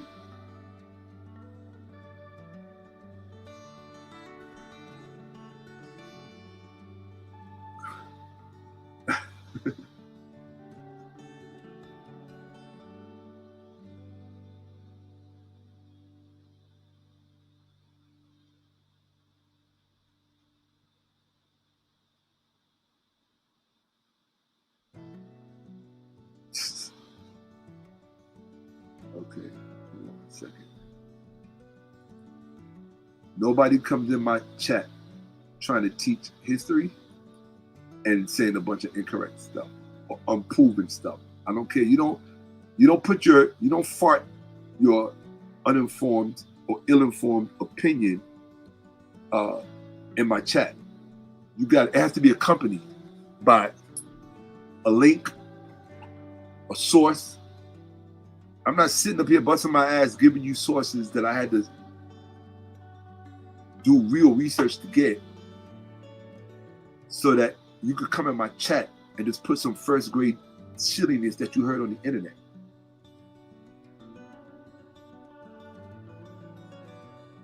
Okay.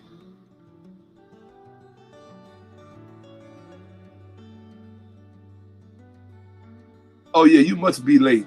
Oh yeah, hold on. Hey, look. Apparently you're late. Go back and watch the earlier part of the video. We absolutely confirm. In fact, look in the chat. Let me see what my members will tell you. Members, those of you who are in the chat, please answer that question. He said, I'm in here late. You are definitely late. I want to see what the chat tells you.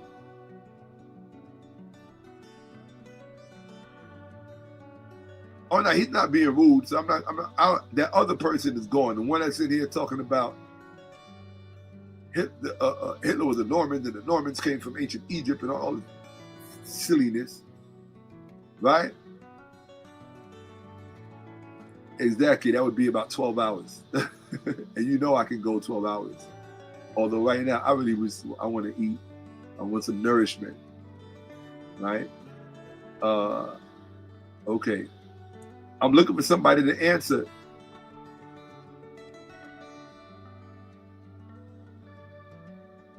Oh, I guess Shabaka is late. Hey, Shabaka, you need to go back. Those of you who come in here with take that rag off my chest, that's not a rag, but you need to go back to the beginning of the video where I broke down what it is. If you don't know what it is, like I told you, don't come in here with your opinion because it's uninformed. It's ill-informed. If you don't know the history of this country and you don't know how black people got free and under what flag they did it when they killed white men, when they unalived white men in numbers and shed their blood by the gallons, they did it under a particular flag when them same white men surrendered to us. So you forget that. They surrendered to us.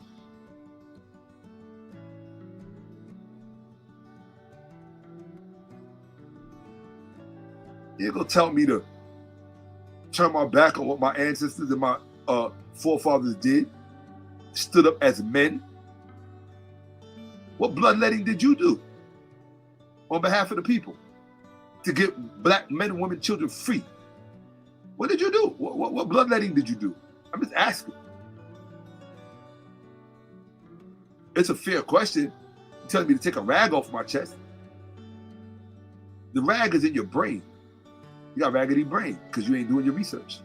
Go back to the beginning of the video where I show you what flag this represents. If you don't know anything about the 36-star flag,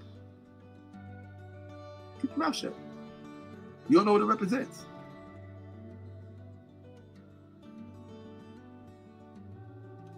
Go back to the beginning and watch the video.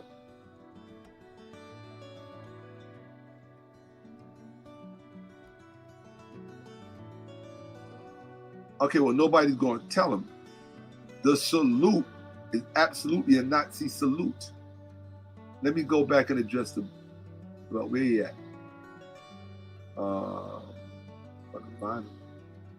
Here he is. I'm here late, but I have a question. Does anyone think that was a salute? No, we don't think it was a salute. We know it was a salute. Ain't nobody think it. We know it was a salute because of where his thumb was positioned. And then that other coward, Charlie Kirk, tried to pretend it wasn't a salute. The coward. Let me see if I can find it. Hold on a second.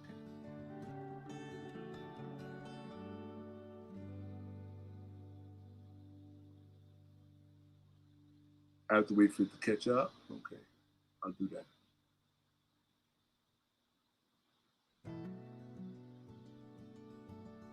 Oh, that's rough. Okay, well, as soon as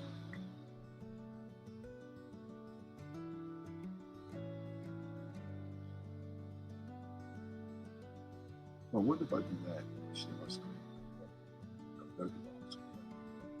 All right, as soon as this catches up, I will.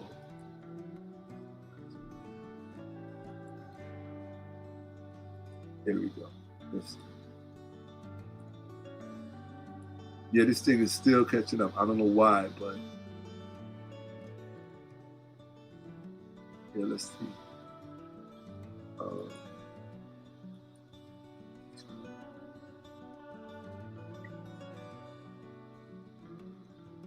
For whatever reason,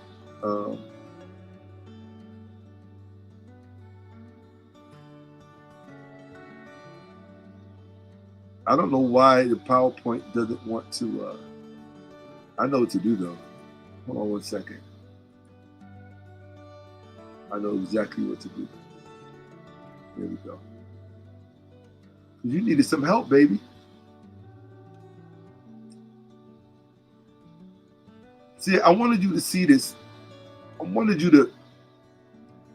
really wanted to address that salute of that confession salute, because I'm not going into the whole history of the 𝓈𝓭𓏭𓀢𓏫. I look at it like this: when I'm teaching you something, right? If I get you close enough, you should be able to go further and figure out the rest on your own. And sometimes it's more fun when you find out for yourself. If I get you close enough and you go a little further in and you discover things you didn't know, that's the enjoyment of research, of learning.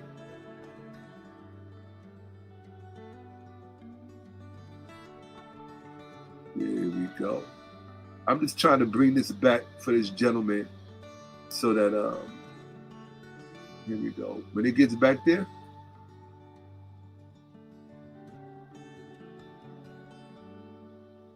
yeah, just go back to the beginning of the video. That's all.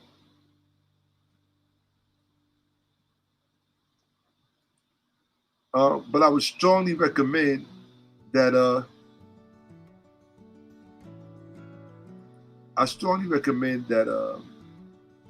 here we go. I strongly recommend that you tune in for part 2, part 3, because this is going to be a few parts. I had a feeling it would be, but yeah. Okay, here we go. So I found what I was looking for, so I can put this person. I'm not going to be doing this all the time, but you go back to the video and watch. Here we go. Okay. So, here we go. All right. So, here we go. Bang. Bang. Bang. Boom. Here we go. Okay. So you were asking me, is it a salute or is it a wave? Do you see Elon Musk's hand? His fingers are closed rigidly. His thumb is bent in. Okay, your thumb being bent in like that, touching your heart, just touching your heart and flagging out that way. Do you see this? The arm out and the thumb bent. Hitler's arm is out. His thumb is bent. The fingers are rigid. That's what Elon was doing. And he did it out to the side, like Hitler does to the side, because the leaders do not go straight up. They go out to the side. They go out to the side. This is what Elon did. And in all the pictures, Hitler's thumb is tucked. This is the proper way to do a Nazi salute. See this? Tucked. Tucked. Wrong. This is tucked. Wrong. Right? Everybody doesn't know what they're doing. Tucked. Tucked thumb. A protected thumb. A protected thumb. A protected thumb. That's what it represents amongst them. Protection. That's why the fingers are closed ranks, to protect the thumb. This is what Elon did. See, their thumbs are bent. Do you see that? The thumbs are bent. This is what Elon did. Don't ask me if it was a Nazi salute. Of course it was a Nazi salute.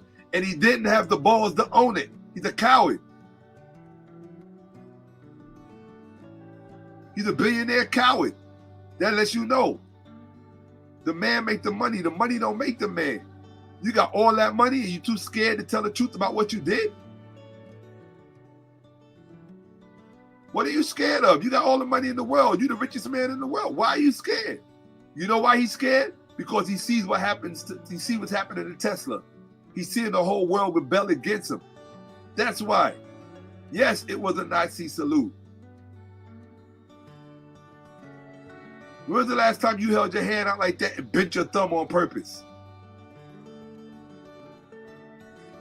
Next time, don't show up late.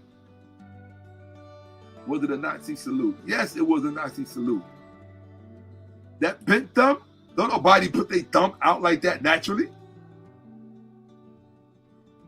And then Charlie Kirk, another coward. He's the most unchristian thing on two legs. To sit there and rationalize and do that false equivalency thing, talking about, oh, and they do it to your face. It's a way to insult you. He said Trump did this, and he said Elon had his hand like this waving, knowing that Elon's hand was not waving. A bent thumb is not a wave.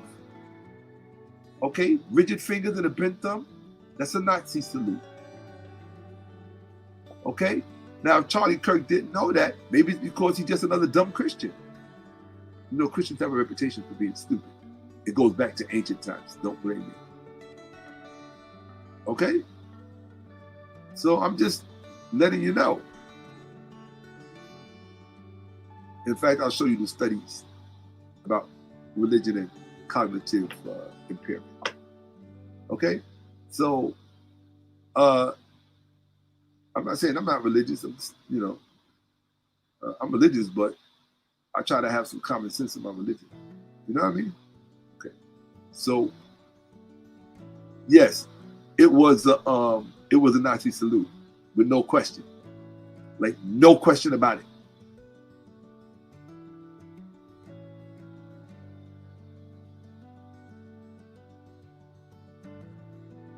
Oh, there's a movie that you guys got to see. Let me see if I can find it. Let's see. Cool. I thought I would have some good questions in the chat. Huh? Well, that's fine because I am hungry and I need some rest so I can prepare for tomorrow. So the way my schedule is going to be is I'm going to try to present on one day and then work out the next day, then present the following day. So I got to get my workouts in. So I'm going to train every other day and I'll present every other day. So that way we keep it coming and we keep it moving. So with that, I'm going to wish you guys a thoughtful evening. I hope I gave you just some things to think about. For those of you who are wondering why I'm wearing this red, white, blue, go back and watch the beginning of the video. I'm not going to go through all of that again. That's a lot.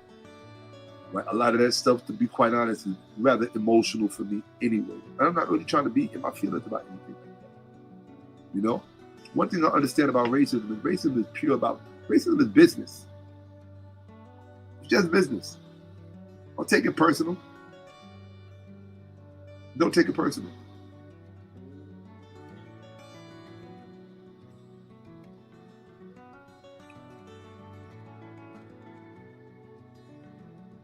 Fly time, that's not a question that's really for me. I don't how can I put it?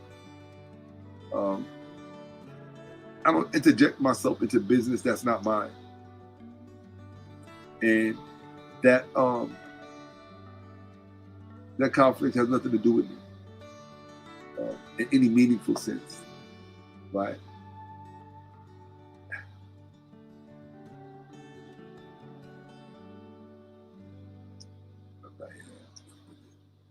Okay. All right. So yeah, folks. Oh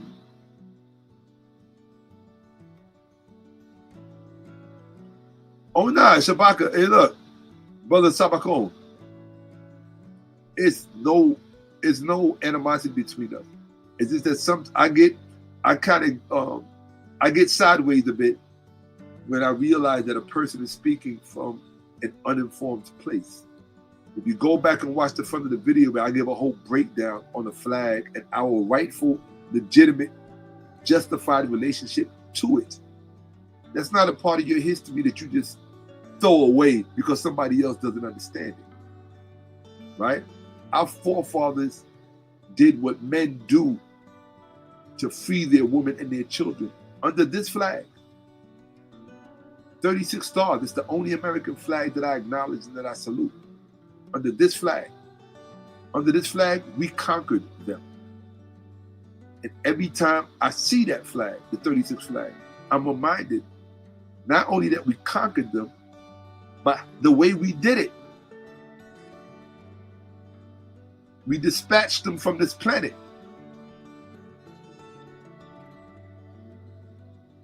Our foreparents who fought removed many racist white males from this planet by thousands under this flag.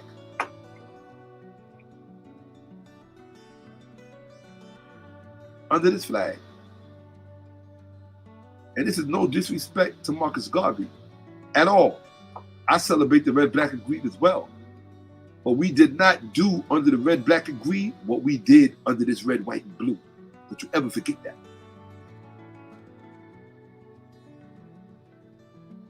Don't you ever forget that. Straight up. Like that. I respect that red, black, and green. But I respect this red, white, and blue because this is our red, white, and blue. Don't confuse it with their red, white, and blue. Their red, white, and blue, that's a whole nother, that's a mythology. Remember I told you, everything about them is mythology and beliefs. What we did under this is not a mythology. It's not a belief. Check the records.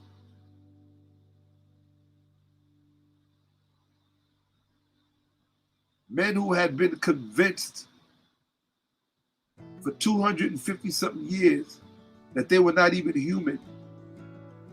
They grabbed that pipe and them bayonets and they put work in. They put in work then that you wouldn't put in today.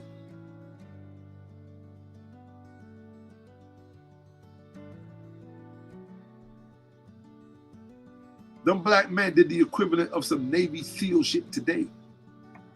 And they did it for their women and their children.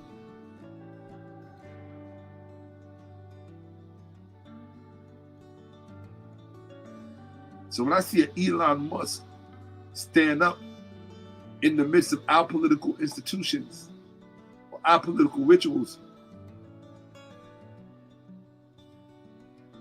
and put that 𝓈𝓏𝓿𝓏𝓫, that brimming 𝓈𝓏𝓿𝓏𝓏 salute on display.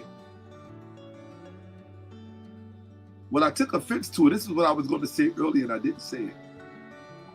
What deeply offended me about it, and I don't care what you think about this, what I'm going to say to you. I really don't.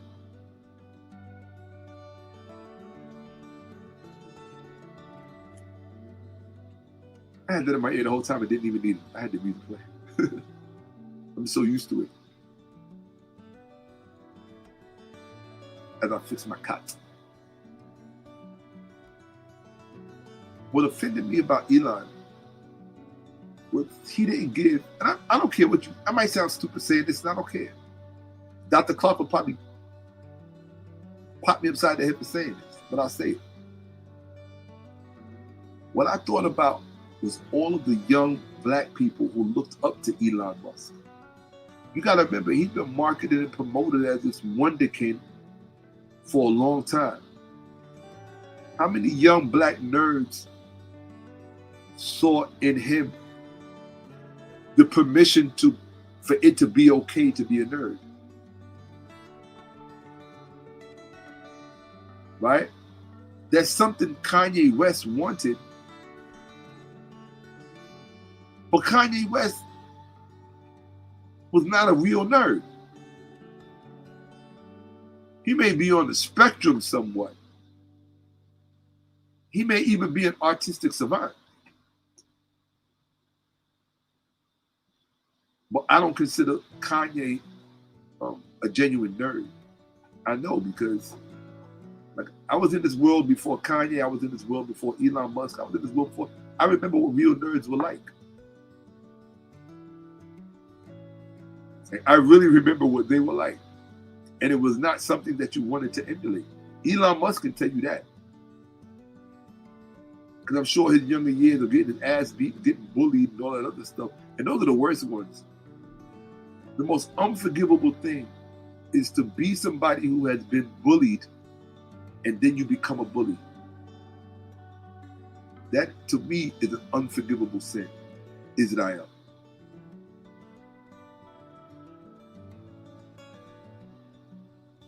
It's called what it is. How do you come from being bullied and being persecuted and then turn around and do it to someone else? There is no rationale for it. And if you don't understand when there is no rationale and what is no rationale means, then you basically have disenfranchised yourself from the human family by your own choice. You are now the subhuman, not those people who you were persecuting. You are. But don't get me wrong, I don't have any particular love for Palestinian people, because I know all of the honor killings they engage in when one of their daughters date a black person. And I know that they are Afro-Palestinians. But I also know that black people who super overemphasize with Islam and Arabs are just as racist against blacks as Arabs and whites are. So I don't get caught up in any of that. I'm just looking at it from a human perspective. If I'm gonna look at it from a racial perspective, my heart goes out to the people in the Sudan. Because them same Arabs that are being decimated in Gaza are the same Arabs that are killing black people in Sudan. And I ain't even talking about Bashir because he's almost out of the picture. I'm talking about the one that's in power now. Now, these might be darker Arabs who may look more like us, but they don't identify with us. They identify as Arabs. That's who they see as their countrymen. So, no. My first, highest, and prioritized love and respect goes for my people. Black people who are in their right minds and in their right skins. There's nobody who would respect me, who would think ill of me for that, just because they may not be black. They would be like, nah, I respect that. I have quite a number of exes, and each one is special in their own right, but sometimes there's one that's just very special. They're all very, very special. I have to be honest. Well, not all, most of them very, very special. And one of the most special ones, she had a saying. She has a saying. She always says, always do it on behalf of the home team. Always work on behalf of the home team. So as a black man, my home team is black people. Period. It's my home team. That's no different than a Jewish person looking at his home team as being Jewish people. Or any other group. Right? Everybody's entitled to group solidarity except black people. When we do it, it's a crime. Or when white people do it, it's a crime. I don't think that white solidarity is a crime. It's only a crime,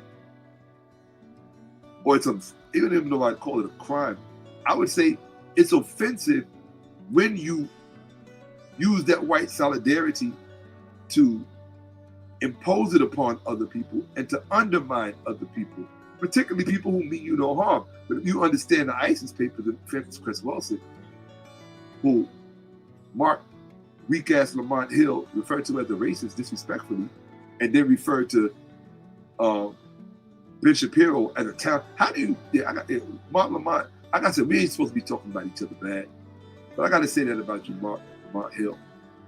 Because I watch you sometimes. Occasionally, I like to listen to people who have a semblance of intellect. At least the aroma of it. And I heard him in the same broadcast, not in the same broadcast, but it never left my mind that Mark 𝓈𝓏𝓏𝓏 referred to Dr. Francis Cress-Welsing as a racist, and he did so on a white corporate television platform on behalf of white people. Called her a racist. I don't understand how highlighting racism makes you a racist. Psychoanalyzing racist ideologies and agenda does not make you a racist. And he said he apologized. I haven't heard it until I hear it. See, when you say things like that about certain people, you might not understand this until maybe it's too late, but you're going to have to deliver some of those apologies in person to certain people. Until you do, you will have enemies out here. That's just, not enemies, you will have detractors. Put it like that. Because you're not my enemy and I'm not your enemy. But I will certainly be a detractor. There's no question about it. Mark 𝓈𝓏𝓏𝓏 referred to Dr. Francis Cress-Welsing, who wrote the ISIS papers, which was one of the few documents that actually explain what's going on in the world from the view of a psychoanalyst such as herself, a trained psychoanalyst. I didn't know Mark 𝓈𝓏𝓏𝓏 was a trained psychoanalyst with an MD behind his name, because she was. And then, at the other side of your face, you referred to Ben Shapiro, a staunch anti-black racist, self-hating Jew, who Mark 𝓈𝓏𝓏𝓏 referred to him as a talented speaker. Ain't shit talented about Ben Shapiro. Nothing. He's see-through. He thinks by talking 81 miles a minute, he's going to sound hyper-intelligent. And he doesn't. That's the one thing I learned about white people, watching everything unfold this past year. There's certain definitive things that I've watched about them. And a lot of it is not their fault. Many young white people have really, you will be surprised. Remember I said earlier, white people and black people are joined at the hip. One thing that we both have in common is that white people, particularly young white people, whether you know it or not, they have been abandoned. They've been abandoned. They've been abandoned for a long time. Why? Because it's a capitalist society. So nobody give a fuck about you in a capitalist society, whether you're white or black. That's true. And so when you got young white minds aspiring to try to figure out what's going on in the world and why there's so much animosity towards them in the confines of America, well, if you're not going to educate them to what has happened historically in this country and how things exist today based on historical precedent, they're just going to think people are gaining up on them for no reason.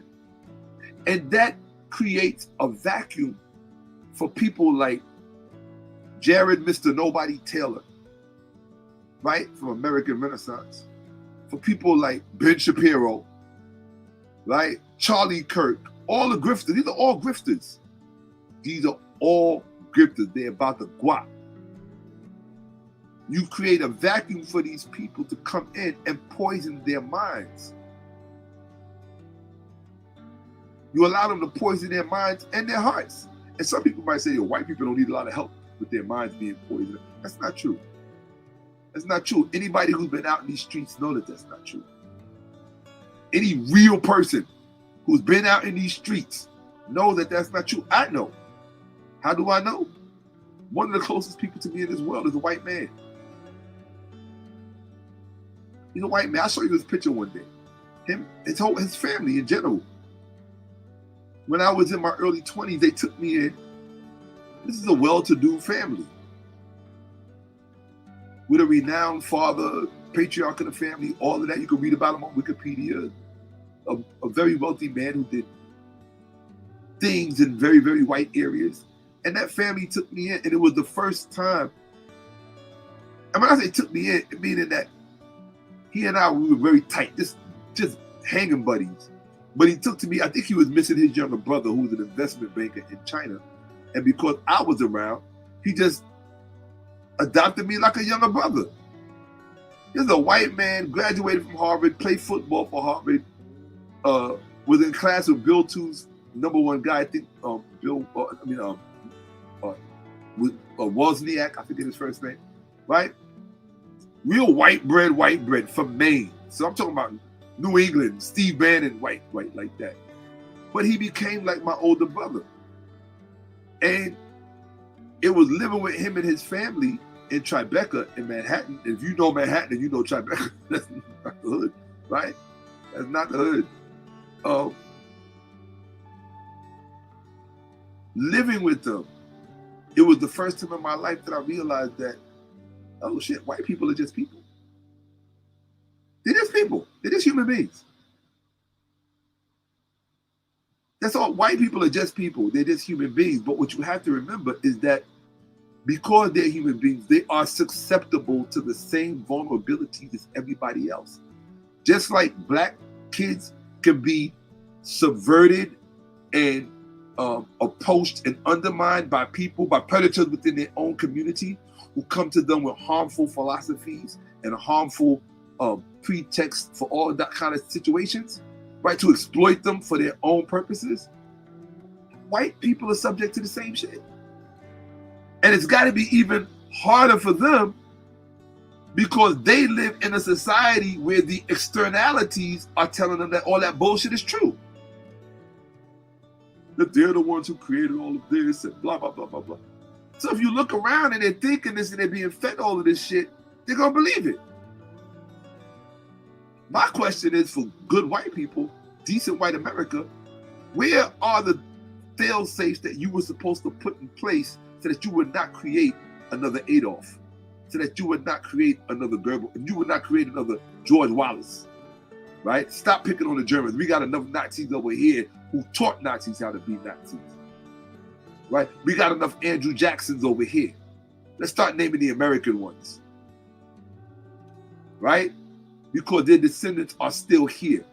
In fact, it's their descendants that created Nazis. Mr. Rockefeller, funding and underwriting damn near everything they did. Mr. Eugenicist Rockefeller. And I agree with Elon that Germans have to get over their guilt complex. Why do I say that? And I wasn't going to say that publicly because I said people are going to crucify me and say, I don't care because I don't fear people. For the same reason you would tell a black child or any child in a classroom, you can never be your best self if you are defining yourself by your worst attributes or by the things, by your worst deeds. You are not only your worst deeds, you are also your best deeds. But you can't tell them, see what Elon does, he's irresponsible. And he's not culturally and historically well developed enough to really disseminate these messages in a way that's meaningful and healthy because he's an unhealthy person. You can't do that kind of work, drain your brain, be taking drugs and think that your thoughts are going to be healthy and that they're coming from a well-rested place where you can really evaluate. Because that's what the brain does. The executive part of your brain, the cerebral cortex, it's about evaluation. He doesn't evaluate. His filters are fucked up. And then you add a multi-$100 billion ego and even more ambition. So my thing is, until Elon does two things for me, you have to admit what you did with that Nazi salute publicly and largely and roundly so we all hear it. So that's the only way I hear about it. You have to admit what you did and then you have to apologize. Not just to Black America, not just to white America, just to the country that embraced you. Those are our tax dollars in all of your creations. Those are our tax dollars you are seeking to use to get to Mars. Now, if you knew what I knew about him going to Mars, you would do everything in your power to stop him. Everything. Forget destroying Tesla. Destroy that. Take away any hope of him ever getting to Mars. Why? Why? I'm not saying that to be mean-spirited. I did the math. I did the research.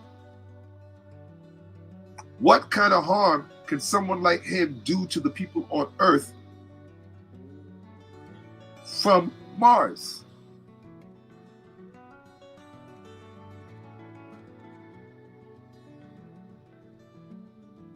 Think about it. What kind of position would he be in to do harm to Earth to get something that he may want, a quid pro quo or worse, offer you can't refuse, from Mars? How would Earth reach him to deal with him?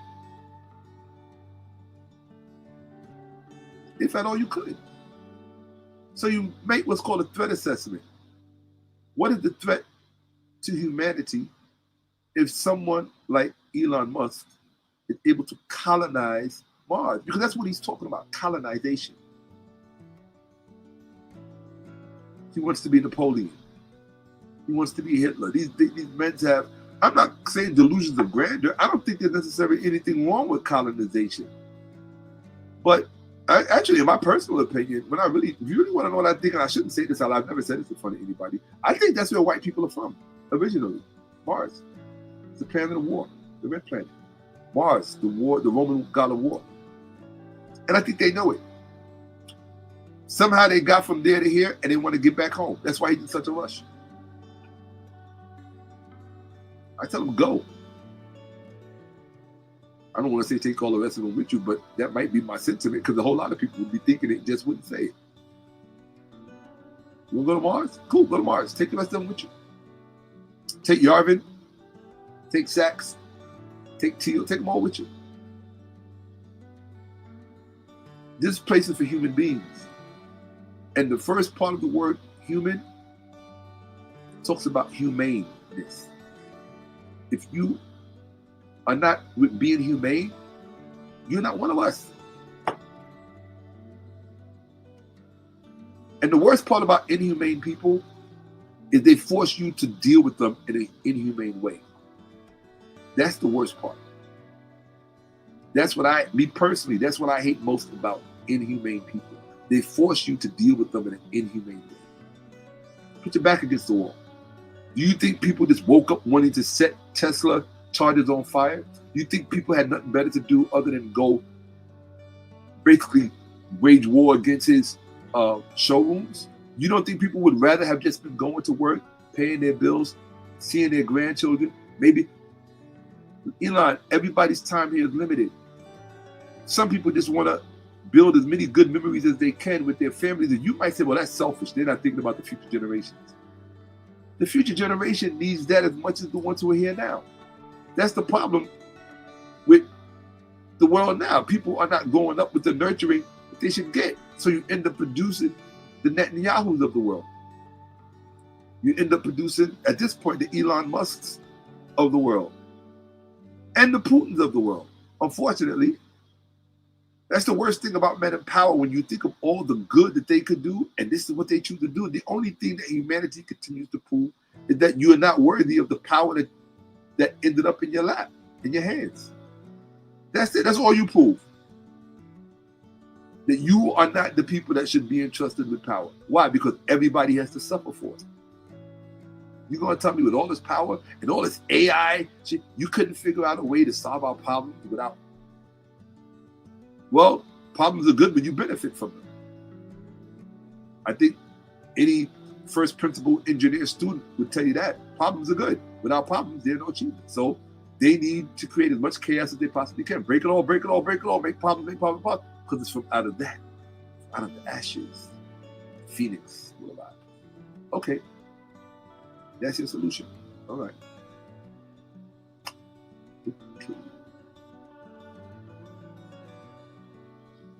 Anyway.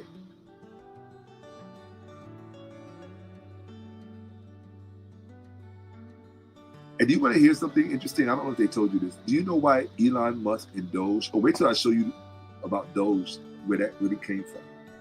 When I show you where the whole Doge thing came from, a lot of you are going to freak out. I don't know if I said it earlier, but I'm going to say it again, then I'm going to leave. What disturbed me the most about, that's the best word, not hurt or even offended, what disturbed me the most about what Elon Musk did,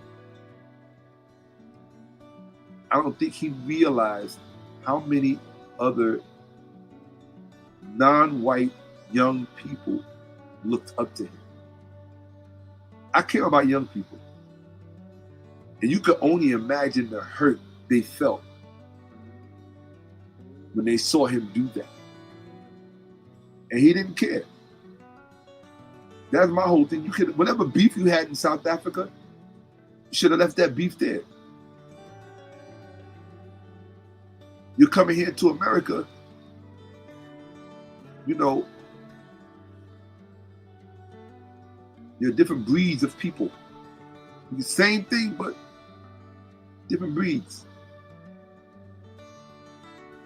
We went to war for our brothers and sisters in South Africa in the 70s. I grew up marching. I grew up protesting. I grew up in cities. I grew up doing other things I can't talk about as it relates to South Africa. I haven't ever made it a secret the kind of family I grew up in, right? I had relatives from South Africa come up during apartheid. Nieces that were born and raised in South Africa in the apartheid era. We're more like cousins than nieces and nephews. Jackie, Vui, Robin. I haven't forgotten you. I haven't forgotten them.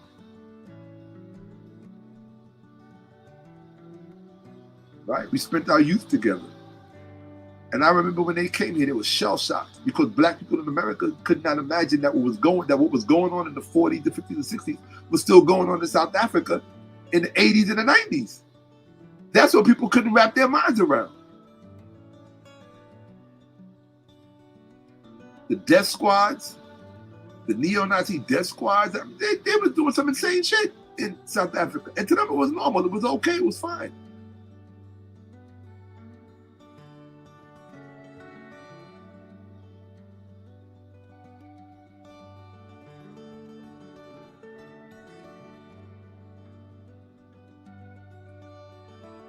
Duo. I am. I'm getting my rest. Yeah, so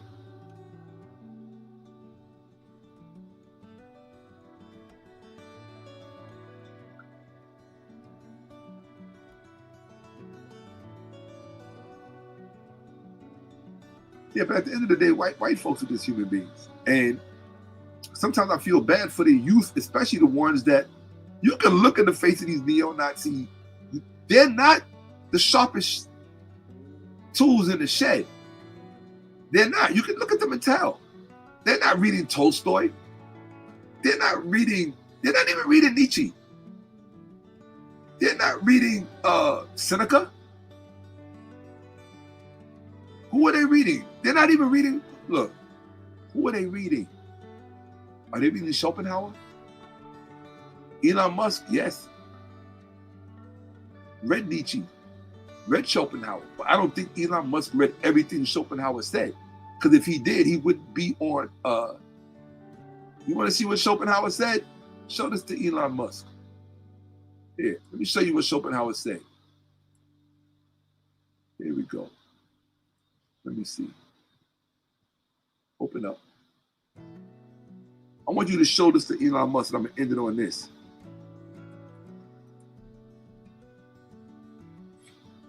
Okay.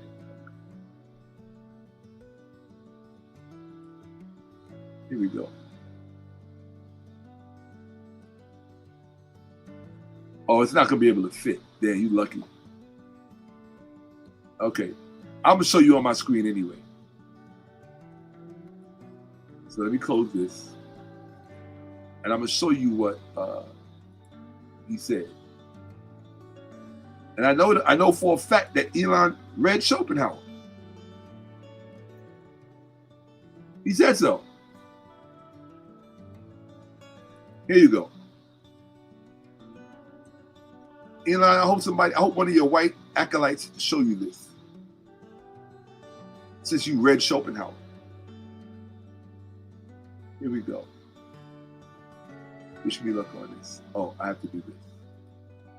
Here we go. Hope that works. Wish me luck. Come here. All right.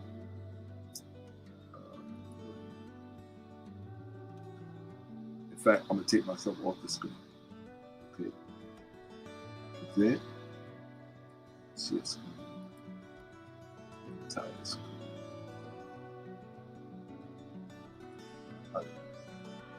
Okay. Here we go. I hope you can see this. Okay, it's right down here. This is Schopenhauer. Okay?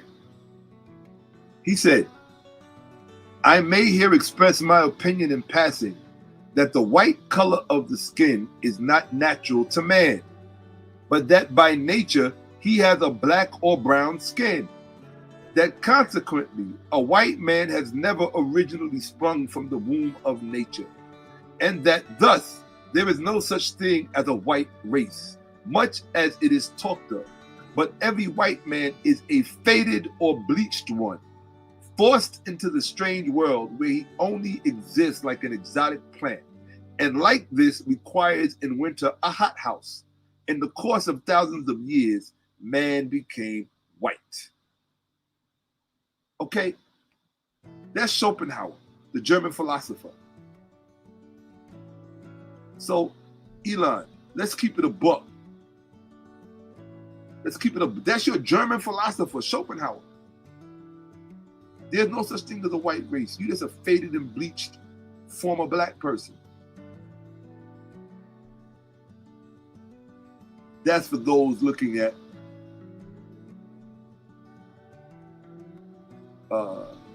not evolution. That's not evolution that we're talking about. If you don't know the difference between evolution and mutation, then don't get me wrong, mutations can occur because of evolution, but not all mutations are evolution. Okay? So, that's Schopenhauer. Again, I want to thank you all for spending time with me. It actually, and there's still over 100 people in here. Keep in mind what you saw tonight, because it's going to prepare you for the rest of what's coming in this presentation. All right? So, for those of you who still want to use the 𝓈𝓐𓏁𓏫 salute, by all means. But we know it has nothing to do with white power. It has more to do with white wine. Right? The privilege of selling white wine in an environment where no one else is allowed to, while you fix prices and collect taxes. That's the origin of that salute. That's where Hitler saw it. He said so himself. You don't get to speak for him. He spoke for himself. Okay? Get up on your history or shut the fuck up. Whether you black or white. You come in my presence, make sure your facts are straight. Because if not, I'm going to expose how stupid you are. Right there in front of you. Whether we in person or not. Doesn't matter.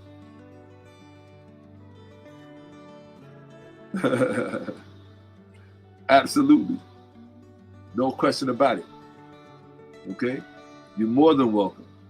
Absolutely. With that, I'm going to get some rest so I can be with you guys tomorrow. 𝓈𝓔𝓄𓅓𓏭𓀢𓀁📫. Remember $ Shakka-Ahmose? That's the Cash App.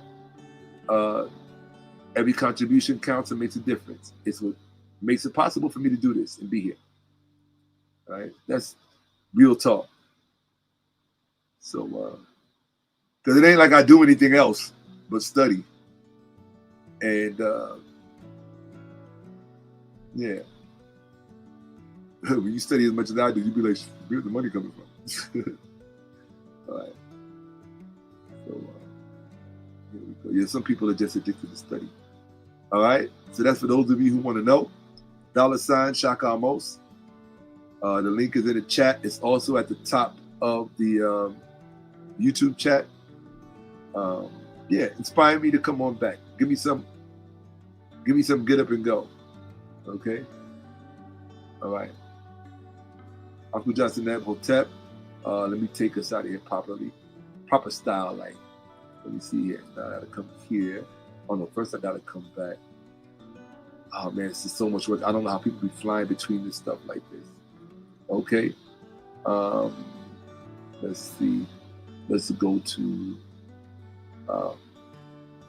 here we go. Okay. I come here. I do that. Okay.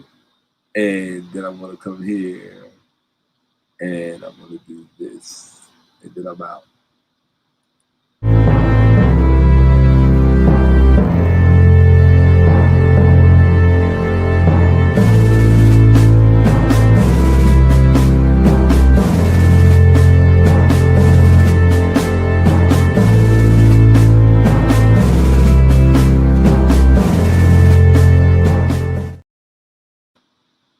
Okay, people, that's it. Hit me up, DM me, hit me up on Instagram, my email, all of that stuff will be in the description when this is done. Sorry, I didn't try to make this so long, but it's over 5 hours. Oh my God, it's going on 6 hours. I'm out of here. Deuces. Yeah, sorry, I just wanted to watch it again. Okay, I'm out. Deuces, people. And we're out.